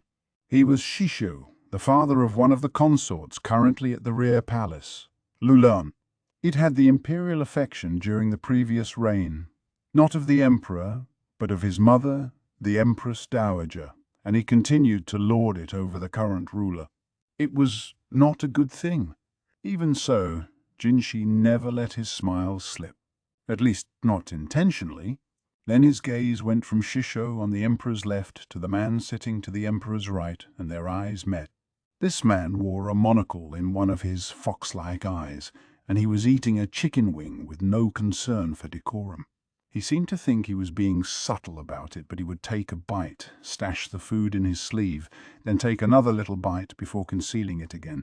At the moment, this was the man Jinshi considered most dangerous, Lakan. He appeared to be studying the head of the high official standing beside him. Then, as if the chicken wing wasn't bad enough, he reached over and plucked away the official's cap. What could he be thinking? For some reason, a wad of black fluff was attached to the cap's underside. Lakan feigned a look of astonishment. When they realized they could see the man's bare head, 3 officials across from him fell silent. It was a cruel prank, exposing the man's, admittedly well-made, wig. A few people chuckled at the childish mischief, some were openly exasperated, and a few had their hands full trying to control a rush of anger. Jinshi wasn't the only one who couldn't maintain an impassive expression. It wouldn't do for him to burst into laughter, however, so he somehow mastered his face and instead knelt on the carpet. He offered the vase of roses to the emperor, who stroked his beard and nodded with undisguised pleasure. Jinshi prevented himself from sighing as he respectfully withdrew. Lakan inspected the roses theatrically, this time with a dried grape in his fingers. Jinshi couldn't help wondering why nothing ever came of his failures of civility. You mustn't go to the Crystal Pavilion anymore. Maomao's head rested on Yinghua's knees. They were in an open-air pavilion some distance from the banquet. Yinghua had been quite worried about Maomao and was keeping a close eye on her. With her pregnancy beginning to show, Consort Gyokyu had excused herself from this event on the pretext that she was giving her place to Lulan, the new pure consort for whom this was in effect a public debut. Why had Maomao grown so gaunt as to alarm Yinghua? It seemed every time she went to the Crystal Pavilion, she ended up ravaged by fatigue. That was where she had been for the past month or so. She'd had Jinshi make the arrangements. The ladies-in-waiting of the Crystal Pavilion continued to look at her as if they thought she was some sort of evil spirit, but she paid them no mind. There was something she needed there in order to make her blue roses. The place she had requested of Jinshi was the Crystal Pavilion sauna, which she'd asked to have built when Consort Lihua had been convalescing. Maomao knew that despite the consort's high status, Lihua could be a very generous person, so she'd figured it couldn't hurt to ask if she might borrow the bath. And indeed, Lihua had agreed without hesitation. Maomao still felt bad using the place for free, though, so she'd brought along a book she'd recently obtained from the verdigris house. "This is His Majesty's favourite reading material," she said as she gave it to Lihua. The Emperor had requested new and different texts, so one of them might as well come from Lihua. When the consort realized what kind of book it was, she calmly put it away in her private chambers, maintaining her elegant demeanor the entire time. Her ladies-in-waiting whispered among themselves as they watched their lady go to her room. Maomao regarded them with a detached gaze. No one would ever imagine that such an aristocratic woman would have a book like that tucked in her sleeve.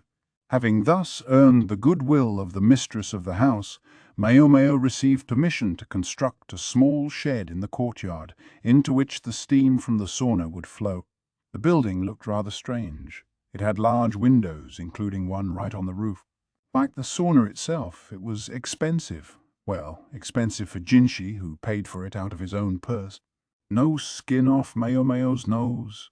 Still, she couldn't help wondering just how much of a salary he must draw to afford things like this. Into the building she brought roses. Not just one or a few, but dozens, hundreds.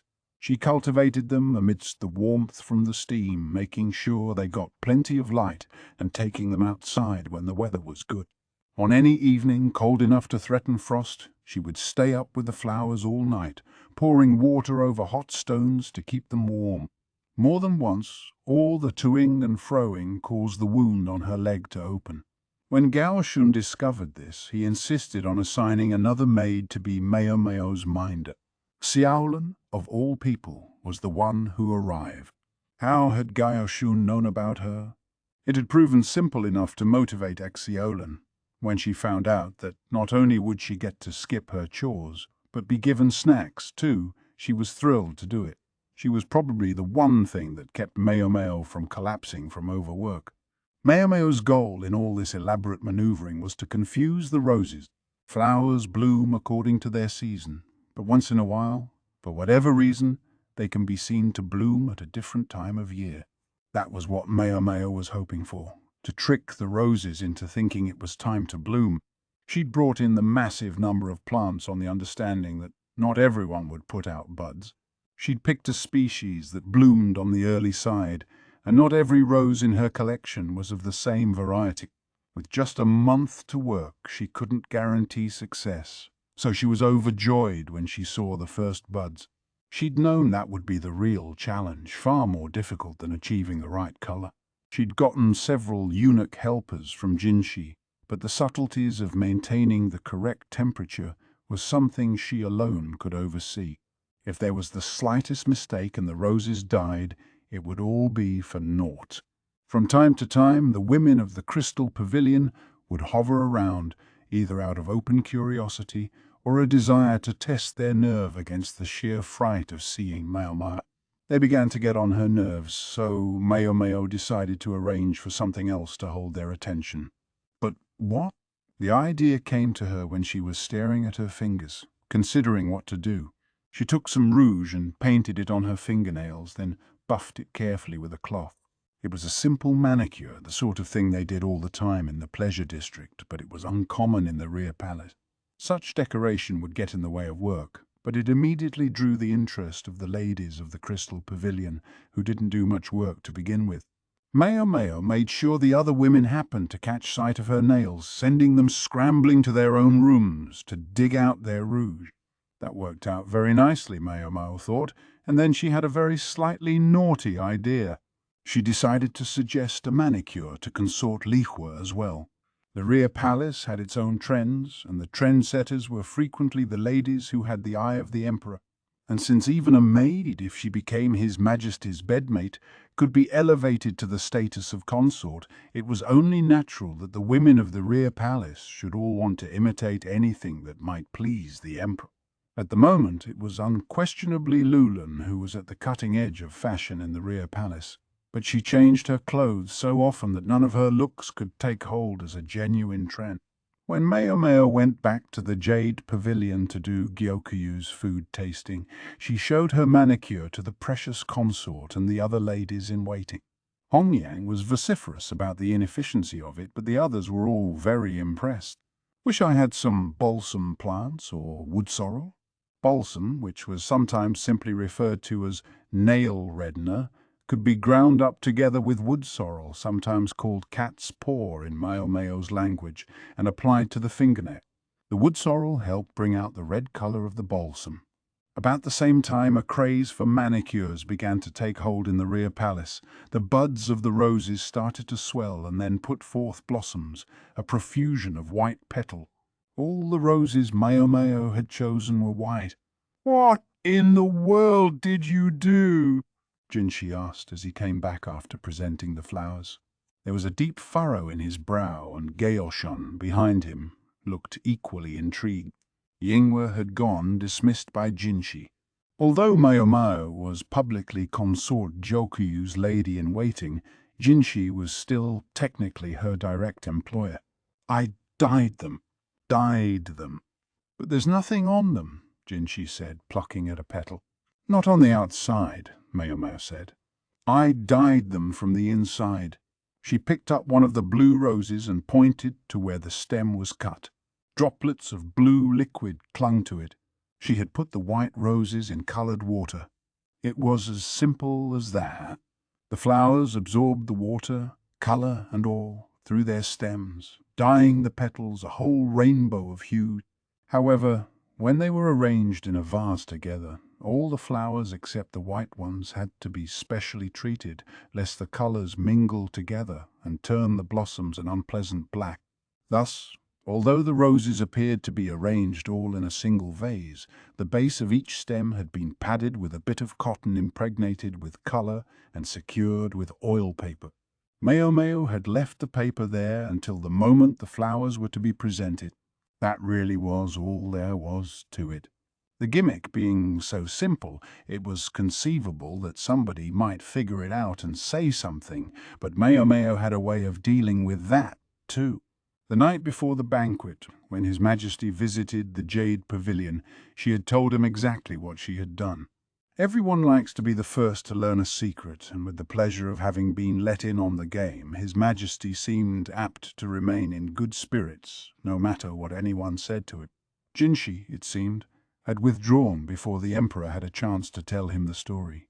In other words, the last time there were blue roses around here, it was because someone or other had enough time to kill that they could spend every day infusing the roses with blue water, Maomao said, looking toward the garden of roses. But why on earth would someone go to all that trouble? Who knows?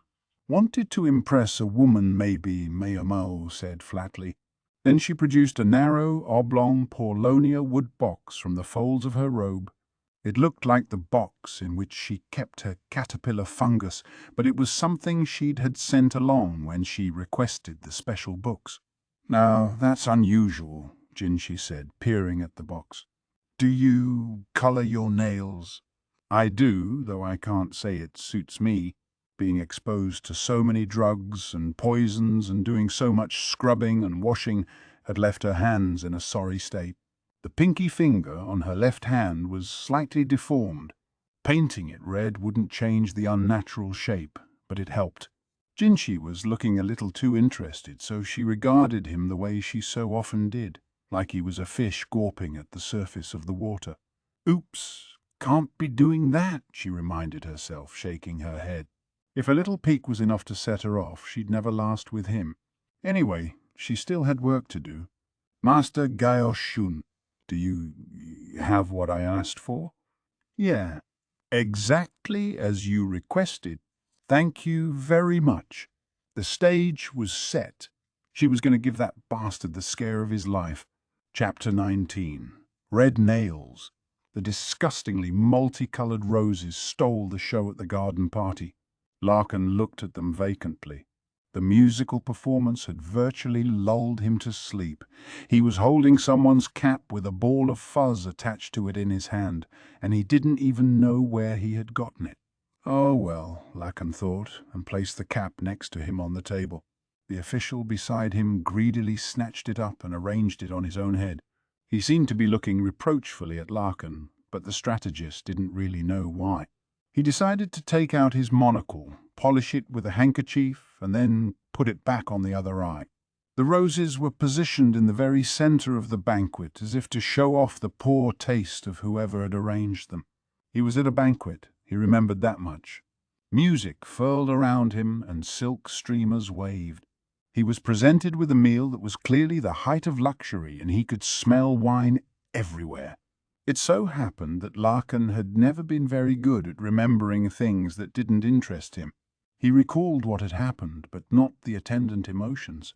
He felt completely divorced from those.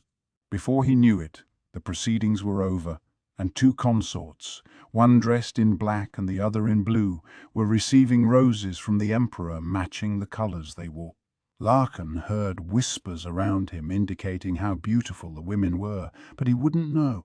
Whether people's faces were beautiful or ugly was something else he'd never had a connection to. God, this was boring. Wasn't he here? Why go to all the trouble of provoking him if he wasn't even going to come? He was left with no choice but to find someone else to tease. He could at least let off a little steam. He looked around. There were plenty of people still here. He hated crowds. Most people's faces just looked like ghost stones to him.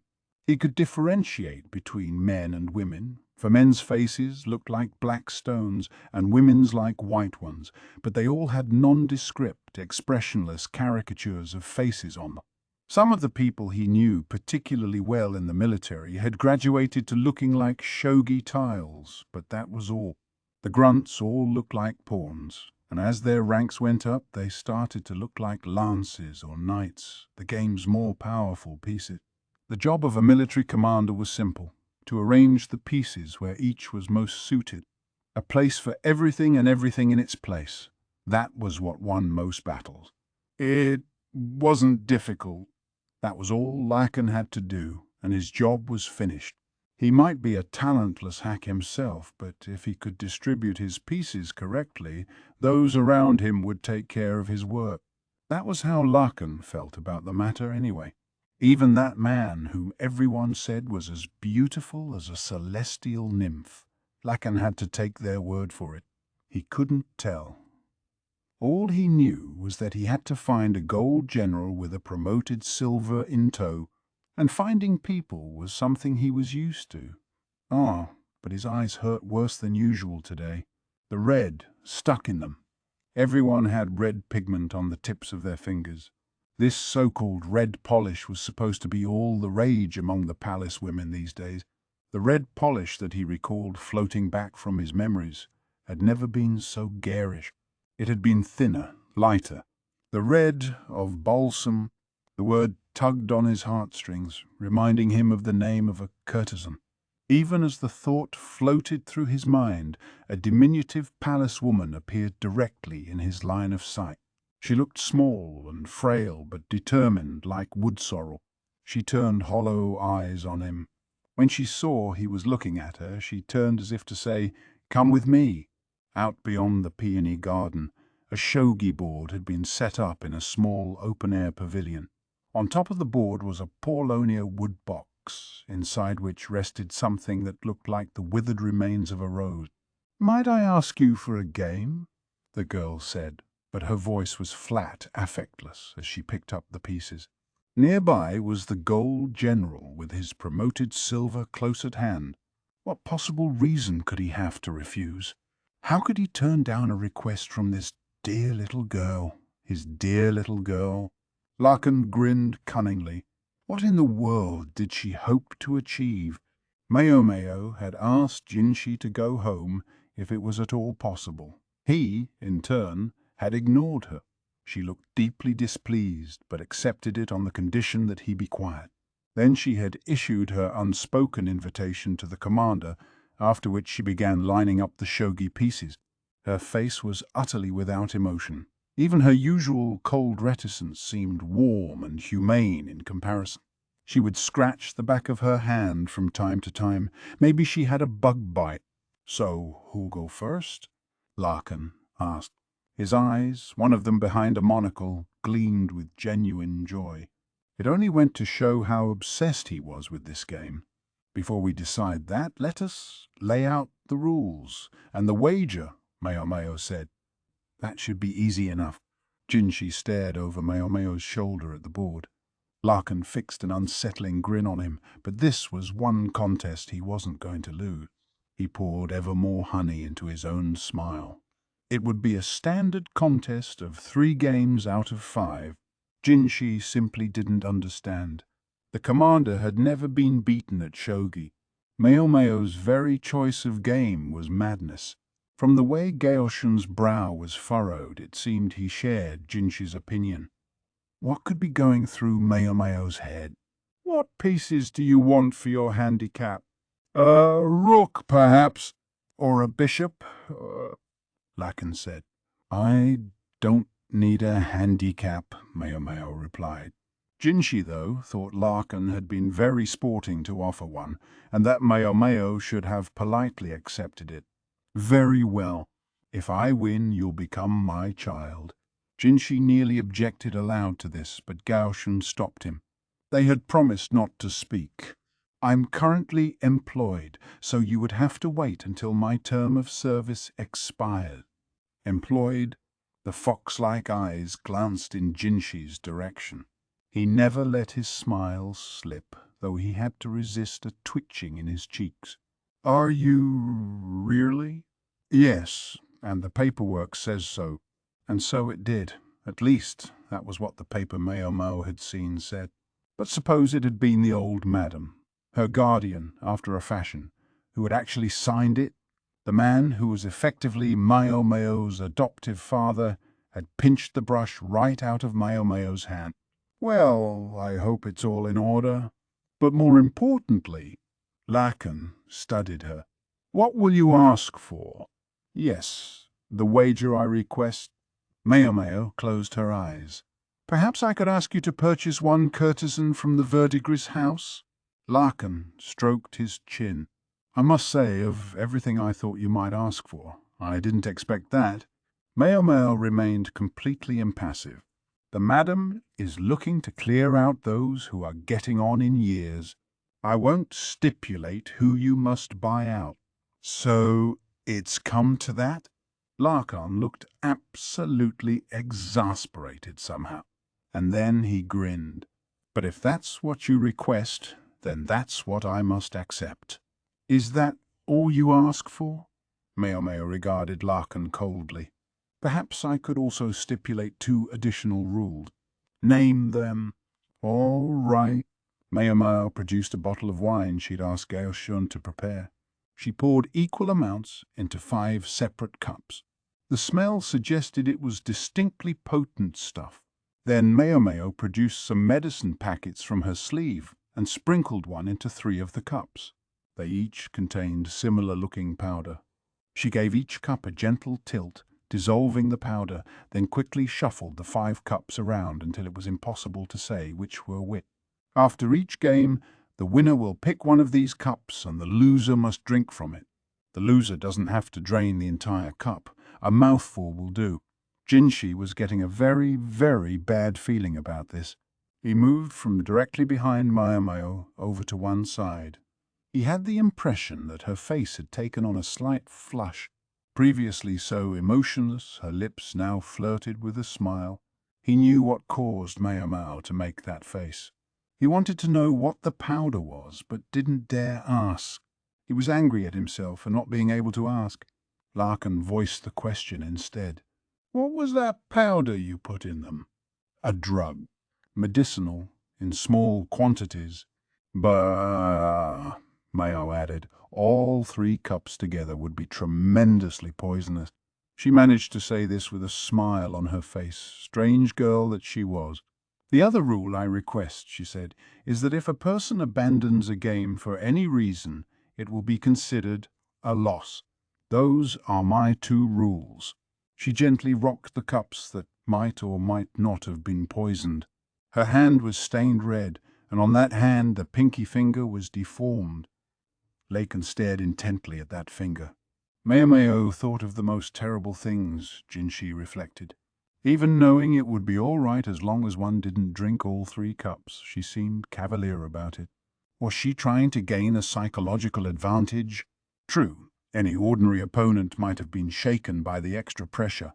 But this wasn't an ordinary opponent. It was the master strategist himself, widely regarded as a superlative player. It would take more than a little scare tactic to bend him out of shape. As anyone might have predicted, Maomao lost the first 2 games in a row. Jinshi had thought maybe she at least knew the ins and outs of the game, but it became clear that she knew the rules at best and had no real experience of actual play.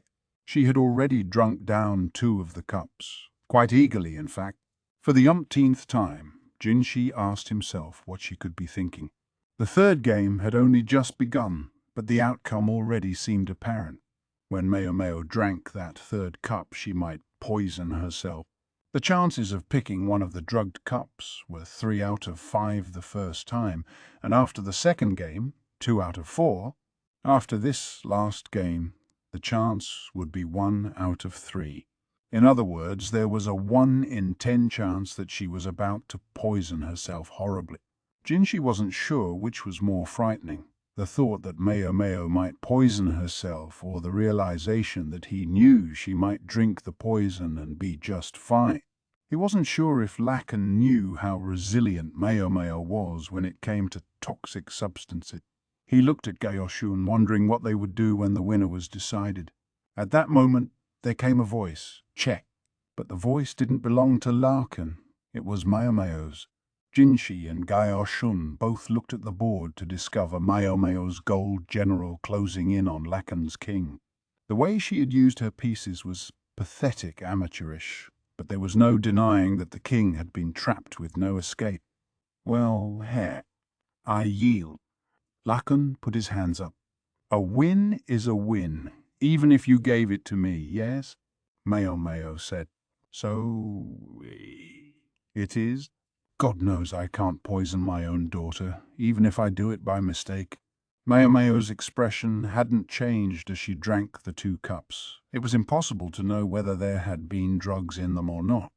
Lakan gazed at his expressionless daughter with a somewhat cowed smile. "That drug you used, does it have any taste?" he asked. "It's quite salty. You'll know at the first sip." "Fine then. Which one will you pick for me?" "Take whichever one you like." So that was it. Lakan could afford to lose 2 games. If either of the drinks he took tasted salty, he would know Maomao was out of danger. The percentages were the same, but this was a much safer method. Nothing escaped this man. Lakan took the cup in the center and brought it to his lips. "Oh, salty." Jinshi hung his head. To his ears, the words signaled that it would all be over with the next game. He wondered what he would do now. And warm. He looked up when he heard that. Lakan's face was bright red and he was swaying unsteadily. Then the blood drained from his face and suddenly he slumped over, pale as a sheet. Gaoshun rushed over and propped Lakan up. "What the hell is wrong with you?" Jinshi demanded. "You said 1 dose of that drug was safe." No matter how much she hated Lakan, he couldn't believe she would actually poison him. "I did. And it is," Maomao replied, appearing thoroughly vexed. She picked up a carafe of water nearby and brought it over to Gaoshun and Lakan. She pried Lakan's eyes open to make sure he wasn't comatose, then dumped water into his mouth, forcing him to drink. She wasn't exactly gentle. "Master Jinshi," Gaoshun said, perplexed. "He appears to be drunk." "Alcohol is the king of all drugs," Maomao commented. She said, simply added a bit of salt and sugar to help the body absorb it. She was attending to Lakan, albeit with a minimum of enthusiasm. Despite her distaste for him, she was evidently going to do justice to her vocation as an apothecary. "And this man is not a drinker," she said. With that, Jinshi finally understood what she had been plotting all along.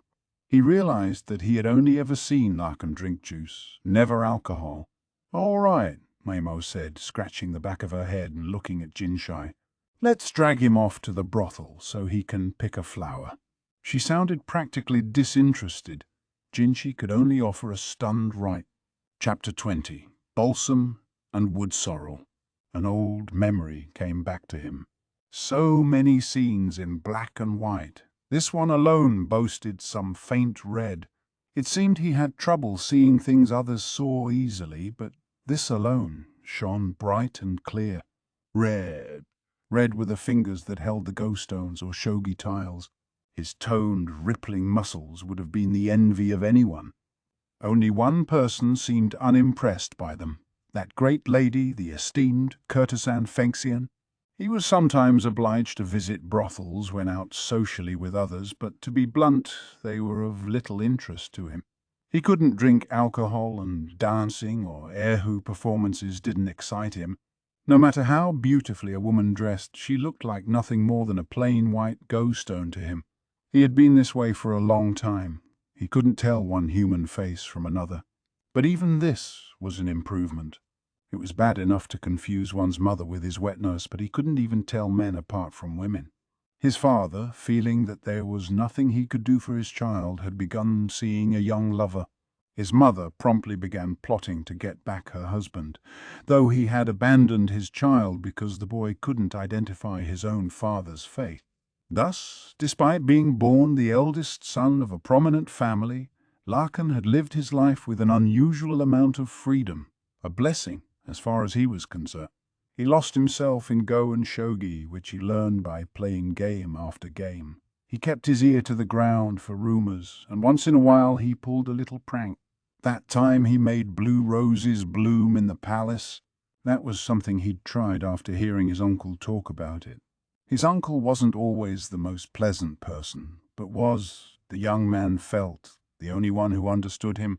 It was his uncle who told him to focus not on people's faces, but on their voices, their body language, their silhouettes.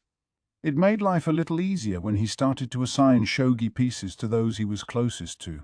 Over time he reached a point where only those he had no interest in were go-stones, while those he was starting to become more intimate with appeared as shogi tile.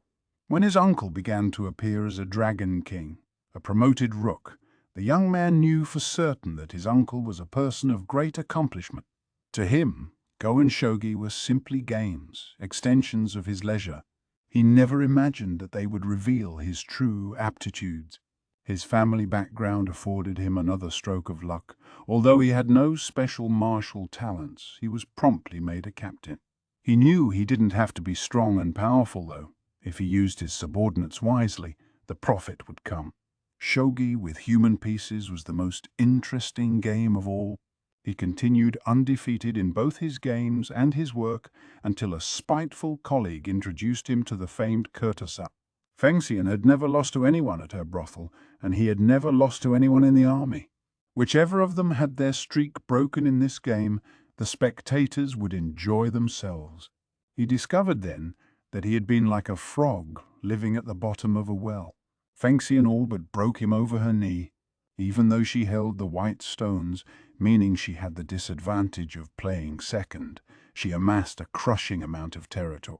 She took the stones in her delicately painted fingers and systematically cut him down to size. He could hardly remember the last time he had lost a game. He didn't feel anger so much as a sort of awe at the remorseless wound she had inflicted on him. Fengxian resented that he had taken her lightly. He surmised as much from the way she never said a word, the way even her movements were dismissive, as if the game hardly warranted her attention. Entirely without meaning to, he started laughing so hard he clutched his side. The onlookers murmured. They thought he had gone insane. He laughed so hard his eyes blurred with tears, but when he looked at the merciless courtesan, he saw not the usual white ghost stone, but the face of a woman in an ill humor. The look in her eyes would let no one get close to her. Like her namesake, the Balsam, Fengxian seemed as if she might burst at the slightest touch. Was this what human faces looked like? It was the first time he had experienced something other people took for granted. Fengxian whispered something to an apprentice who was attending her. The little girl pattered away and returned with a shogi board. The courtesan, so lofty that she wouldn't even allow a man to hear her voice at their first meeting, was challenging him to another game. This time he wouldn't lose. He rolled up his sleeves and began setting out his pieces. The woman named Fengxian had her pride as a courtesan, if nothing else. Perhaps it was because she had been born in a brothel. She sometimes said that she had no mother, only a woman who bore her, for in the pleasure district courtesans could not be mothers. Their acquaintance continued for years and years, and during their meetings they would focus on one thing only, playing Go or Shogi. Gradually, though, they saw each other less frequently. As accomplished courtesans grew more popular, they also became more reluctant to take customers, and Fengxian was no exception.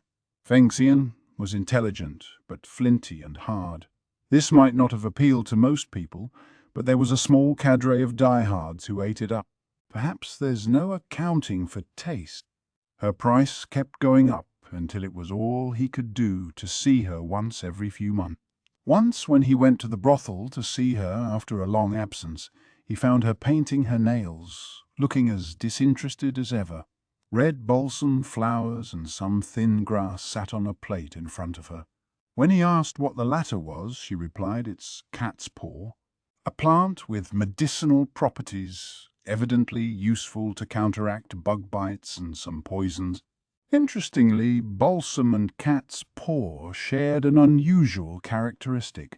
If you so much as touched the ripe seed pods, they would burst and send seeds everywhere. He picked up one of the yellow flowers, thinking that maybe he would try touching one the next time he had a chance, just to see what happened, when Fengxian said, "When will you come next?" How strange. This from the woman who only ever sent the most impersonal notices to remind him her services were available. Another 3 months on. Very well. Fengxian told an apprentice to clean up her manicure supplies, then began setting up a game of shogi. It was about that time that he first heard talk of Fengxian's contract being bought out. Sometimes the price had little to do with a courtesan's perceived value. Some people would drive up the amount simply because they didn't like one of the other bidders. He had managed to earn some promotions in the military, but meanwhile, his position as heir to his family's fortune had been usurped by a younger half-brother, and the bidding ultimately became impossible for him to keep up with. So what to do? An awful idea entered his head, but he immediately snuffed it out. It would have been unimaginable to actually do it.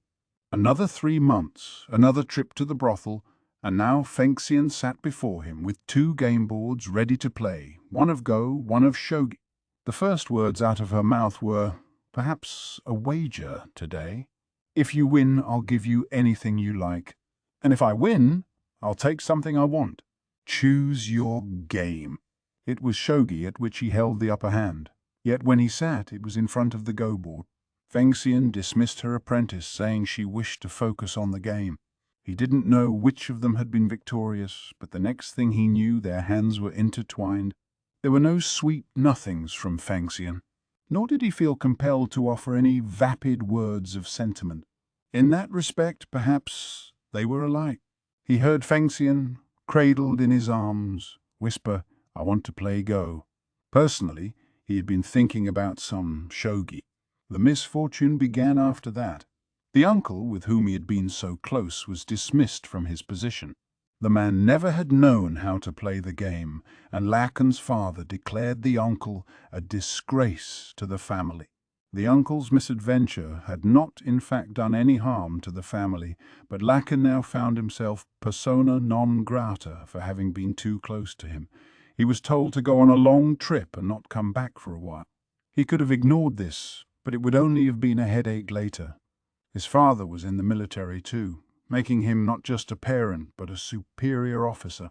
At last he wrote to the brothel saying he would return in half a year's time. This was after he had received a letter saying the contract buyout had fallen through. Thus, for a time, he labored under the impression that all would be well. Little did he imagine that it would be some 3 years before he came back.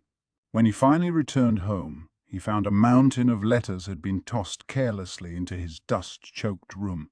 The branches tied to them were withered and dry, making the passage of time painfully evident. His gaze fell on one letter that showed signs of having been opened.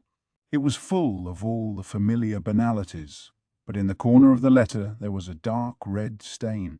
He glanced into the half-open pouch beside the letter. It, too, was stained. He opened the pouch to discover what looked like 2 small twigs, or maybe lumps of clay. One of them was tiny. It looked delicate enough to crush in his hand. He was too late, realizing what they were. He had 10 of them himself. This gave new meaning to the term pinky swear. He rewrapped the 2 twigs and shoved them back into the pouch, then raced for the pleasure district as fast as his horse would carry him. When he reached the brothel, which he found looking substantially more dilapidated than when he had seen it last, there were only ghost-stones there. There was no one who resembled Balsam, although a woman came at him with a broom. It was the old madam. He could tell by her voice. Fengxian was no longer there. That was the only thing the madam said to him. A courtesan who'd been abandoned by 2 important prospects had dragged the name of her establishment through the mud and was no longer trusted by anyone, had no choice but to turn tricks like a common harlot. Did he not grasp what happened to such women? A little thought might have revealed the answer, but his head was full of go and shogi and nothing else, and he had been unable to arrive at the truth. Throwing himself on the ground and crying, heedless of onlookers, wouldn't turn back time. It was all his fault for being so impulsive. All of it. Lakan sat up abruptly in bed, gripping his still throbbing head. He recognized the room he was in, somewhere with a fragrant but not overpowering incense. "Are you awake now, sir?" someone said gently. A face like a white ghost stone appeared before him. He recognized her from the voice. "What am I doing here, Mime?" Yes, he knew this courtesan of the Verdigris house. She'd been Fengxian's apprentice long ago. The one Fengxian had ordered out of the room, in fact, if he recalled correctly. He'd seen her as an apprentice, tentatively toying with ghost stones from time to time, and so he had humored her with the occasional game. She always acted all embarrassed when he told her she was a pretty good player. "A messenger from some noble brought you here and left you. My word, but you were a mess. I don't know whether your face was more red or blue." Meme was more or less the only courtesan at the Verdigris house who would entertain him. It was always her room to which he was shown on his visits. "I sure didn't think I'd end up this way." He'd assumed that if his daughter was drinking it, the alcohol couldn't be that strong. Then again, Lakan had never been very conversant with different types of alcoholic drink. Just a single swallow of this stuff had been enough to set his throat on fire. He grabbed a carafe of water from the bedside and drank lustily. A bitter flavor spread through his mouth, and he spat the water out before he knew what he was doing. "Ooh, what is this swill?" "Maomao prepared it," Meme said. He presumed she was smiling, for she covered her mouth with her sleeve. The drink was probably intended as a hangover cure, but the way it was delivered implied a touch of malice.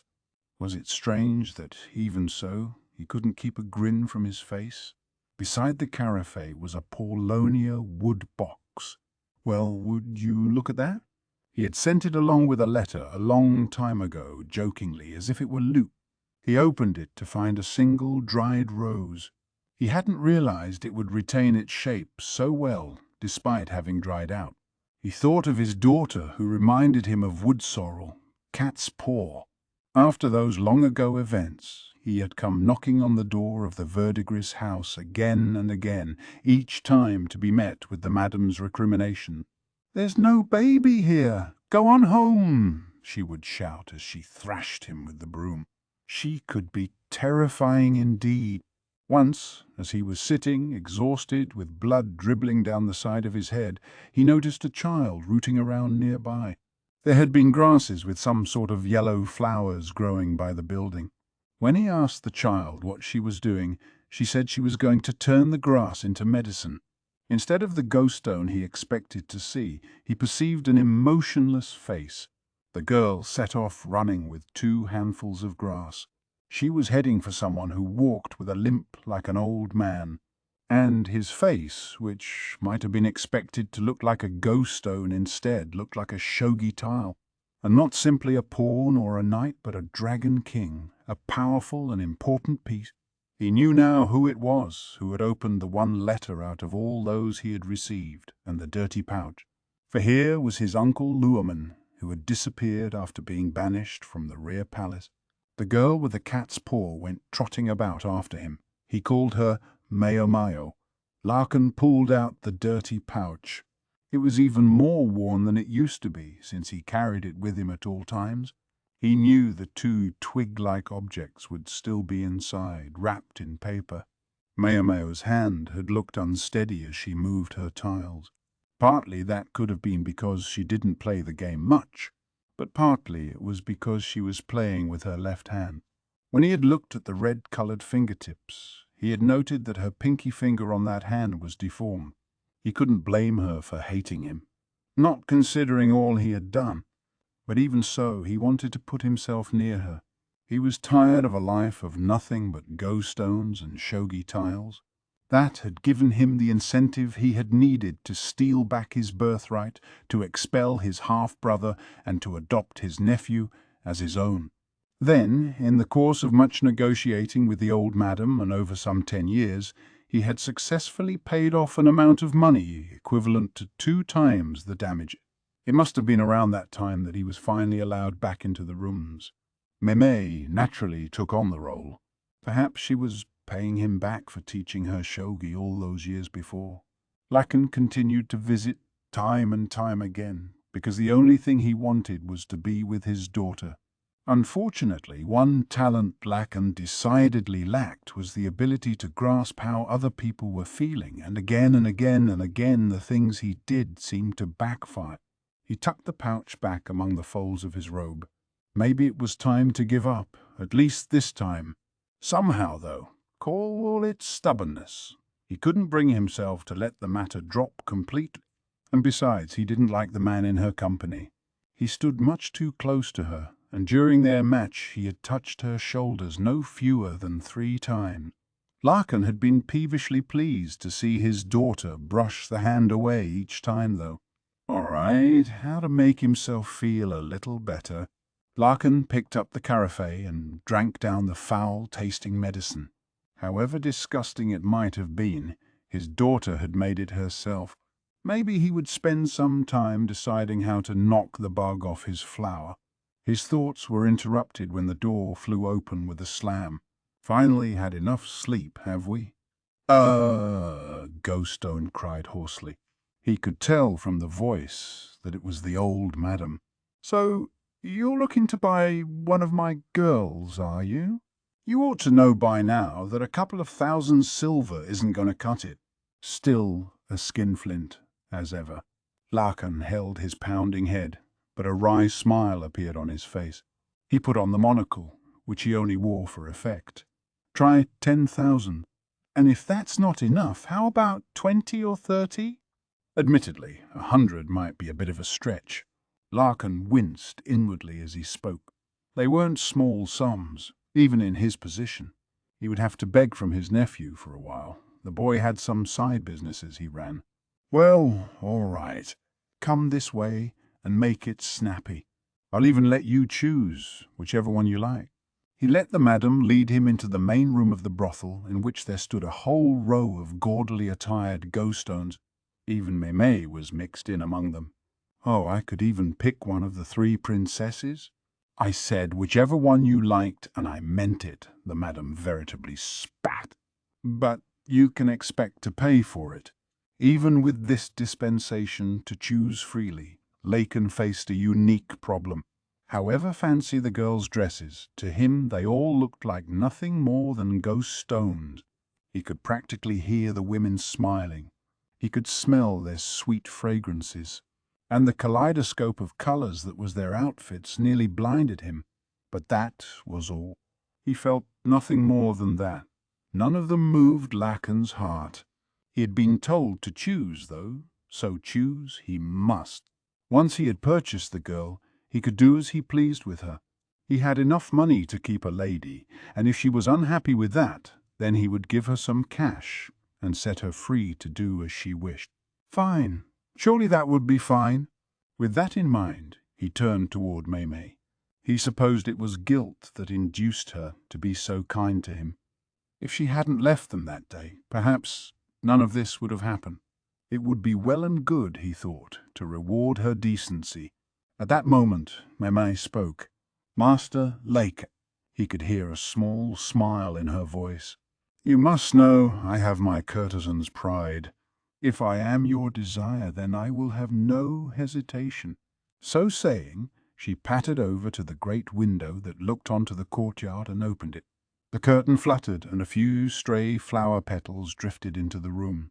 But if you're going to choose, then choose with your eyes open. Maomao, I didn't give you permission to open that window, the madam exclaimed, rushing to close it again. But Lakan had already heard it distantly. Laughter, like a courtesan's chuckle, but somehow more innocent. He thought he caught the words of a child's song. His eyes widened.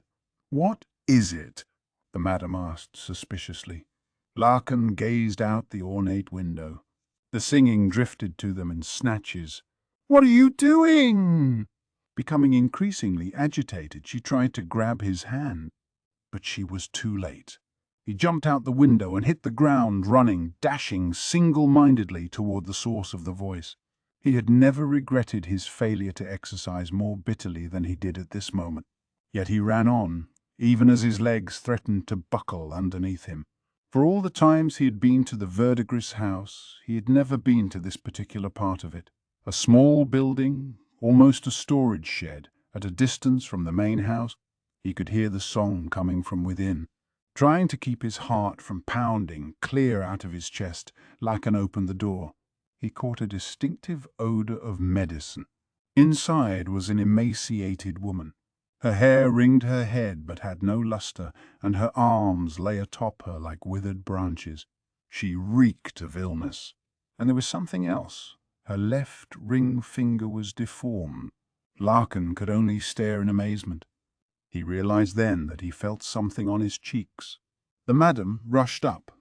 What are you doing? This is a sick room. She grabbed his hand and tried to drag him away, but Lakan didn't move. He was staring, fixated on the emaciated woman. Come on, get out of here. Come choose one of my girls. Yeah, right. Must make a choice. Lakan sat down slowly, making no effort to wipe away the overflowing droplets. The woman didn't seem to notice him. She only smiled and sang her little song. There was no longer any trace of the imperious bearing or the mocking look. Her heart had reverted to that of an innocent child. Yet despite her wasted state to Lakan, she looked more beautiful than anyone in the world. This woman, madam. I want this woman. Don't be stupid. Get back in there and pick. Lakan, though, reached into the folds of his robe, feeling around until he found a heavy pouch. He pulled it out and placed it in the woman's hand. It appeared to catch her interest. She opened it and looked inside with stiff, stilted motions. With trembling fingers, she pulled out a glowstone. Perhaps it was only his imagination that made him think he saw a momentary flush in her face. Lakan grinned. This is the woman I'm going to buy out, and I don't care how much it costs. 10,000, 20, it doesn't matter. There was nothing the old madam could say to that. Maomao came up behind her, her dress dragging on the floor as she entered the room to sit across from the sick woman. She took the woman's bony hand. If only you had said what you wanted to begin with, elder sister. Why didn't you speak up sooner? Maomao seemed to be crying. He could tell when he heard the sob. Why not let it be over before I started to hope? Lakan didn't understand why Maomao was crying. He was busy studying the woman who looked affably at the glowstone. She was as beautiful as Balsam. I am so tired. Maomao was reminded how exhausting it was to deal with people she wasn't used to. She'd helped get the soused, fox-eyed man to a sleeping chamber, and now was all but stumbling home. She'd already parted ways with Jinshi and Gaoshun, who had business of their own to attend to. They'd left her with another official, the one who had accompanied her during the food poisoning investigation. Balsam, that was his name. She'd only had to meet him several times to start remembering it. He was easy to work with. He wasn't effusive, but he did his job attentively and thoroughly. It was a good combination for Maomao, who rarely felt compelled to start a conversation if someone else didn't do it first. Seeing him again, though, had reminded Maomao that sometimes there were people you simply didn't get along with, things you simply couldn't accept, even if the other person had never had any malice. As she trudged along, Maomao spied a glittering entourage. At the center of it, attended by a palace woman holding a parasol for her, was a woman in a lavish dress, consort Lula. Maomao heard someone cluck their tongue. She realized Balsam was beside her, watching the group through lidded eyes.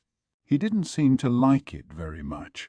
Maomao briefly wondered why, but then she saw a portly court official standing and waiting for Lula. He was flanked by men who looked like aides, and there was a train of people behind him. When Lulan saw the portly man, she hid her mouth with a folding fan and began speaking to him in an obviously friendly manner. Notwithstanding all the ladies in waiting who were present, Maomao wondered if it was really all right for any consort to be speaking so intimately with a man who wasn't His Majesty. A venomous whisper from Balsam, however, answered her question. Damn schemers, father and daughter both. So that must be Lulan's father, the one who had pushed to have her admitted to the rear palace. Maomao had heard rumors that the man had been an influential advisor of the former emperor, but that the current ruler, who preferred to promote people on demonstrated merit, regarded him about as favorably as a black eye. Nonetheless, Maomao shot Balsam a look. She wished he wouldn't badmouth a high official out loud, even if she was the only one around. If anyone chanced to hear them, they might think she was a willing party to the conversation. He's still young, I guess. Looking at him, it occurred to her that he wasn't much older than she was. It had been decided that Maomao wouldn't go back to the rear palace that night, but would stay at Jinshi's residence instead. And here I was under the impression you despised him, Jinshi said slowly, his arms crossed. He'd gotten there before she and had been waiting for her. Maomao was sipping some congee Suirei had prepared. It was bad manners to talk while one ate, but she was more interested in catching up on the nutrition she'd missed during her time at the Crystal Pavilion.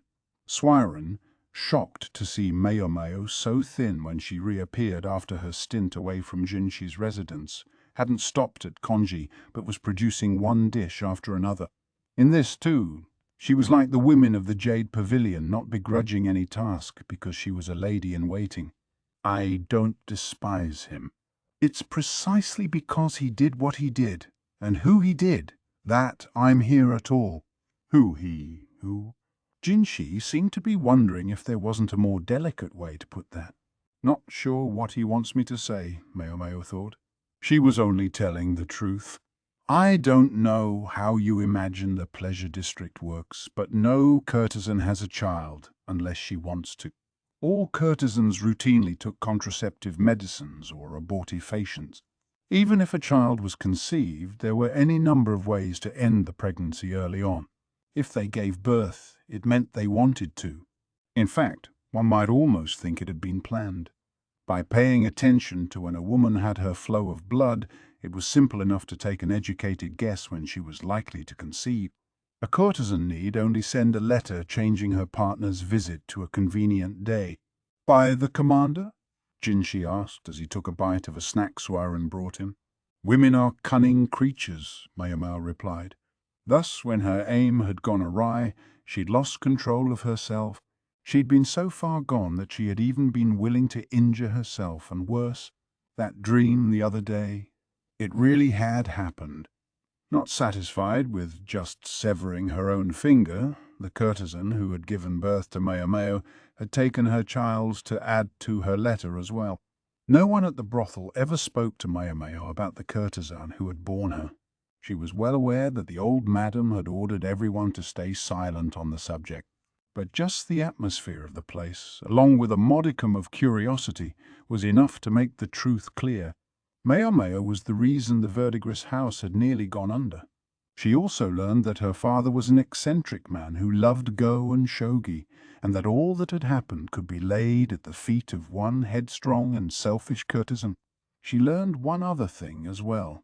The identity of this woman whom Maomao had always been told was no longer there. The identity of the woman who, until the humiliation of her missing nose drove her insane, had always refused to go anywhere near Maomao. That fool of a man. There were better courtesans. Why didn't he just buy one of them out? That's what he should have done. Master Jinshi, does that man ever speak to you anywhere but your office? Jinshi thought for a second. Now that you mention it, no, he doesn't. The most he ever did, Jinshi said, was give him a quick nod of the head when they passed each other in the hallway. The only time the man ever cornered him with chatter was when he showed up at Jinshi's office. Once in a while, Maomao said, "You'll meet someone who can't discern people's faces. That man is one of them." This was something Maomao's old man had told her. She'd only half believed it herself, but when he told her that he was like that, it had somehow seemed to make sense. "Can't discern?" Jinshi said. "What do you mean?" "Simply what I said. They can't seem to put faces together. They know what an eye is or a mouth and can perceive these different bits, but they don't register them in aggregate as distinct faces." Her old man had been solemn as he told her this. He was communicating that even he deserved sympathy, for he had suffered much in his life because of this thing he couldn't control. Nonetheless, while her old man was compassionate, he did grasp the broader situation, and he never tried to stop the old madam from chasing the other man out of the brothel with her broom. He knew that wrong was wrong. For some reason, he does seem to recognize me and my adoptive father. I think that's where that stubborn obsession of his comes from. One day, out of the blue, a strange man had appeared and tried to lead her away. The madam had shown up shortly after and beaten him with a broom, and the sight of the bruised and bloodied man had inspired fear in her young heart. Anyone would be scared by a man who reached out to them grinning, even as blood poured from his face. He showed up periodically after that, always doing something unexpected before being sent home a bloody mess. It had taught her not to be surprised by anything, or at any rate by very few things. The man kept calling himself her father, but as far as Maomao was concerned, her father was her old man, not that raving eccentric. He was, at best, the stud who had sired her. He was trying to displace Maomao's old man, Luoman, and be her father instead, but Maomao was having none of it. This was one point on which she wouldn't bend. Everyone at the brothel told her that the woman who had given birth to her was gone. It was less trouble that way. And even if she was alive, what did Maomao care? Maomao had her old man. She was Lumen's daughter. And she was perfectly happy that way. That man wasn't the only one responsible for her. In fact, she was grateful to him on that count. She had no memories of her mother, only of a terrifying demon. As for how Maomao felt toward Lakan, she might hate him, but she didn't resent him. He was clumsy about some things, but not malicious, even if he was sometimes a bit overdramatic in his reaction. If there was a question of forgiveness to be answered, well, there was at least one person who had more reason to resent him than Maomao did. Maybe the madam's forgiven him by now, she thought. She wondered if the man had noticed the letter in the box with the rose in it. It was the biggest concession Maomao was capable of making to her sire. Well, if he never noticed, that was fine. Let him buy out her pleasant courtesan sister. That might be happiest all around. I can't help thinking it certainly looked like you hated him. That's simply because you don't know him very well yet, Master Jinshi. When Maomao had been trying to get into the ceremony, it was Lakan who had helped her. She suspected he'd had an intuition that something was going to happen. He'd never needed to look at scenes and gather evidence the way Maomao did in order to predict impending events. He seemed to simply have a nose for them, and his guesses were rarely wrong. Has he never wheedled you into looking into a matter you otherwise wouldn't? Maomao asked. Jinshi fell quiet at that, but from the way he then whispered, "So that's what that was," she presumed she had guessed correctly. Perhaps he was also the reason Laihaku had been so quick to investigate Suirei, and that the Board of Justice had responded so efficiently to her. The one hitch with that man was that, as much trouble as he put everyone else to, he never seemed to want to lift a finger himself. Just imagine what might happen if he were willing to take a public stand every once in a while. Maybe that resurrection drug would already be within reach. The thought pained her immensely. He didn't understand what genius he was blessed with. This whole country held few people whom her old man would praise so openly and with such fervor. Maomao recognized this feeling. It was jealousy. It might be impossible to make a friend of him, but I'd suggest you not make him an enemy either. She almost spat the words, then held up her left hand and looked at the pinky finger. "Master Jinshi, do you know something?" "What is it?" "If you cut off a fingertip, it will grow back. Must you say that while I'm eating?" He gave her an uncharacteristic glare, their usual positions reversed. "One more thing, then." "Yes, what?" "If that man with his monocle ever told you to call me Papa, how would you feel?" Jinshi paused for a moment and looked deeply disturbed. Another unusual expression for him. "My goodness," Suirei said, putting her hand to her mouth. "I suppose I would want to tear that stupid monocle off his face and shatter it." "I expect so." Jinshi seemed to understand what Maomao was getting at. He whispered a question, something about whether it was rough to be a father. Standing beside him, a twinge of grief passed over Gaoshun's face. Perhaps something about the conversation struck a nerve. "Is something the matter?" Maomao asked, and Gaoshun gazed up at the ceiling. "No, only bear in mind that no father in the world wishes to be reviled," he said softly. Well now, Maomao thought, but she only brought her spoon to her mouth, determined to finish the last of her conjecture. Epilogue. Several days after Maomao returned to the rear palace, a letter from Maomao arrived, along with a package. The letter spelled out exactly whose contract had been bought out and by whom. It must have been raining or something when she wrote, for the page was streaked with droplets. In the small case that accompanied the letter was a lovely scarf of the kind courtesans used on celebratory occasion. Maomao was about to close the case again, but thought better of it. Instead, she went over to a chest of clothing, one of the furnishings in her small room, and started digging for something at the very bottom. The lights of the pleasure quarter glittered in the distance. Maomao thought they looked even brighter and more numerous than usual. From her place atop the outer wall of the rear palace she could hear jangling bells, courtesans dancing with their scarves, she imagined. They would wear their most beautiful outfits, wave long, flowing cloth and scatter flower petals. Being bought out of a contract was a cause for celebration. When all the city bloomed for one woman alone, the other flowers would dance to see her off. There would be wine and feasting, singing and dancing. The pleasure district never slept, so the carousing would go on all night. As for Maomao, she had the gossamer scarf Maomao had sent her wrapped around her shoulders. She grasped it with her fingers. Her left leg still wasn't at its best, but she thought she could manage this. She removed her overrobe and dabbed a touch of rouge on her lips. That, too, she had received from Mimi. It feels like some kind of joke. Maomao thought of Princess Fuyu, who had been given to a military officer in marriage the year before, an old friend of hers. Had she forgotten all about her days in the rear palace by now? Or did she sometimes remember how she once danced on these walls, night after night? Now Maomao would do the same thing as the princess. Clad in the lovely dress her sisters had foisted on her, she called to mind the first steps of the dance she'd been taught so long ago.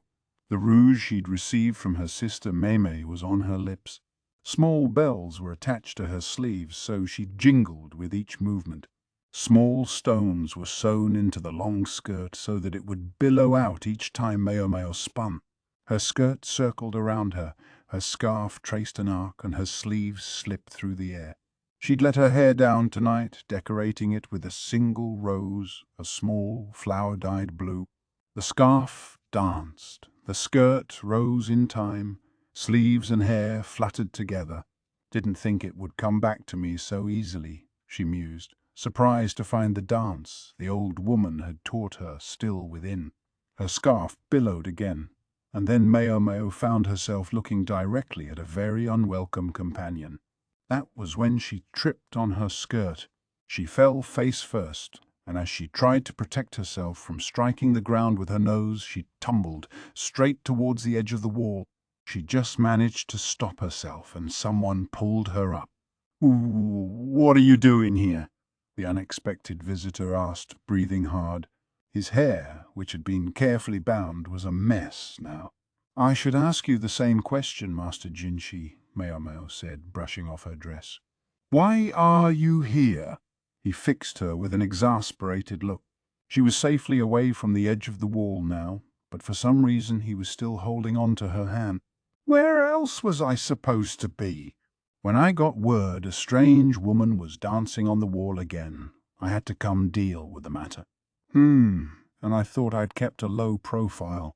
Now Maomao thought about it, though. Maybe it shouldn't have been so surprising that she was noticed. Still, did this mean the guards still believed in ghosts? "I'll thank you not to add to my workload," Jinshi said, placing his hand on Maomao's head. "Surely you didn't have to come yourself, Master Jinshi. Couldn't you have sent someone else?" She slid her head aside, out from under his hand. "A very kind guard recognized your face and contacted me directly," Jinshi said. Maomao touched her face. "You may think what you're doing is innocuous, but remember that it won't look that way to those who see you." "As you say," Maomao replied. Somewhat embarrassed, she scratched her cheek. This whole endeavor was harder than she'd thought. "That's my story," Jinshi said. "Now it's your turn." "What are you doing here?" After a moment, Maomao replied in the pleasure quarter. "We danced to send off a courtesan who's been bought out of her contract. My celebratory outfit arrived this very day." In truth, she'd wished to send off the courtesan who'd given her the clothes. Meme had stuck with Maomao faithfully as she struggled to learn to dance. "I want you to be able to dance properly when I leave," her sister had always said. Jinshi was looking at her intently. "What is it, sir?" she asked. "I just didn't know you could dance. It's a basic subject of education where I grew up. I couldn't not learn it, although admittedly I never got good enough to perform for a paying customer." Still, she told him, sometimes when celebrating a woman's departure, what mattered was the number of dancers more than their quality. When she said that, Jinshi looked out toward the distant lights of the pleasure district. The rumors are already starting beyond these walls. The stories of how that eccentric bought out a courtesan. "I imagine so. What's more, he's put in for leave. He plans to take off for 10 straight days. He does know how to cause trouble." Maomao suspected that tomorrow another new rumor would begin as well. She didn't know how much the old cook had spent on this banquet, but judging by the number of lanterns she could see from her perch on the wall, it far outstripped what anyone would spend on the average courtesan. Meme's letter made it sound like there would be feasting and celebrating enough for a solid week. So the tongues would wag. Who had known that it wasn't only the 3 princesses at the Verdigris house? That there had been another such courtesan there? I still think he should have taken Meme, Maomao thought. The sick woman, ravaged by her illness, surely didn't have long. She certainly lacked her memories of those long-ago days. All she knew was how to sing children's songs and set ghost stones beside each other. But that man had found her after the old lady had hidden her for all those years. I wish he hadn't, Maomao thought. Then he could have picked her wonderful sister. Meme was overflowing with talent and still beautiful. She would have made an excellent wife. But she's strange in her own ways. It was Meme who had first let the man the madam so reviled into her room. Maybe she thought it was the only thing to do with the strange person who continually came pursuing Maomao. Once he was with Meme, he hadn't done anything but only talked endlessly of Maomao and the woman who had borne her. Sometimes he would seat himself in front of a go-board, but they never played a game together. Instead, the man would play out one old game after another from memory. That, at least, was what Meme told her. Maomao couldn't know for sure. Maybe Mime was just being considerate of her, but it really didn't matter to Maomao. She would have been happy enough to see Meme go to that man. His personality aside, at least he had plenty of money. Her sister wouldn't have wanted for anything in her life. Maomao wanted to know what there was not to like about her sister. "I can't help wondering who in the world he bought out," Jinshi said. He'd known of the wager, but evidently hadn't imagined the celebrations would be so momentous. He was surprised to discover the man was even more eccentric than he had realized. "Yeah, I wonder who it could be. Do you know?" In response, Maomao only closed her eyes. "You do know, don't you? No woman he chose could be more gorgeous than you are, Master Jinshi." "That's not what I asked." "He doesn't deny it, though," she thought. She suspected Jinshi wasn't the only one wondering. The whole palace, probably the whole capital, would be asking the same question. The courtesan, for whom all this fuss was being made, must be resplendently dressed, but she would never appear in public. There would be only rumors, and they would only grow. People would ask themselves what woman could have so caught the eye of a man like him, how beautiful she must be. And won't the old hag be pleased, Maomao thought. People would be talking about the verdigris house for quite a while to come. More than a few officials would come knocking on the door, purely out of curiosity, of course. Maomao's whole body felt hot. Maybe it was because she hadn't danced in so long. Her feet in particular tingled, and when she looked down, she saw her skirt was tinged with red. "Oh, shit," she said, and grabbed up her skirt. "What are you doing?" Jinshi cried, his voice scratching. Maomao looked at her leg and made a face. The heat had become pain. Her experiments with medicines had dulled her perception of such sensations. She'd been convinced the wound in her leg had healed pretty thoroughly, but her dancing had torn it right open again. Guess it opened up again. You act like it did that on its own. Don't worry, I'll sew it right back up." Maomao rooted among her discarded overgarments and came up with some disinfectant alcohol and a needle and thread. "Why are you so prepared for this exact situation?" "You never know." Maomao was just about to make the first stitch when Jinshi grabbed the needle. "You can't sew, sir," she said. "Don't do it here." No sooner had he spoken than he hefted Maomao into his arms and made his way deftly down the wall without so much as a ladder. Maomao was so stunned she didn't even think to struggle. When they reached the ground, she assumed he would put her down, but instead he continued to carry her, though he shifted her somewhat in his arm. "What are you doing that for?" she asked. "It was getting hard to hold you." "Then put me down." "And let you make it worse?" Jinshi pursed his lips. He had his arms around Maomao, and she found it most uncomfortable how close her face was to his. "How do I end up in these situations?" she thought, but she said, "What if someone sees us, sir?" "No one will see us. It's too dark." Besides, he lifted her slightly and adjusted his grip so she wouldn't fall. "This is the second time I've held you like this." "The second time?" she thought. Oh, it must have been the day she'd injured her leg. She'd been unconscious. Someone had carried her away from the scene.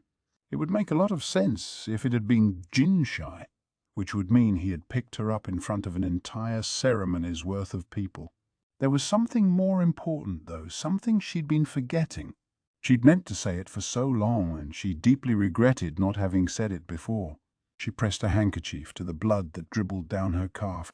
"Master Jinshi," she began, "I know this is hardly an ideal moment, but if I may, there's something I've been meaning to say to you for quite a long time." "Why so formal all of a sudden?" Jinshi asked, somewhat perplexed. "Sir, I simply must say it." "Well then, out with it," Jinshi responded. "Very well," Maomao said, looking Jinshi full in the face.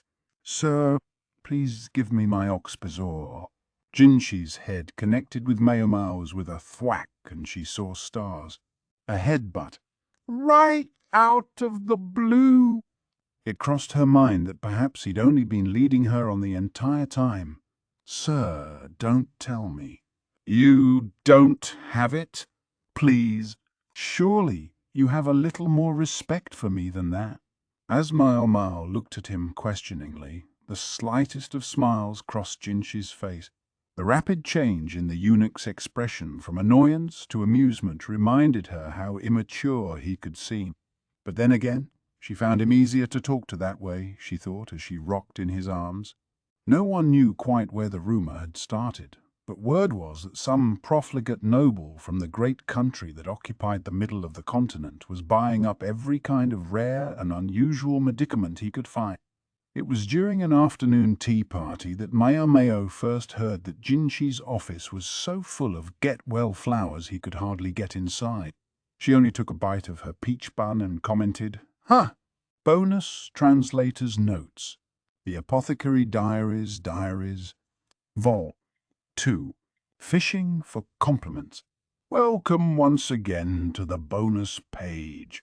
Or the bonus digital space, notionally equivalent to a page, since you're presumably reading this in some non-physical form. Thanks for joining us for Volume 2 of the Apothecary Diaries. Last time out, I mentioned in passing the range of specialized vocabularies this series dips into, and in this edition of the Apothecary Diaries, I'd like to talk about some of the challenges these pose for the translation team. In particular, I'd like to focus on how the setting influences how the translation is handled, using one example of relatively basic vocabulary and another, more complex question of how to render a term related to the setting in the English translation. When I began preparing to translate the Apothecary Diaries, one of the first things I did, after of course reading a bit of Volume 1 to get a feel for what the writing was like and what level of jargon we were likely to need to be able to handle, was to explore sources for vocabulary related to the setting. While the series isn't set in a specific era of Chinese history, the environment is clearly Chinese-inflected, and some familiarity with both that general time and place and the language associated with it was obviously going to be crucial. At first, I was particularly interested in two things: what to call the main setting in English and how to translate consort. Ria Palace is essentially the literal translation of the Japanese kukyu, the same characters as are used in Chinese, but I didn't know if this expression was acceptable or current, or if there might be a more common way of referring to this place or system in English. I know a smattering of Chinese and figured it might be more productive to search on the Mandarin term hugong than the Japanese equivalent. The very first hit on my Google search was a Wikipedia page titled Imperial Chinese Harem System. Like I said in the previous volume, the internet is really a godsend for translators. This page included a lengthy list of ranking systems for the women of the imperial harem in various eras of Chinese history. Again, the Apothecary Diaries isn't tied to any one time period, so no single list on the page corresponds exactly with the system present in the series. It gave us a sense of how the rankings worked, though, and what their relationships might be to the emperor and to each other. It helped clarify the reading and meaning of the term Kizaki or high in Japanese, Fei in Chinese, but didn't specifically make clear whether Ria Palace was standard English usage. Okay, I'd do something else then. To make a long story short, I tried a few different search strings on Google Scholar, a Google subservice that specializes in academic papers, and found a handful of articles about women in Imperial China. These articles helped confirm that the term Ria Palace is used by contemporary scholars. What's more, the footnotes in one of the articles referenced a book called A Dictionary of Official Titles in Imperial China by Charles Hucker. As tantalizing as that title was, this was one of those out-of-print scholarly books that was going to be too expensive to get a hold of. I decided to do a Google search on the title too, just on the off chance it was on Google Books or something. It wasn't, but it was available, seemingly legitimately, via Harvard University's website. This book, which includes both translations for and descriptions of a staggering number of ancient Chinese titles and offices, is a treasure trove and was invaluable as Sasha and I worked out the nomenclature for the various positions mentioned in our series. While we haven't used all of the dictionary's translations verbatim, making sure everything fit the intended meaning within the context of the story was our first priority. We couldn't have asked for a better source to help lay the groundwork for what we eventually came up with. So that's how a translator might deal with specialized vocabulary he or she isn't already familiar with. While we're on the subject of setting related lexical items, though, I want to talk about a word that occurs here in Volume 2. In an early scene, introducing Lakan, we have the following passage, in the final translation. The man's name was Lakan, and he was a military commander. In some other era, he might have been considered a sleeping dragon, a great military mind waiting to be discovered, but in this day and age he was just another eccentric. In particular, I want to focus on the segment a sleeping dragon, a great military mind waiting to be discovered. This entire clause translates a bit that in Japanese merely says he might have been called si. If you look up the word taikubu in an ordinary Japanese English dictionary, you're likely to find that it means a fisherman, maybe even an avid fisherman. Searching in Japanese makes things clearer. Taikubu refers to one person in particular, a historical figure from ancient China. In English, the most common names for this person are Lu Shang and Jiang Zia. Like in many cultures in ancient China, people frequently changed their names or took different names or titles in response to events throughout their life. The story goes that King Wen of Zhou, a very ancient Chinese state, found Lu Shang fishing and was impressed by the man's unusual method. He didn't use a hook at all, but simply recognized that the fish would come to him when they were ready. Because King Wen had been hoping for someone insightful and astute, just like this, to be one of his ministers, he hired Lu Shang and gave him the title Taigong Wang, or roughly the Great Duke's Hope, in Japanese Taikubu. It's from this story that the word has come to refer to a devoted fisherman. There are a couple of ways to handle the translation of the word in our passage. One would be to utilize the historical referent directly and render it as something like he might have been called a regular Jiang Zia. One issue with this approach, though, is the question of how literally Great Duke's Hope, Jiang Zia, is being used in the source text. Japanese readers might well recognize the reference. Taikubu appears as a character in other pop culture sources, notably the manga and Animo Hoshin Enjiasul Hunter. But are we to take Jiang Zia as a figure who in fact existed in the world of the Apothecary Diaries, who's just as prominent an exemplar of military virtue in this world as he is in ours? I suggest that's not the intention. Jiang Zia is being invoked, in essence, metaphorically. In other words, the point isn't Jiang Zia personally, but rather the idea of a brilliant strategist, perhaps one who could easily be overlooked. As such, it would have been possible to leave out the reference entirely and go with just the gloss we ended up putting on it. In some other era, he might have been considered a great military mind waiting to be discovered. Having said that, I don't think the historical referent is the main point, though. I do think it's probably a secondary point. Is it entirely coincidental that this Chinese-inflected series uses a term with a Chinese historical referent to make its point here? Probably not. That suggests it would be nice to include the reference somehow in English. But what's the best way to do it? In the Japanese, Jiang Zia isn't referred to by his proper name, but by a prominent sobriquet which somewhat blunts the force of the question about his historical existence in this setting. By contrast, no English equivalent, Taikubu, Great Duke Wang, the Great Duke's Hope, has the same combination of currency and meaning. When making this decision, I was also considering what would enable people to easily search for the reference if they wanted to look into it. My solution was the expression, a sleeping dragon. This was the nickname of Zhu Liang, sometimes known by his courtesy name Kongming, a military strategist and advisor to Liu Bei, the ruler of the state of Shu Han in the early 3rd century. Kongming is most famous from the stories in romance of the Three Kingdoms, and he remains a proverbial and popular figure in both Chinese and Japanese culture today. Despite being a brilliant strategist, he kept to himself until Liu Bei personally came to request his assistance. He was called a sleeping dragon because he remained quiet and inconspicuous. Although from a different time period and source, Kongming's story is very much like that of Lu Shang. Both stand in the grand Chinese tradition of great strategists who wait like a jewel buried in a field for the right ruler to find. With this move, we get many of the same virtues as the Japanese taikubu, an indirect reference to a famous ancient Chinese strategist discovered by a discerning ruler, using his sobriquet rather than his actual name, and therefore skirting the question of exactly how real the character is in their setting.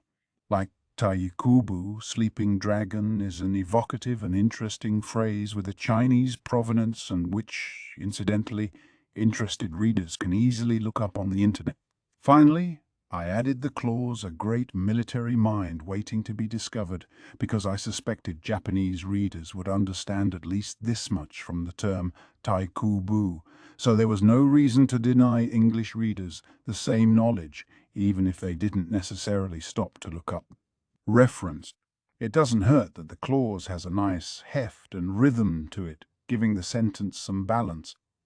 To be clear, this kind of translation, where the rendering in English is inspired by but tangentially related to the Japanese, is not common. In fact, I can't think of another case where I have had to make a lateral move quite like this. But I think it's a good illustration of the kinds of intuitive leaps translators sometimes have to make and of the extent to which a bit of knowledge in the subject area can help when making those choices. Thanks again for reading the Apothecary Diaries. Hope to see you in Volume 3. Sign up for our mailing list at J Novel Club to hear about new releases, newsletter, and you can read the latest chapters, like Vol. 3 of this series, by becoming a J Novel Club member. J Novel Club membership. Copyright The Apothecary Diaries, Volume 2. By Natsu Hyuga. Illustrations by Tuko Shino. Translated by Kevin Steinbach. Edited by Sasha McGlynn. This book is a work of fiction. Names, characters, places, and incidents are the product of the author's imagination or are used fictitiously. Any resemblance to actual events, locales, or persons living or dead is coincidental. Kusuria no Hitorigoto. Copyright Natsu Hyuga 2015. All rights reserved. Originally published in Japan by Shufunotomo Infos Company Limited through Shufunotomo Company Limited. This English edition is published by arrangement with Shufunotomo Company Limited, Tokyo. English translation 2020 1J Novel Club LC. All rights reserved. In accordance with the U.S. Copyright Act of 1976, the scanning, uploading, and electronic sharing of any part of this book without the permission of the publisher is unlawful piracy and theft of the author's intellectual property. J Novel Club LC. J Novel Club. The publisher is not responsible for websites or their content that are not owned by the publisher. Ebook Edition 1. 0. June 2021.